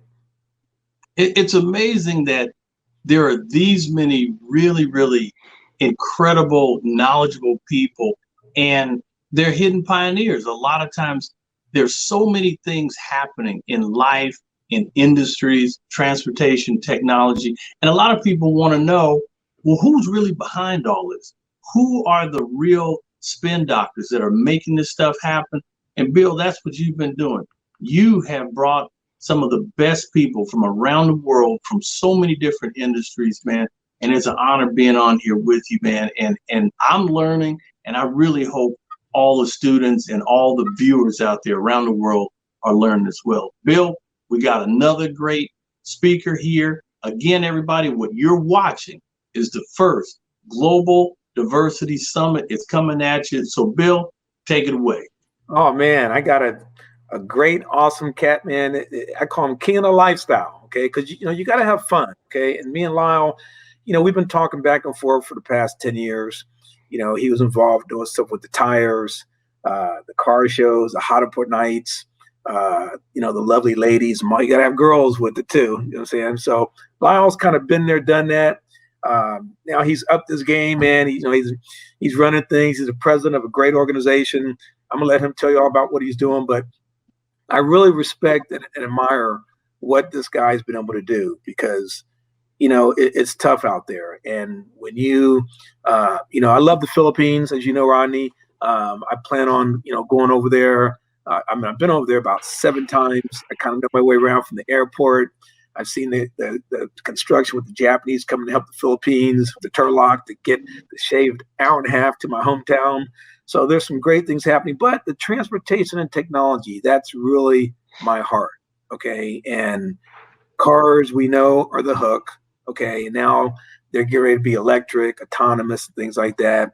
And Lyle, he knows all about, that stuff, but and he's always trying to take care of the Filipinos here in the Philippines. So Lyle, tell us what you've been doing, brother. Hey, thanks again, Bill, for having me, and also Rodney for helping, put this whole diversity summit together. Well, first of all, my name is Lyle Domundo. I'm currently president emeritus at Search to Involve Filipino Americans, or SIPA, based in historic Filipino town. The organization itself has been serving the Filipino American community here in Los Angeles for the past 49 years. So we're celebrating our 49th anniversary this October. we're really known for 3 pillars of service. So our first pillar is health and human services. So included in that, like we have like daily after school programs, youth development programs. We have a senior tech literacy program, how to teach like our elders how to use technology, as well as mental health programs. And most of our services are really catered towards youth and families. Our second pillar service is community economic development. So what a lot of people don't know about SEPA is SEPA actually owns soon to be 3 affordable housing complexes. Our largest one is 76 units right in the heart of historic Filipino town, which the majority of the occupants are Filipino immigrants. So, when they migrated to LA and they realized how much rent was, we part of our service to help give back is to provide them housing. But at the same time, it's also a transition point to help educate them on home ownership, until they could get on their feet to actually, be in a better place. So, and then our last service obviously is creative arts and culture. So a lot of people don't know in historic Filipino town, a lot of film studios have been moving into the neighborhood. So, like Ava DuVernay and her production company, Array, is in historic Filipino town. Jason Blum from Blumhouse, he's in Hi-Fi. Ride Back is pretty much the anchor of historic Filipino town. So Ride Back Ranch houses 5 studios inside there. So there's Ride Back with Dan Lin, Lucky Chap, Cedar Park with David Ayer, and then Warner Brothers Animation. So anyway, with a lot of these creative partners in the area, SEPA's been slowly helping create programs for the community within that space. So yeah, we hope to continue to do that. And one of the big things that we're looking at doing is expansion, not just nationwide, but also globally, using our blueprint as the model to kind of help give back to the community. Well, I know that. I know you're speaking Ronnie's language, okay? Being the child actor that he is, I know he's ready to chomp in the bits to ask you some stuff. So, Ronnie. Well, I think it's really amazing, what your organization is doing, and for so many years. And I think about a person who might be an immigrant who would come, and I have a colleague of mine, and he's from Liberia, and he told me his story coming from Liberia. He's actually writing a book, and actually the name of the book is From Africa to America, My Amazing Journey. And he and I kind of worked with him on this because, I'm on the media side, and I started talking to him, and I said, man, you got a heck of a story. And when immigrants leave their home, it might not be the best economic. It may be some pretty tough go, even being back at home. But the one thing that they have is synergy. They have, their nucleus, their culture that can kind of help hold them together. But when you take an immigrant out of that situation and you put them in America, it is so different. The culture's different, how they're treated, how people perceive them. And so it's great organizations like yours who actually give them a home right here in America. And you keep them connected to their culture. You keep them connected to what matters. And then having all of these big, huge studios, I've met many through Bill and running with Bill. I've met so many wonderful Filipinos and their creativity, the arts, the music, and everything. And also too, the television shows back home, they crank out these shows. And they shoot them and then they bring the talent over here and all the Filipinos go wild. I think that's really awesome. And, what we are hoping through the, Hidden Pioneers, which you are a hidden pioneer, we want to be able to help link that bridge from where you are to around the world, because we're streaming live and we want the world to know about your organization and how people can help, how people can give dollars to keep this whole thing moving forward. And I appreciate that. Appreciate everything you're doing. Oh, no, thank you very much. Actually, yeah, to find more information, I mean, we're all on all social platforms, which is just at SIPA Cares. Facebook, Instagram, Twitch, YouTube. And then I think the only one we're not on is TikTok. None of us are in the office are real dancers, so nothing too entertaining there.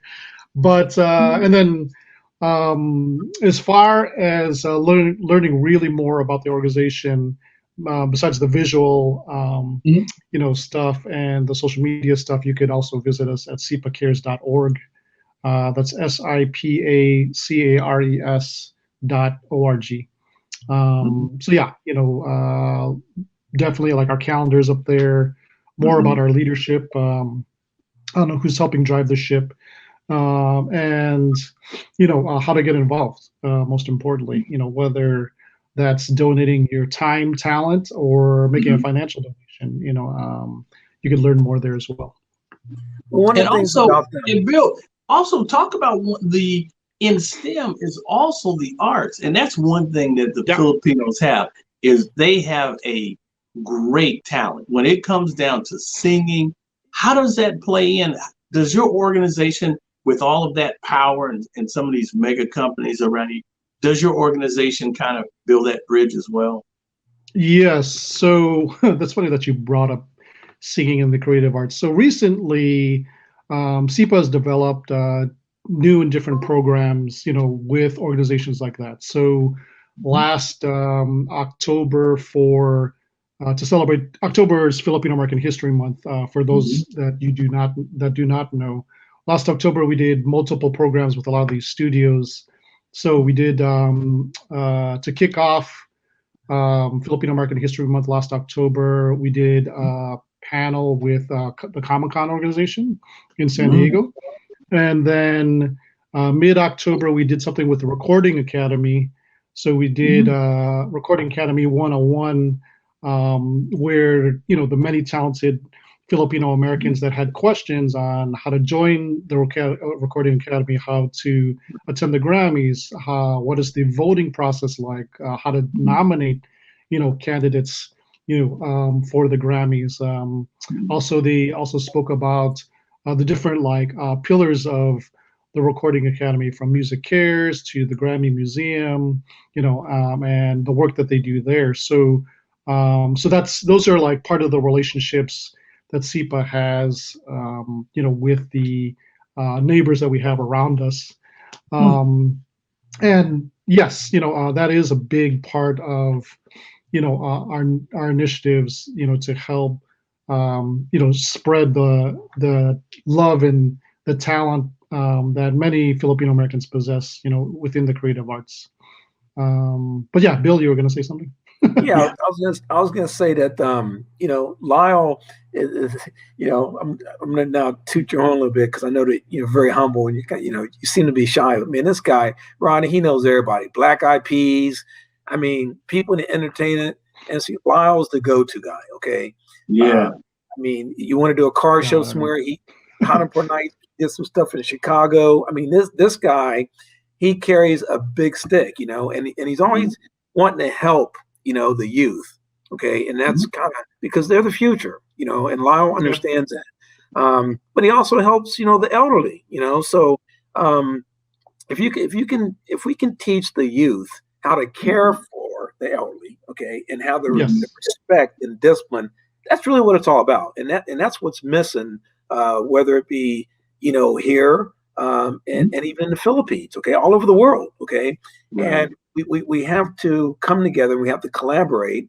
I'm big with stuff in the Philippines. That's kind of where my heart's at. I just love it, and I think I love the culture from a young age. My next door neighbor was fresh off the boat, what they call it, okay, when I was young, okay, and I grew up with them, and they taught me the culture, at 4 or 5 years old, okay, And I never left it. I fell in love with it early, okay, and it was different, okay, from Cincinnati, Ohio, okay, not from California, okay. I claim Cincinnati, Ohio, because it was really, really good. It was and then I had the Russians on one side. They taught me how to play soccer and chess, okay, but the Filipinos, the black and the brown, stick around. That's right. I can say That's that. right. And as you know, Lyle, it's our Black History Month this month, okay? And that's right. October is in the Philippines, and I did a lot of the culture events, okay? So I love the culture, okay? I love the culture of the Philippines. It's part of me. I have two lovely daughters, 17 and 20, Chanel and Sarah. How you guys doing? Be good, be respectful. But that's what it's all about, Help your elders like your dad. Thank you for that shouting. That's a good one. I got to remember that one. Gotcha. Well, me and Lyle, we do talk, a lot, and we're always trying to help people. Okay. And we have a lot of knowledge and we want to give it back. So anything that you guys can do to help support the Global Diversity Summit, even if it's $1 around the world, it all adds up. It's so that we can go to more high schools, and we want to expand. We've been doing LA. I think I've been to about 100 something schools between LA all the way to San Diego. When you say Los Angeles, it also includes San Diego, Southern California. It's the second largest school district in the country. Okay, but we got the most trends here. Okay, and when Lyle talked about Filipino Town, okay, it's right in the heart of Los Angeles. I mean, a melting pot. Okay, and man, some of the challenges, but when you got people like Lyle that kind of puts it all together. Okay, Rodney, okay, we can do these things, and we decided to continue to work together. So, Rodney, you want to end it? Hey, well, I got to tell you something, Lyle. This is a true story. I grew up on the west side of Long Beach, California. That's where I was born. That's where I grew up. And I mean, identical, right across the street from me, there was a family that moved in, and they were a Filipino family. And the wife, her name was Lovey, and her husband was Lou. So it was Lovey and Lou. And so we had a block club. And so when they moved in, of course, the block club, we all invited them over. And so it's a potluck. And of course, they brought the lumpia, they brought the pancit. And I was like, and my mom was like, what about the adobo? Yeah, and they had the beef adobo, pork, they had chicken adobo. And so my mom was like, everybody was kind of like, well, and so my mom got a little bit. She goes, man, this is good. So mom cozied up to Lovey and said, can I get that recipe? And next thing you know, mom was cooking adobo at the house. And then, it was great. I love it. Until this day, anytime I can get some good lumpia and pancit, man, I'm in the house with that. That's good stuff. And also, to all of our young people out there, part of STEM is actually expanding, finding something you love. If you don't know what pancit and lumpia and adobo is, hey, you want me to go to the Philippines, okay? Yeah, go to the Philippines. Sure. And also, hey, Bill's been saying he's going to take me over to the Philippines, and we got to go over there because we want to take Hidden Pioneers and Prime Motivation. We want to go to the Philippines, and we want to bring all the technology and all the creativity we have to make a difference there and all across the world. So thank you, Lyle, man. Appreciate you. Lyle's gonna help. Sure. Lyle's gonna help us do that because Lyle is really good at connecting the dots, and that's really important. For sure. That's what we need. Yes. Thank you guys for having me.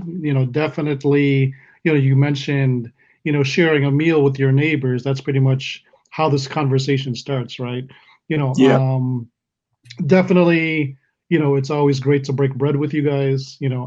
I respect you guys and appreciate you guys for having me a guest on the show. If you guys need anything from me, please feel free to reach out, to either Rodney or Bill here. And, I'd be glad to be of service of any kind. All right. And continue success to your organization. Keep up the great work. You, Lyle, are a hidden pioneer. Thanks.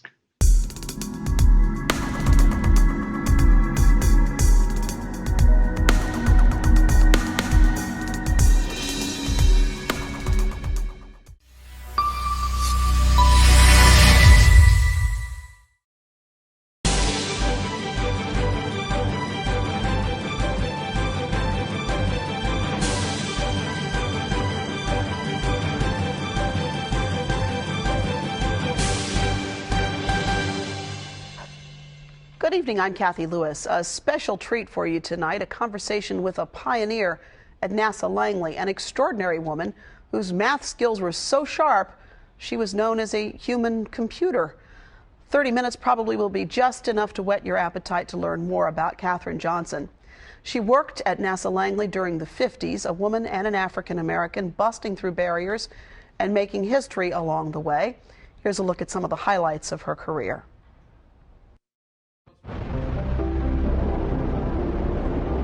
Before there was electronic computers to do all the calculations, the NACA used to hire women who had degrees in mathematics.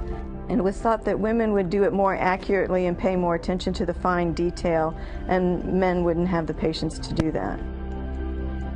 Katherine Johnson worked with the Space Orbital Mechanics branch, and they asked her to calculate, certain times when the rocket would have to fire and when they would launch the spacecraft away from the rocket and where she thought the spacecraft would actually land so they'd be able to recover it. She always told us that my grandfather, who only went to the 6th grade, was the smartest man she ever saw. And he could do numbers faster than you could bat your eye. So she started out, she said she used to count the plates and the silverware, and so she always loved numbers. And when she went to college, the professor had her and everything he taught her, she was just maxing.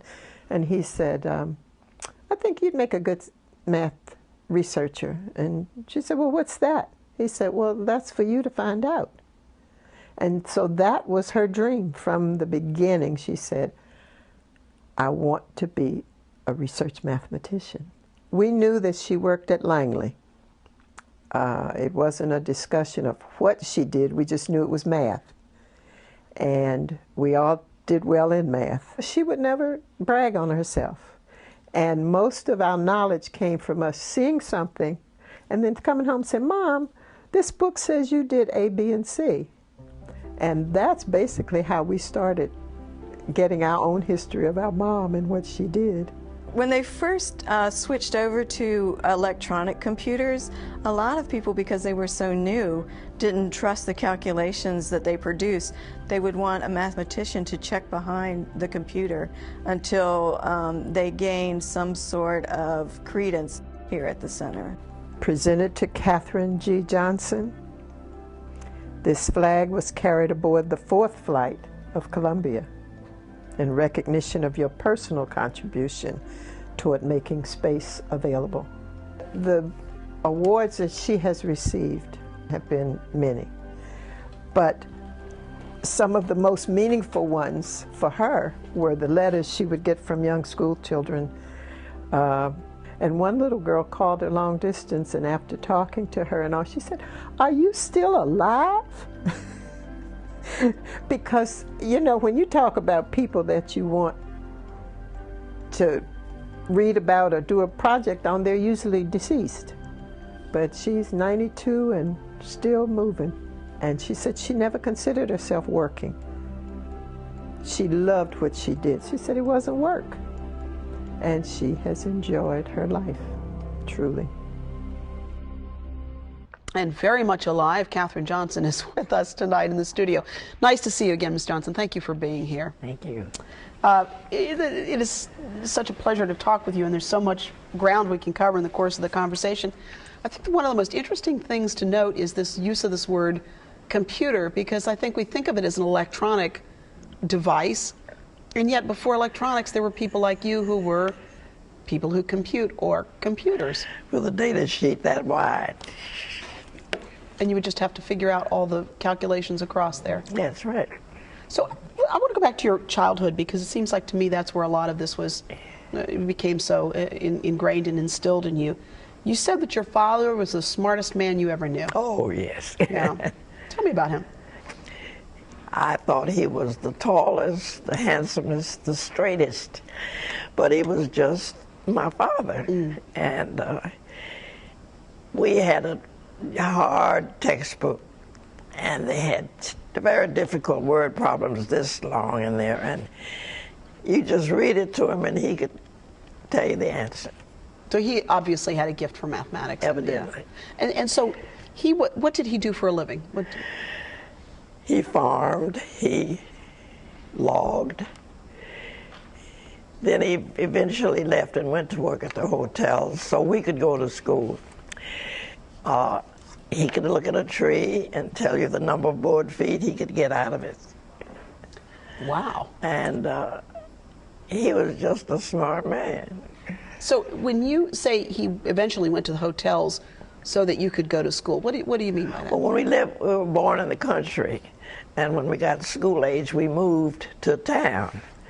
And he always said, "You will go to college." I didn't know what a college was. And he had only gone to 6th grade, right? Right. Yeah. So when my sister spent 1 year on campus, her first year in high school, he said, "Well, I can't do this 8 times." So he went down to the college and found a house and rented it. And we moved there every September and back home in June for 8 years. Wow, so all the children could go to So school. everybody could go to high school and college. That's amazing. And he put all 4 of us through college. And that's you stop and think about that for a moment. That's really an astounding thing. That was on his salary, which his basic salary was $100 a month. Oh my gosh. But he worked extra here and there. Yeah. And your mother worked as well? No. She did not. She stayed home. She stayed at home. So as you think about that, I mean, the thing that occurs to me about that story is, here's somebody who decided that education was important, in fact, so important, that he was going to orient your whole family life and his whole work life. That's right. To achieve that. Right. That's an amazing thing. So when you went to college, did you go to school with your siblings then? Were you all of us went out. My sister, my brother, then I was next, and my brother was a grade below me, because I skipped a couple of grades, and as a result, I was ahead of the boys. So you actually graduated. How old were you when you graduated from college? 18. 18. So everybody knew you had a big old brain on you by that time, right? They knew it. But I didn't know it. But you didn't know it. Yeah. And so I wonder if you'd talk about where you discovered this love for math. I mean, clearly your father probably inspired some of that. But sure. Did college give you some of that as well? It wasn't always my favorite subject, because you see, I majored in French, but I could easily have majored in English and math. And when I went to college, you didn't have to choose your major at your first semester. I was walking across the campus and I met a math teacher who said, "I'm coming back to teach math this year, and if you are not in my class, I will come and find you." Wow. So I didn't start majoring in math till the second semester of my sophomore year. And so you graduate from high school at 18. How is it then that you got to NASA? Because you had this professor who said, "I think you're going to make a great research mathematician." Right. So you didn't even know what that meant. He taught me every course that the college offered and a couple extra. In one of those, I was the only student. He was so great. He would walk into the classroom, reach in his pocket, take out a piece of chalk, and go immediately to the blackboard. He knew exactly where you were and what was next. He only referred to the textbook to give an assignment. He was great. Dr. W.W. Sheffield Clayton. So you graduated from high school at 14, college at 18. You have this marvelous professor who says you will make a great research mathematician. What's the path after that gets you to NASA? Well, I taught in Marion, Virginia, and then I taught in Morgantown, West Virginia. In the meantime, I had gotten married, so I stopped teaching and raised a family. And it wasn't until the 1940s that I went back to teaching, because my husband became ill. I completed that year for him. And then we moved to another school in Bluefield, Virginia, and we both taught there until 1952 when I came to Newport News, Virginia. That was an accident too. Margaret said, what you gonna do when you go home? I said, nothing special. She said, come go home with us. My husband will get you a job. And he got 2 jobs. So I applied for Langley, but they had done their hiring for the year. So I had to wait for a whole year to go to Langley. So I went to Langley in June of 1953. In the meantime, I substituted at Huntington High School, and I worked with the USO, and I guess maybe that's all I did until... That's enough. That's enough. So if we think about what the world was like in 1953, of course it was still very segregated at that point. Yes. I didn't feel the segregation at NASA because everybody there was doing research. You had a mission and you worked on it, and it was important to you to do your job and play bridge at lunch. And I didn't feel any segregation. I didn't feel the segregation. I knew it was there, but I didn't feel it. It did not affect me. See, I wonder about that. And maybe this is a factor of having lived in a world that was a certain way, and that's just the way it was. Yeah. But I think it's really hard for people who didn't come up in that era, who weren't consciously aware in that era, to understand what that was like. Well, as you say, you were brought up in it. That's the way it was conducted, and you lived with it. So you started work at NASA Langley, and you're doing these just astounding calculations for incredibly important missions that NASA was working on at the time. I started out working on airplanes, because when I went there, that's what it was, the National Advisory Committee for Aeronautics. When the space program came along, I just happened to be working with guys, and when they had briefings on it, I asked permission to go. And they said, well, the girls don't usually go. And I said, well, is there a law? They said, no. I said, well, so then my boss said, let her go. And I began attending the briefings. You were already doing the work, but you didn't know exactly what it was. And gradually I did more. And they'd do something that I knew more about the geometry of the program, all about the mapping to the here and there, and this. So it was a very easy transition. And you really were very familiar, knew very well many of these incredibly well-known people connected to NASA, many people whose names we would know. I'm thinking about John Glenn in particular. It's just, well, it's an amazing did story. get to meet the astronauts, and they were as excited as we were, and we just looked at them and all. But you know, it's so interesting because we talk about electronic computers, and I think in this generation we think of computers as being electronic devices. But back then, and now we talk about human error, we tend more to trust the electronic answer than we do the human answer. But back then, it sounds like they really trusted the human answer more. They were more suspicious of the electronic answer. Yes, in particular, when John Glenn was to be the first astronaut to go up into the atmosphere and come back. And they wanted him to come back in a special place. And that was what I did. I computed his trajectory. And from then on, anytime they were going to compute trajectories, they were given mostly, all of them to my branch. And I did most of the work on those by hand. But when he got ready to go up, he said, call her. And if she says the computer's right, I'll take it. That's amazing. That was amazing that he did call and say that the very first time he made a trip into the atmosphere, and he wanted to arrive at a given place, he wanted me to check it out to be sure that the computer Did you ever was right. have a moment where the enormity of that hits you? I mean, here you are making calculations. When you said he wants to arrive at a certain place, I thought, yeah, he'd probably just like to arrive anywhere, right? I mean, that's a piece of it too. The enormity of that must have been quite something.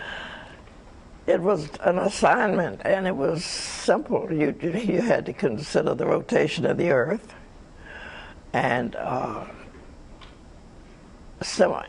equally important, when we were going to the moon, you had to know the location of the moon and where it was when you took off and where it was when you got there. See, the moon is going that way, and you were going this way because you want to intersect the moon in a certain place. It was intricate, but it was possible. And so then at night, you're doing this amazing work by day, and then at night you're coming home and your mom and grandma and all the rest of it. I mean, that must have been, it just must have been amazing. And my husband became ill during that period too. So you had to deal with that as well? With that as well. Sure. You know, I wonder, you said, I know that your children, in the video piece that we saw, which Lisa Godley did a great job of producing, I think it was your daughter who said they were all good at math too. Yes. Do you think this is, I mean, your father was good at math, you're a genius at math, your children, is this a genetic thing? Could have been. My mother had been a teacher until she married and moved into the country. I was always around people who were learning something. I liked to learn. I think very often that's missing with kids today. They don't want to learn. So what do you think is the reason for that? What do we do about that? I don't know, other than constantly say to them, you need to learn how to learn. And then you want to know. So I say that to students everywhere. Yeah. You learn if you want to. So you've got to want to learn. You know, they're doing all this research now on the differences between boys' brains and girls' brains, and they say that girls and boys can do the same kinds of math. It's just that sometimes girls' brain development lags a little bit in middle school. They wind up catching up.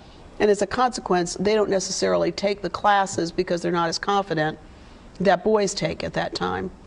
I wonder what you think about that kind of research and whether there are gender differences in how we deal with math. I think the difference is in the desire to learn. Girls, I found myself very inquisitive. I wanted to know what was going on and why, about whatever was the subject at the time. It was important to me to learn why.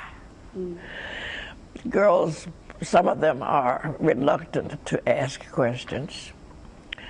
They feel that they're just being curious, but if you want to know, you ask a question.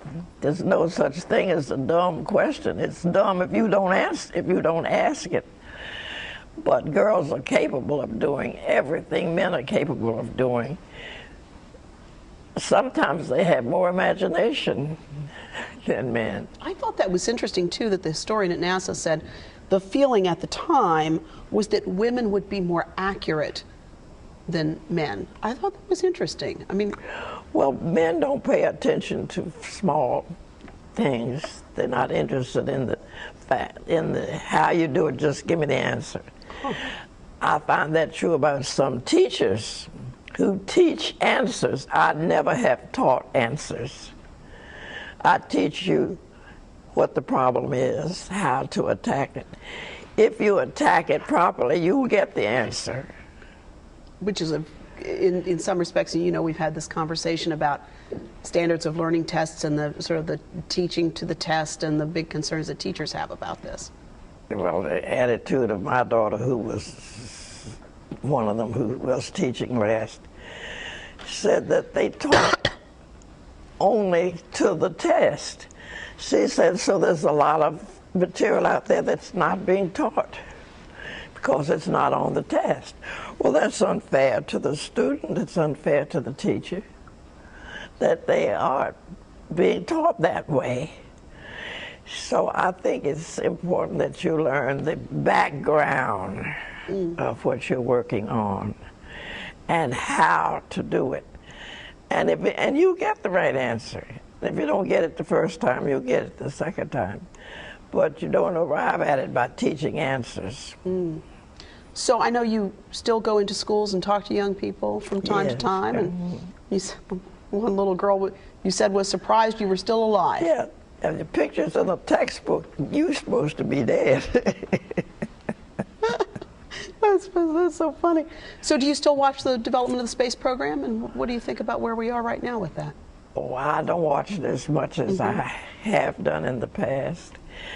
I'm very proud of what they're doing and how they're doing it and why. You see, if you lose your curiosity, then you stop learning. You must. And the scientists, they said, well, what good does it do us to go to space? Well, what good does it do you to stay home? It's a great question. So the important thing is that it's out there. We want to know all about it. We can.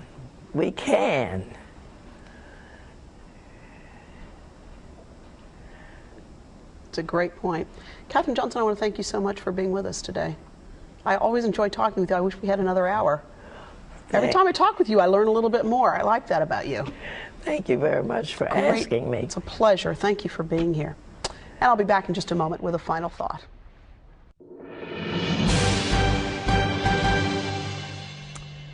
You know, when John Glenn asks you to check the computer's math just to be sure it's right, you know you have a head for numbers. It's a gift for Katherine Johnson, and I can't help but wonder whether she would have discovered that gift and shared it with the space program if she hadn't had parents who insisted on getting her the best education that could be had. So how many Katherine Johnsons are out there this year, in 2011, with undiscovered gifts that we can nurture and leverage? Well, if their parents are undocumented immigrants, we may never know. Children brought to the United States by their parents through no fault or intention of their own can go to school through 12th grade here, but as graduation looms, so do some very unpleasant realities. Federal law prohibits them from getting in-state tuition, even though they may have lived in the state most of their lives. And now comes a bill in the Virginia General Assembly from Delegate Christopher Peace that would make Virginia the 4th state that prohibits undocumented students from even entering Virginia colleges at all.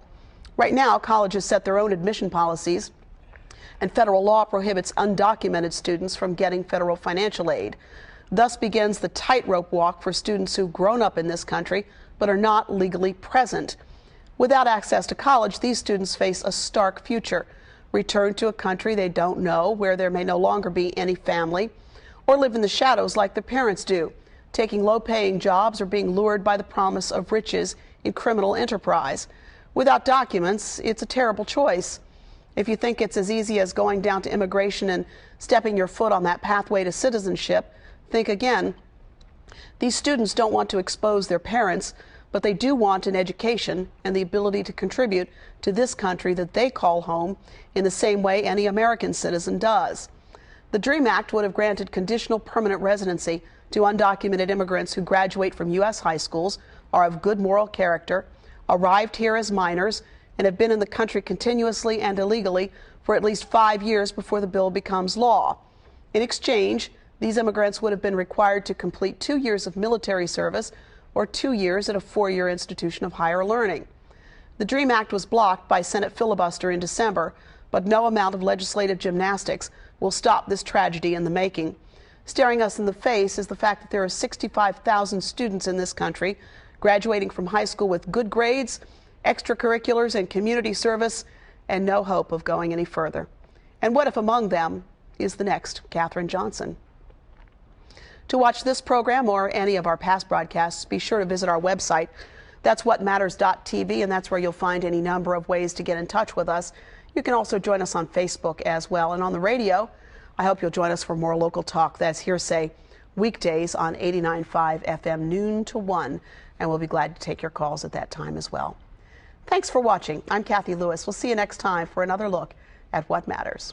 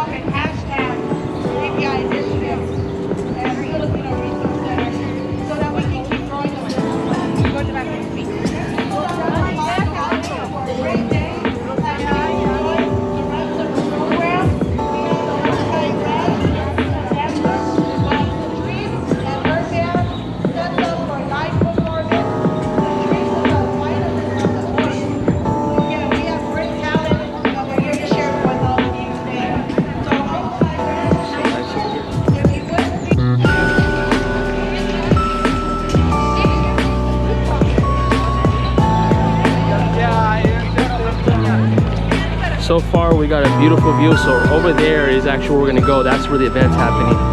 So I gotta call up Bill and see where he's at, but that's where we're going to, right here on the pier. Oh man, look at that. Oh man, the weather is so amazing here.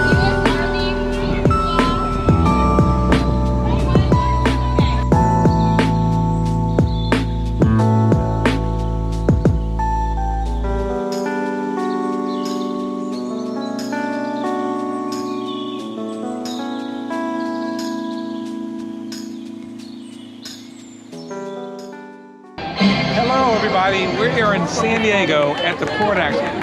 Look at this lovely weather here, okay? And I'm so excited, Brandon, with 360 Hidden Pioneers. We got the Diversity Summit coming up February 23rd. But right now, we are here at, this is June's gallery, June Aquino. He couldn't be here because of the lockdown with the pandemic from the Philippines. So, but we don't stop. We still have his merchandise on display, beautiful paintings. Okay, and if you go in here, we have Manny Pacquiao, because that's what he especially does, more so because he's the official Manny Pacquiao painter for Manny. And Manny has a fight, we wish him luck, September 21st, okay, in Vegas at the MGM Grand. Make sure you vote for Manny Pacquiao. We have our event on the 22nd, Brent, on Sunday at 360 in Anaheim. If people want to come out there, that's going to be from 7:30 to 11:30. So coming on this way, we have more of his paintings, okay? We have Tyson there. We have, I think this is McGregor. So he doesn't just paint Manny, he paints everybody. In fact, here he's going to be doing some stuff with maybe LeBron James and just a lot of different athletes, okay? June's also in the car, so he might paint Hank Williams' Cobra. He also might paint the DeLorean, which he really likes, and he might paint some stuff from NASA. As you know, Brandon, me and the NASA, okay? Here we go. You can't just get these, okay? Everybody should know about NASA, okay? NASA Aeronautics Space Administration, they are leading the way. Brandon, that's what we do at Hidden Pioneers. We follow them. We want to get this information to the kids. At 16 years old, they have paid internships. Make sure you go to www.nasa.gov. You can find out so much information. I highly recommend it. The Artemis program, which I'm happy to be part of. These patches just came in. I already got it on, Brandon, as you know, because that's how I represent Artemis, okay? The twin sister of Apollo. We're going to back to the moon 2024. We're taking a female, okay? We're going to stay, colonize, and then we're going to launch more rockets to other planets. So thank you for NASA, all you do. Let's go off this way and let me show you more of beautiful San Diego. Check it out, Brandon.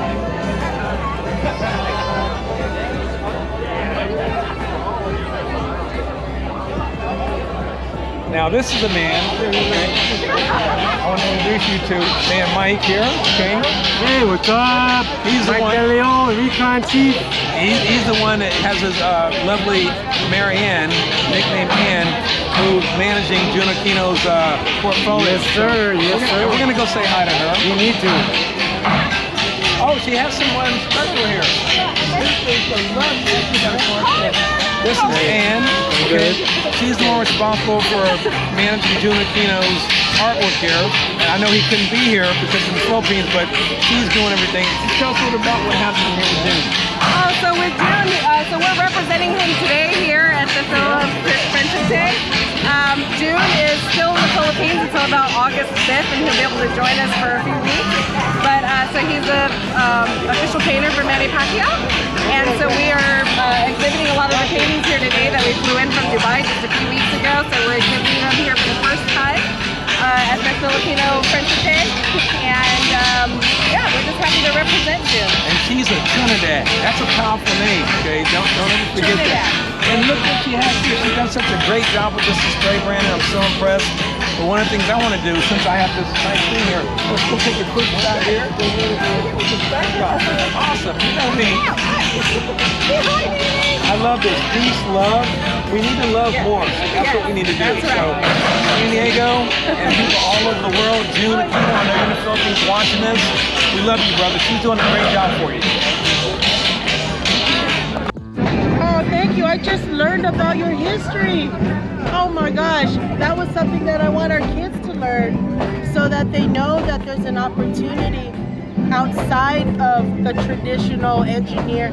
This is Bill. Bill has worked with us in Prime Motivation, a nonprofit. Okay. And he is related to Miss Catherine Johnson. Catherine Johnson from Hidden Figures. Yes. If you remember the movie, she recently passed. Right. But 101. He was in her bloodline. Yes, an amazing 101. That's like I have 51 more years to go then, if I get to make it then.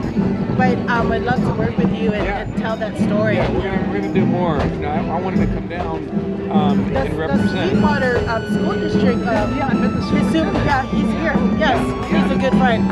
So we're gonna be doing many. I want to be leaving soon, but great event. I know it's the first time. Thank you. But it's amazing. Thank you. People that come in and don't know, they're just like, and that's what we need to get more people to just be aware and see it. You can always make it better, but it's great. Yes, it happened. That's the first step, is to make it happen. Now we did our first global diversity summit last year, February. This is going to be our second one. Where? February. Where? Well, it was virtual. Oh, okay. But I want to get you involved because we had 14 hours of programming with some of the speakers. We had the best designers in Germany. I had 5 people from NASA beaming in.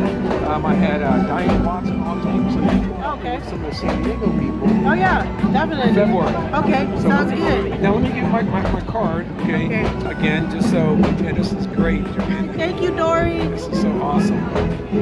So I want to make sure that we stay in good contact. Well, I know how to get a hold of you. Oh yeah. I have cards. I have the same. I have your phone. cards. Okay. Thank you. I'm gonna go sit down with her so I can breathe a little bit. Take care. Okay. Thank you. Where are you sitting? Let me take you. All right, so here we are. I think this is almost going to be a wrap. Oh, let me have some nice, I'm not sure if the tourists, look, he's got the Filipino shirt there representing, okay? There's Pate long. Pate lang? Just a little. But enough to know. But I've been to the Philippines quite a few times. Oh, good. Subic Bay. Subic Bay. By Sambales, San Antonio. Yeah. So, where you got? How about you? What part are you I'm from Baguio. Oh, yeah. Baguio. More up north. Yeah, I know about that. That's a nice part. Everybody wants to go there. Yeah. That's like it's more cooler. That's like the trip going to Big Bear. Yeah. Okay, thank you guys. Yeah, thank you. So we have a nice family there.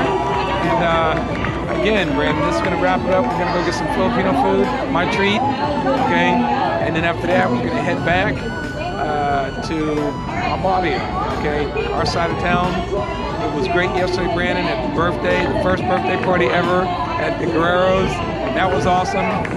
Great food, great ice cream, and now we're down here in San Diego. So that's how we travel, Brandon. You can go from LA to Azusa, West Covina, to Corona, to San Diego in less than a day. That's how we do it here. We don't take it for granted, we give back. Transportation and technology, that's what it's all about. Thank you. Well, it's been a wrap. It's been another great day with Hidden Pioneers. The main man, Cool Blue Brandon, awesome. All my Filipinos down here in San Diego. It's a great day. Ed Arguelles, my partner, Prime Motivation, Magic Medium, throw it down. Joanne, happy birthday. I did a great job. Great band, great music, great food. Mike, Ann, representing June Aquino with his collection. What a great day. The weather's always great in San Diego. You can't go wrong. So glad I came here. Hidden Pioneers, join us for the Global Diversity Summit, February 24th, 25th, 26th. Global, virtual, and live. Peace, I'm out. God bless, all the good stuff. Look at that weather. Unbelievable. It's all right here. Transportation and technology.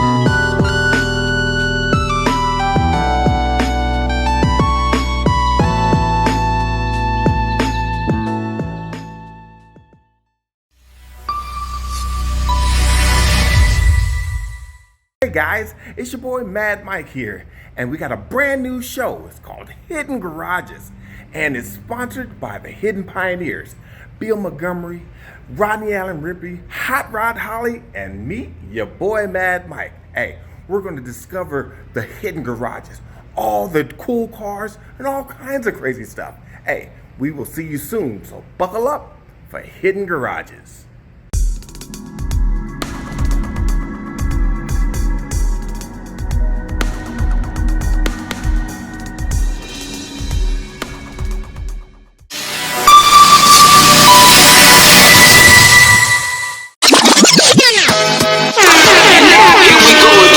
It's time for another episode of those smack-talking guys. Full of opinions on games, music, culture, and current events. These guys cover it all while humiliating each other.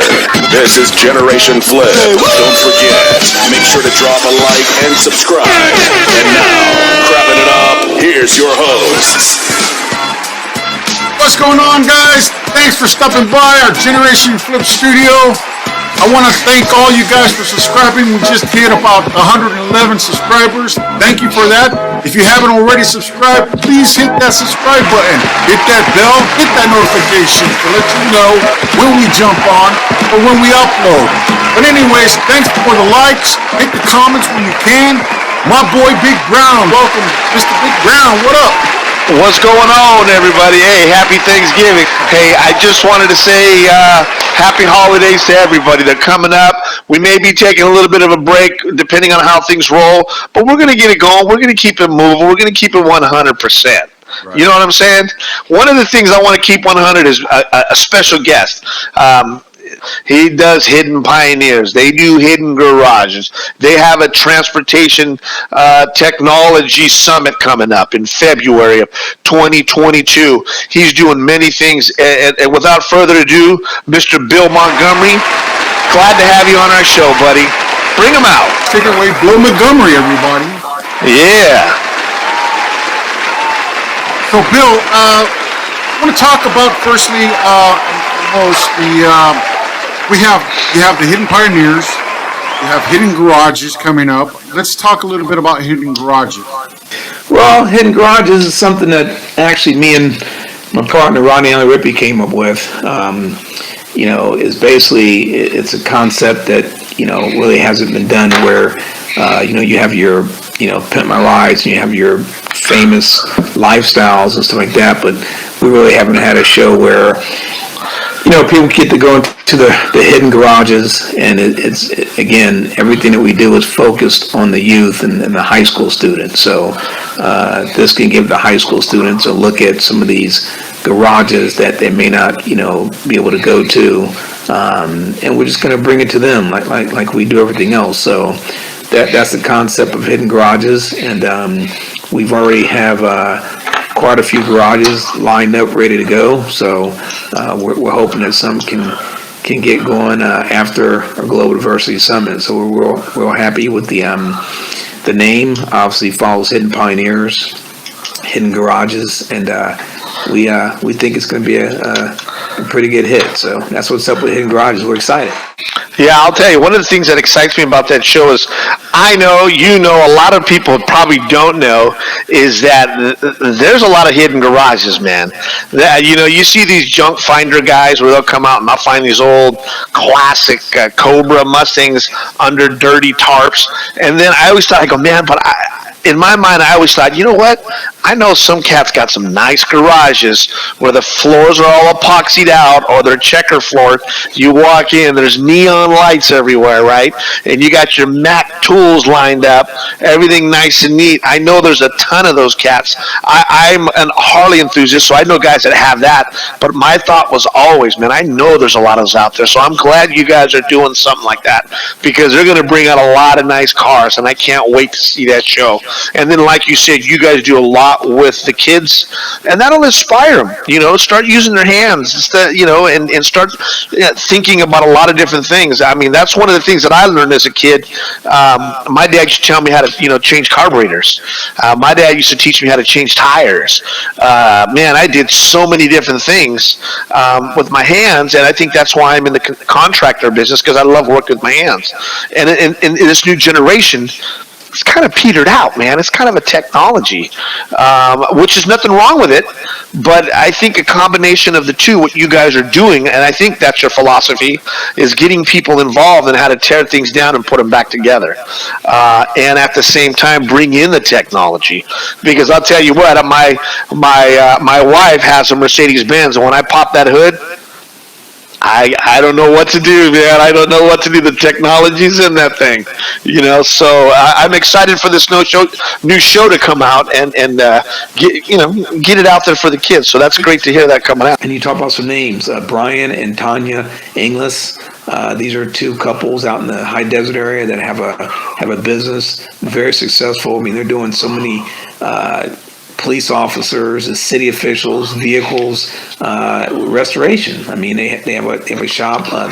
They're 8 months backlogged because they don't have the qualified technicians that they need. See, so it's the hidden garages is we're trying to inspire the youth. Okay, and you have to take the history, because in order to do something forward, you got to kind of go back to understand it, which is missing these days. Because we in America, we like to, instead of point A to point B, we like to go to point G and F and Y. We kind of forget about point A and point B first. So, other names, we're hoping to get names like Jay Leno. I'm sure people know. I've been to Jay's shop, his garage, plenty of times. We're gonna talk to him, and hopefully he can be a host. We want to talk to Dr. Dre. He's big into cars. A lot of these professional athletes and entrepreneurs and business people are into garages and into cars. Yep. So they actually have garages that are unseen, that Mayweather, for example, all these rich guys, they usually get a lot of money. They might not even get a house first. They usually get the cars first. Yeah. I know one guy that I just saw on a TV show that he has his own show out now. Is I enjoy the guy. I think he's a hardworking kid. He does Wiling Out. Nick Cannon. Nick Cannon has a little car dealership. Mm-hmm. And I think in Santa Monica, where he has nothing but classic and sports cars that he buys, fixes up, and he turns around and sells them. So I'm sure he would be a great guy to maybe possibly get on your show.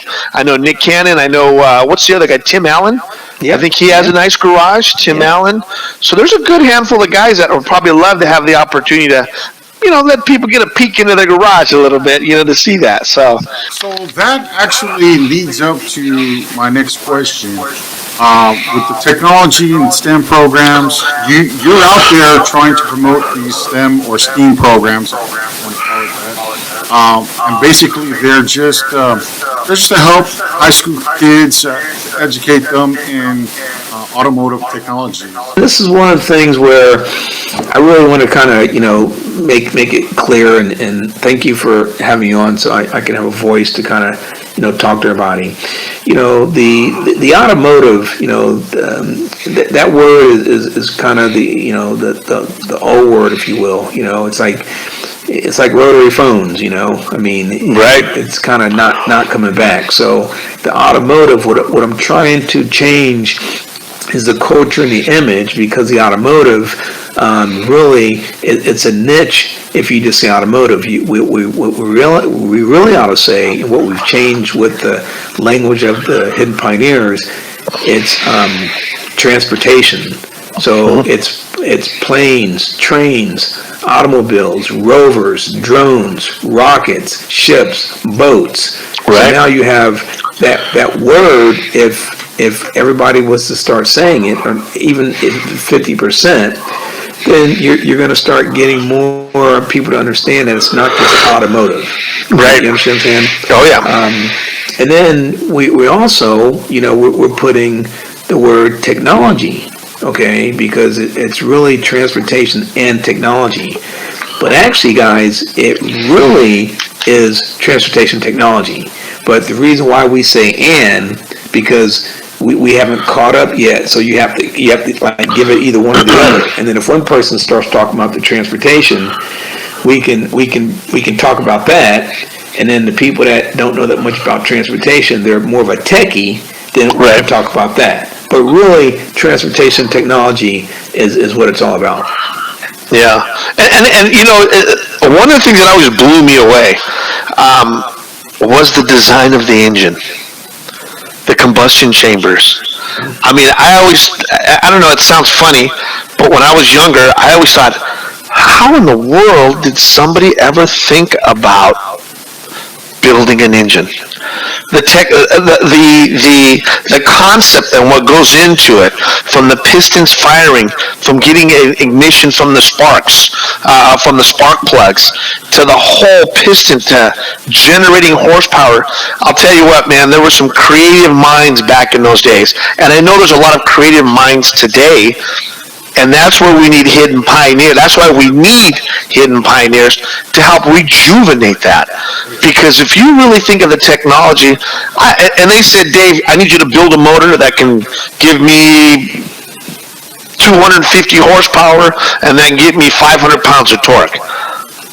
I would throw my hands up and say, I'm not your guy. You know what I mean? So if you think back of Henry Ford and the engineers and the designing of those motors, unbelievable. This is where we need to really have these classes in our high schools, and one of my dreams, you know, is that one day that all the boys and girls will be able to take a transportation and technology lab class in high school. Yeah. So every single high school, starting with the freshman, junior, sophomore, senior, should be able to take a transportation technology lab class to be able to learn how to work on robotics, you know, build rockets, you know, batteries, all the stuff that we're doing today. Yeah. I mean, nowadays cars are so smart. You just got to plug a computer into it, and the car it'll tell you what's going wrong with it. It'll tell you what piston's not firing. It'll tell you cylinder number 6 ain't pumping.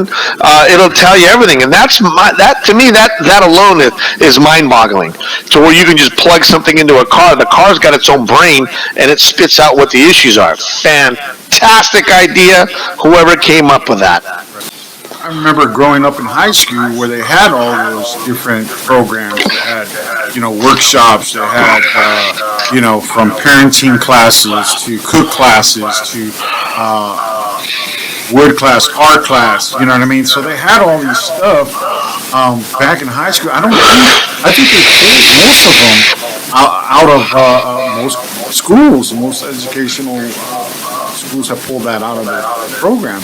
And I don't know if it's because of funding or I mean, education's gone a long way. It's gone through a lot of movements, a lot of changes as well. You had the teachers strike, you got all this stuff, you know, going on. So I really hope, Bill, that I press it out to you, man, and I hope you get the support. I hope we can provide the support out there for you guys out there watching this. This is what we need in classroom. This is what we need. We need this automotive technology STEM program in classes. They could learn this stuff. It's very educational. It really is. You got to give it a shot. And we want to be a part of it. Whatever we can do to promote, whatever we can do to put information out there, or if people come to us and say, hey, I want to do more, or I want to donate time, or maybe even write a check to help support the hidden pioneers or whatever it is, we definitely want to be a part of that. We want to be able to encourage it. We're definitely believers of it. We know that it's an important need. So whatever we can do between now and in the future, we'd love to be a part of it and to help out. I'm a firm believer of giving back to the community, giving back to kids, giving them the insight and what's needed, because the STEM programs are so important. They really, really are. We need that new generation to come up and put their foot forward and help redesign our planet, our world, our earth, our transportation needs, because that's what it's going to be moving to. I saw a thing on TV where I think Chevy is going to be a complete 100% all electric by 2024. Is that right? Yeah, you know, there's a mandate that the president has put out that actually, you know, all the vehicles are, you know, 2024, and you know they have some great incentives to be able to, you know, help with the manufacturers, and there's a big push. We're in a really good position right now because their administration's talking about it and they're actually, starting to do stuff about it. And it's just a matter of time before it gets into the high schools again. And when you talked about ways to support, we're looking for more partners and sponsors and donors. You can go to hiddenpioneers.com. There's a landing page, and on that landing page there's a donate button to where you can go in there, and it takes you to a place where it tells you who we are. Prime Motivation is the 501c3 nonprofit.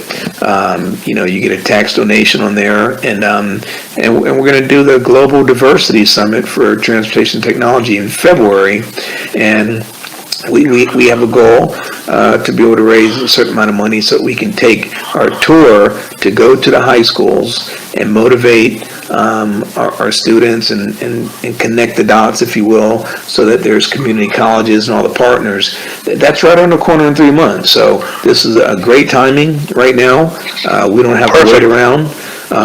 That's also going to help us launch the hidden garages that we talked about earlier, and I know we're going to have you guys support us because we've been playing phone tag, computer tag, just to get this thing going. But the Lord has a way to make things happen. So I'm so confident that he's putting this thing together the way that he planned it, because I've been meeting great people like organizations like yourself. Me and Rodney, we've been on the grind. Mad Mike, I'm not sure if you guys know the name Mad Mike. Saw some videos of him. Yeah, YouTube videos from Pimp My Ride. Hey, Mike, what's going on? He's actually at the LA Auto Show this week, doing some things with Galpin Auto Sports. So we've touched a lot of people recently within the last year on this, and it's really starting to. I think this year in 2022 is going to be the big hit to where we get back in demand. Good. It's all about being in demand. That way, the phone is ringing. You're not necessarily calling out, but people are calling you to get involved. So thank you for this plug. And no worries. Keep it rolling. And that's February 24th through the 26th. Correct. 2022. It's going to be the virtual global tour you guys are going to put out for the Transportation and Tech Summit. Yes. Don't miss it, people. We're going to put the page up. We're going to let you know where you can jump online and take a look at it. We're also going to put up the page on Hidden Pioneers. If you guys care to make a good donation, we'd love to have that come through. Anything we can do, Bill, we're here for you, bud. If you need us to do anything, plug it the week prior or whatever, don't hesitate. Come back, hit us up. We'd love to, and I'm not stopping our show. I'm just wanting to make sure we extend that out to you guys. I appreciate it. Thank you. Yeah. Definitely, I can't wait for that hidden garage to come out. We'll take a sneak peek of that. I got a little trailer. I'll throw that in the mix. You guys check that out. Hey everyone, here you go. This is CSI Bill coming at you, and beautiful. I can't tell you where, but you know what?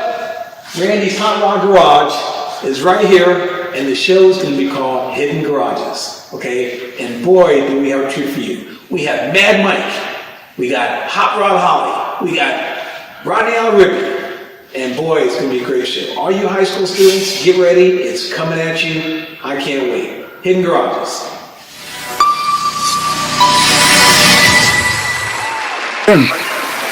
Thanks so much for stopping by, Bill. I really appreciate it. I hope to have you guys come back on the show and discuss more about Bill Montgomery's foreseen future. So, no doubt. No doubt. So thanks a lot for coming out.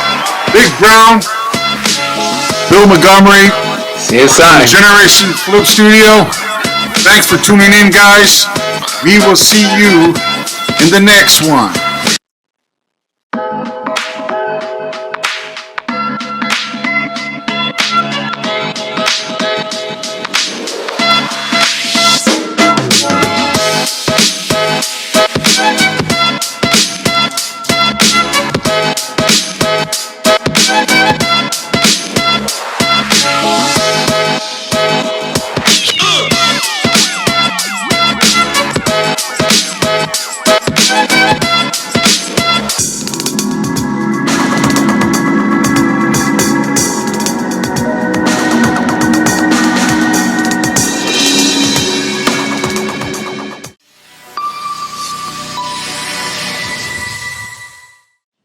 Dave. Hi, How are B. you? I'm good. So thank you for taking this opportunity to talk with us and give some information about this event. Do you want to tell us a little bit about yourself? Sure. What would you like to know about me that you don't already? Well, first of all, can you tell our viewers a little bit about you? What's your name, your full name, and your title? I'm Dave Merrick, and I am the Executive Creative Director for Acura. And where are you located, Mr. Merrick? I am located globally. I'm located everywhere. Right now, I'm in Torrance, California. But I do travel quite a bit, and we have offices in other areas, Japan being one of them for sure. But with the COVID, of course, I'm more or less in Torrance all the time. Can you tell us a little bit about your career and how did you get started in this industry? How did I get started? Great question, B. I literally didn't even think I didn't even know there was a car designer. I thought, there's cars, I love them, I draw them, I'm obsessed with them, but I didn't think that was a real job. I thought, they just kind of show up. I was going to be I was going to probably go to law school, be a senator or something, my mom's dream. But my father always knew that I had some thing to draw, and literally, he pushed me all the time to pursue my passion, which was drawing cars. And I literally ended up finally finding Art Center and going through Art Center. And while at Art Center, I had Honda Associates as my instructors and realized, A, what an amazing company, and B, the process that they used was much more integral to the type of thing that I liked. I love, understanding why you're making it, who's it for, all of these things that a lot of companies say they do that, but I think Honda really, really gets down to the basic idea of what is it for? What's the customer for? What are we doing? This is for people. It's always for the person. Otherwise, why would we do it? We're not doing it for us. We're doing it to have people enjoy our products and love them. And how long have you been with Honda? Let's see. I started in '87, so 33 years, 34, going on 34. And the last 5 years, I've been the Acura Creative Director. And through that, we've seen tons of renaissance for the brand, I'd say. Along with Johnny Cada, who is also Art Center grad and part of, the Diversity Summit, in terms of our participation. I think that we both understood that precision crafted performance and the idea of making a roadmap for what the cars would look like was in our hands. So I literally got the opportunity to do that, and I think you can see them on the road now. You can see the new MDX, you can see the NSX, all these cars that are out there now. And why would you say it's important for our youth to start this type of career at a young age? My path to this was that I was drawing all the time. I was drawing like at 4 and 5. Even through schooling and all the sports activity, anything I was involved in through my life, through elementary school, junior high school, going skiing, whatever it is, it always came back to my spare time was always drawing cars, building models, painting cars, whatever it is. I guess my advice is don't say, I'm going to be a car designer. I be what you want to be, but I say I love doing this. I love drawing. I love creating cars. I would build models, and I'd get a model. I'd go down to Obexers in Lake Tahoe, and they'd have they had a little cart that had model cars on it, and I'd buy a model car, and I'd go home, and then I'd go buy another one, and then I'd put them together. I would not put them together. I would put them together. I'd take this one and make one and cut them up and make them different. And just always, what if it was this instead of this? And I think that kind of activity, you'll realize, A, it's fun, B, it's creative, and C, it literally got me this job. Wow, that's interesting to hear. I guess my next question is more in line with what would you give to any advice that you would give to the youth, as far as it sounds like you're telling them to pursue their career or what they want to do, but what advice for someone that wants to be a car designer, what would you tell them? I tell students all the time, if you want to be better, you've got to draw all the time. You know, we used to draw ellipses, which are tires. Just draw a wheel. You know, you've seen me. B's seen me drawing on the walls, and so literally you do practice, and you get better and better and better, and you get better about drawing other things, not just cars. So you get proportion right and scale and things like that. But I think that along the way you have to also understand life. So you need to look at influences, first start with your parents, start with, your peers, students that you're with, your best friends. My best friend, Kevin, growing up, always had like an 8mm movie camera. And I thought, someday he's going to be a director and make movies. No, he didn't. He's like the #1 podiatrist in California. But literally, we would make stop-action movies and just all the time. And so I would always skew it car-related, and he would always skew it like make movies. But I think that he loved doing it, and it helped him to be a better bedside manner for a doctor, things like that. So I think you need to get the full gamut of experiences, and then you become much more well-rounded and understanding of the market research and aesthetically what you like, and you're more confident probably in what you want to do that way. So first and foremost, you have to sketch all the time, but you do it because you love it. It's, hey, what about this? What about this? Or I'm always thinking, I get to a point where I want to draw something and I'm driving.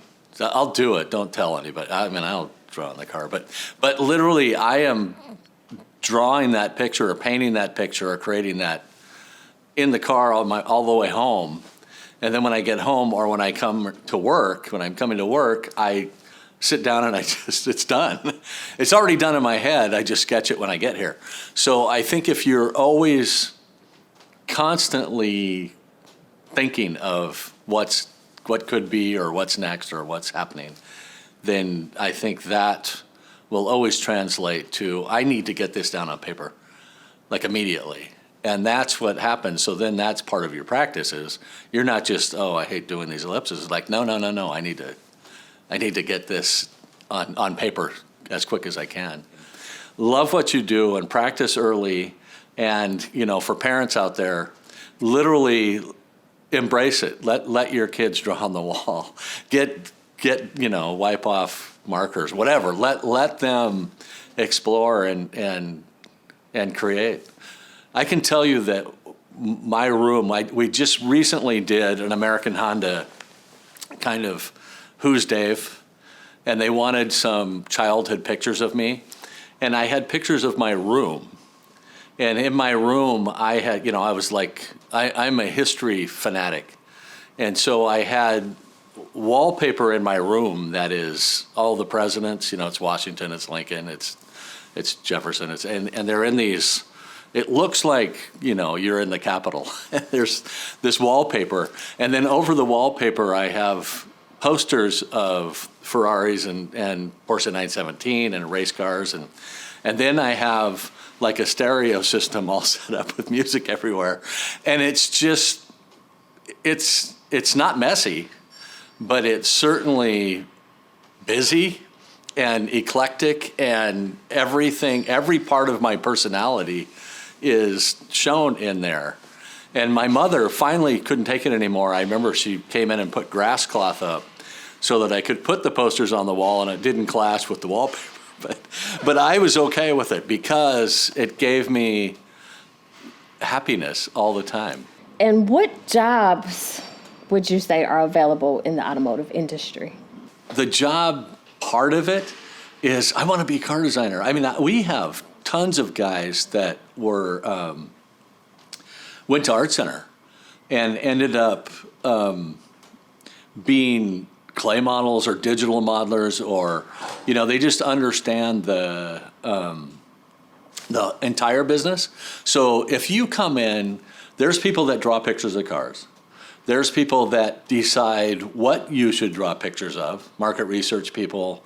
There's tons of advanced product planning, we call it, and there's, you're thinking, what's the next, what's going to happen, what's scenario planning for what's happening in the industry. If we have a regime change with politics, will we go this way? Do we go this way? And people can see that, but we have people that study that all the time, and that's an opportunity. The actual building of a car side, we have packaging, which is the layout of the car, how people fit in it. We have HMI system, which is the human interface, and people are doing almost like web design or user design, like iPhone apps, but it's for the car and how do you use the car? Because when you're driving, you don't want to be distracted. So you need people that understand that, but also understand it needs to work when I use it. We're doing a lot of VR, and you get into VR and AR, and there's people that, understand the car part of it, and how it looks in the car, and there's color material involved, and there's, just kind of the user experience and the exterior styling. But there's also people that understand the equipment and how to use it, and they're like, well, this is the cutting edge of VR equipment, whatever it is. So you're still around the car part. So some people come from a tech side and didn't think that they would be involved in cars and end up loving it. And there's people on the car side that end up looking at the tech side and go, wow, this is fantastic. I can go home and program my remote now. So I think that along the way, the scope of opportunity from a car company is huge. And I think that for most people, don't just think it's either I get a car design job or I don't. There's tons of opportunity to do things. I've always felt that you can be anything you want here. If you decide you want to do it, you just do it. You just say, okay, I feel like we should be doing this. And, along the way, you think, well, nobody's really stopping you from doing that. In fact, I remember people would come to my desk and say, we should do this. And I would say, you should. And they'd leave not knowing what to do. Like, what? Did he say yes or no? I didn't say no. I said, you should. I think, try it. If it doesn't work, I'll let you know. But I think along the way, you should try anything you can. We built a robot, we've got jets. Literally, you think, how can you not survive in this atmosphere? And some don't, because you need structure sometimes, and we have that, but you also need that flexibility to be able to. That sounds like a really fun place to work. What do you think of it, B? You work here. I think it's really fun, exciting. It's because of the people you're around. It is. And I guess one question I have for you is, knowing where you've come from and where we're going in the world today, what do you see the future in the next 5 to 10 years as it relates to the automotive industry? Well, I think everybody will say this probably on this diversity summit, but it's changing like crazy, and it's changing faster than most people thought it would.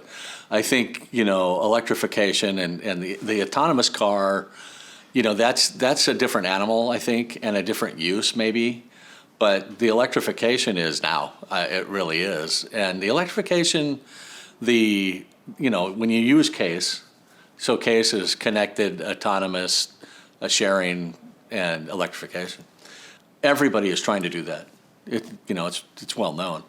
But I think, how do you do it, and how do you keep your brand consistent? So as Acura is a performance brand, what does that mean? I think, and I've often said that autonomous means that if I'm going to have my car drive me somewhere, it's going to be the best driver I can pick, whoever that is. If it's Honda F1 drivers or if it's the Acura DPI guys, which I would do right now. I would totally have Ricky Taylor drive me. And I think that kind of connection to A, the customer, A, our racing history, and B, or C, our precision crafted performance brand, that you don't have to change everything. I think the brand helps us to be this new electrification kind of benchmark. And you've been with Honda for a long time. What keeps you here? It's the drive to make the next. I don't feel like we've made the best one yet. Every time I feel like, wow, this is pretty good. The next one is going to be awesome. And we're working on a car right now, right down there. And it's awesome. And it's the next one. But yeah, it is. And I'm really proud of it, but I'm already on to what's the next one. And so I guess, there's opportunity always here, and I don't think of it as I'm tired of this. I'm never tired of it. It's who I am, and that's what keeps me here. One question that I have for you is, what would you give as far as advice to someone that's listening to this Diversity Summit about anything as far as their career or automotive industry or anything? If you could give an advice to someone, what would that be? My advice is do what your passion is. If you do something you love, you'll never work a day in your life. And I think it's easy to say something like that. If you do something you love, it's like, well, what do I love? If you do that, why do I stay here? It's because I love it. I do. I mean, I'm home. And I think that feeling of inclusiveness, with diversity, it's how are you included in with everybody? And I think that's the diversity of us is the amount of people that are doing different jobs of all different backgrounds and race, creed, color, whatever it is. I think that throughout, it still comes back to the Honda philosophy, the joy of work. All the three joys are integral to everybody here. And I think that find what you love to do and find what fits you. I can tell you as an instructor at Art Center, I have tons of students, of course they go, oh, we want to work at Honda. You seem cool, whatever it is. And I literally sit down with them and say, where do you want to go? What do you like to do? And some people like to sketch. They just like to sketch. I want to draw show cars. And I think that's the difference is you try to understand where you fit the best and how you can A, succeed, and B, be happy. And I think that's the key. Don't give up. Just be true to what you love. And keep going. Yeah, I mean, it's if it doesn't work out there, go there, or you'll land somewhere where you can make a difference. Okay, Dave. Well, thank you so much for your time that you've spent with us today, giving us some information about you, a little bit more about Honda and Acura. First of all, let me thank Bill for A, setting up this Diversity Summit, and B, inviting me to be a guest, because I understand I'm following Stuart, and Stuart was, of course, one of my mentors and teachers in Art Center. And it's great for me to follow because I owe so much to him, and just happy to be here. Thanks.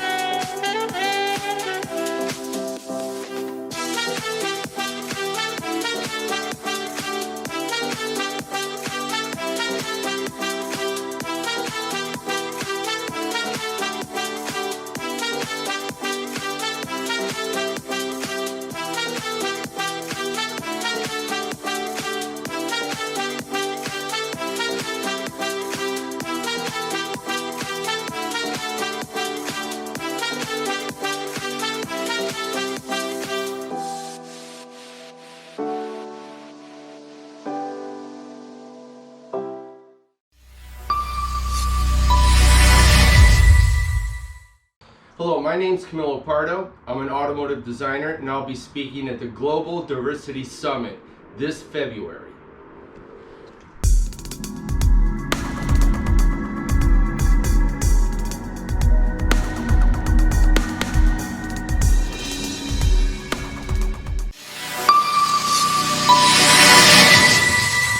All right, here we are, guys, here with this cool guy here, Doug. He's showing me around with this electric vehicle.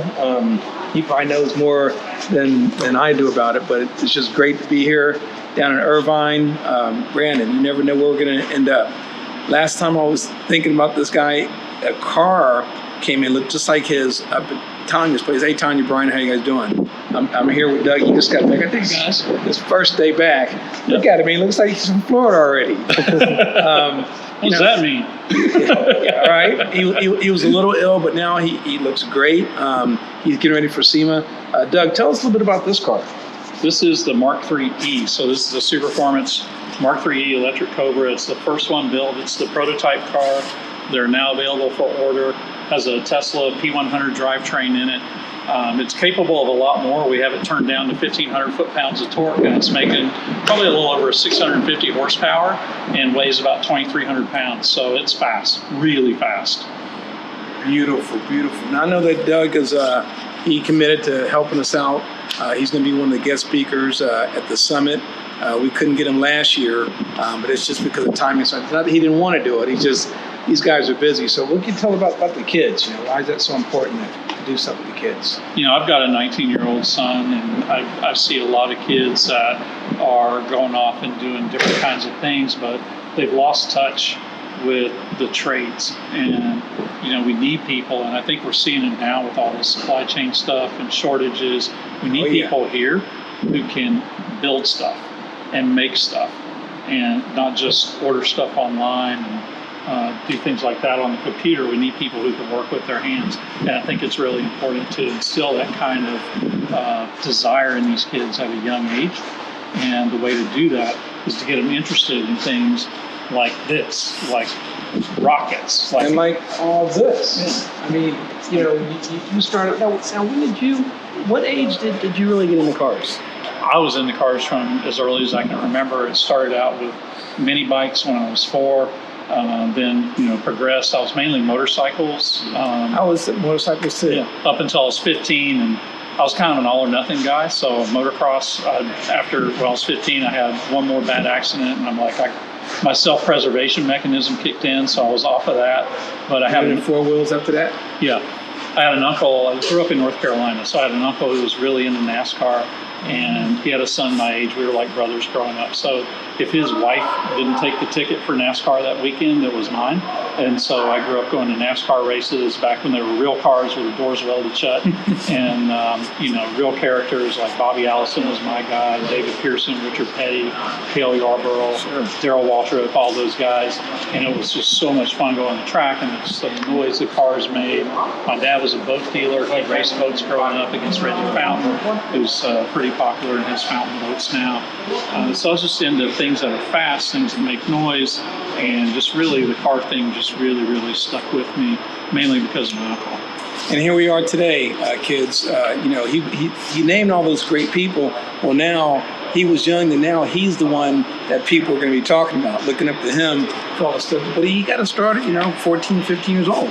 Okay, and in high school, that's why that's such a focus for us, Doug, is that we think that the high school is really where it makes you or break you, and they're not really teaching that in high school as much. So we're trying to bring that back. Yeah. So we really appreciate you really talking to the kids, the parents, administration, why it's so important. And we look forward to having you speak at the Global Diversity Summit, February 24th, 25th, 26th of 2022. Thank you very much. Thank you, Bill. And this is Doug from Hillbank.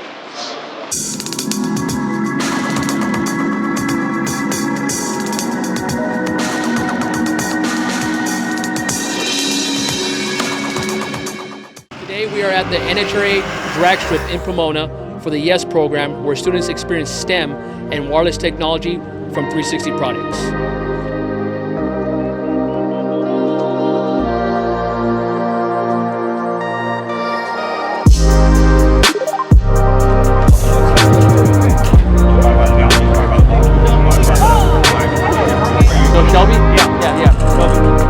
You know that race for that race for Shelby.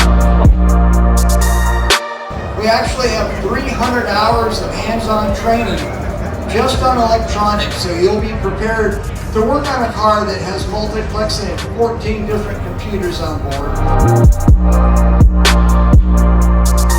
Prime Motivation, Hidden Pioneers. We got some great people that love to teach the students, so bring it on. Let's make it happen. Thank you. We'll see you at the summit.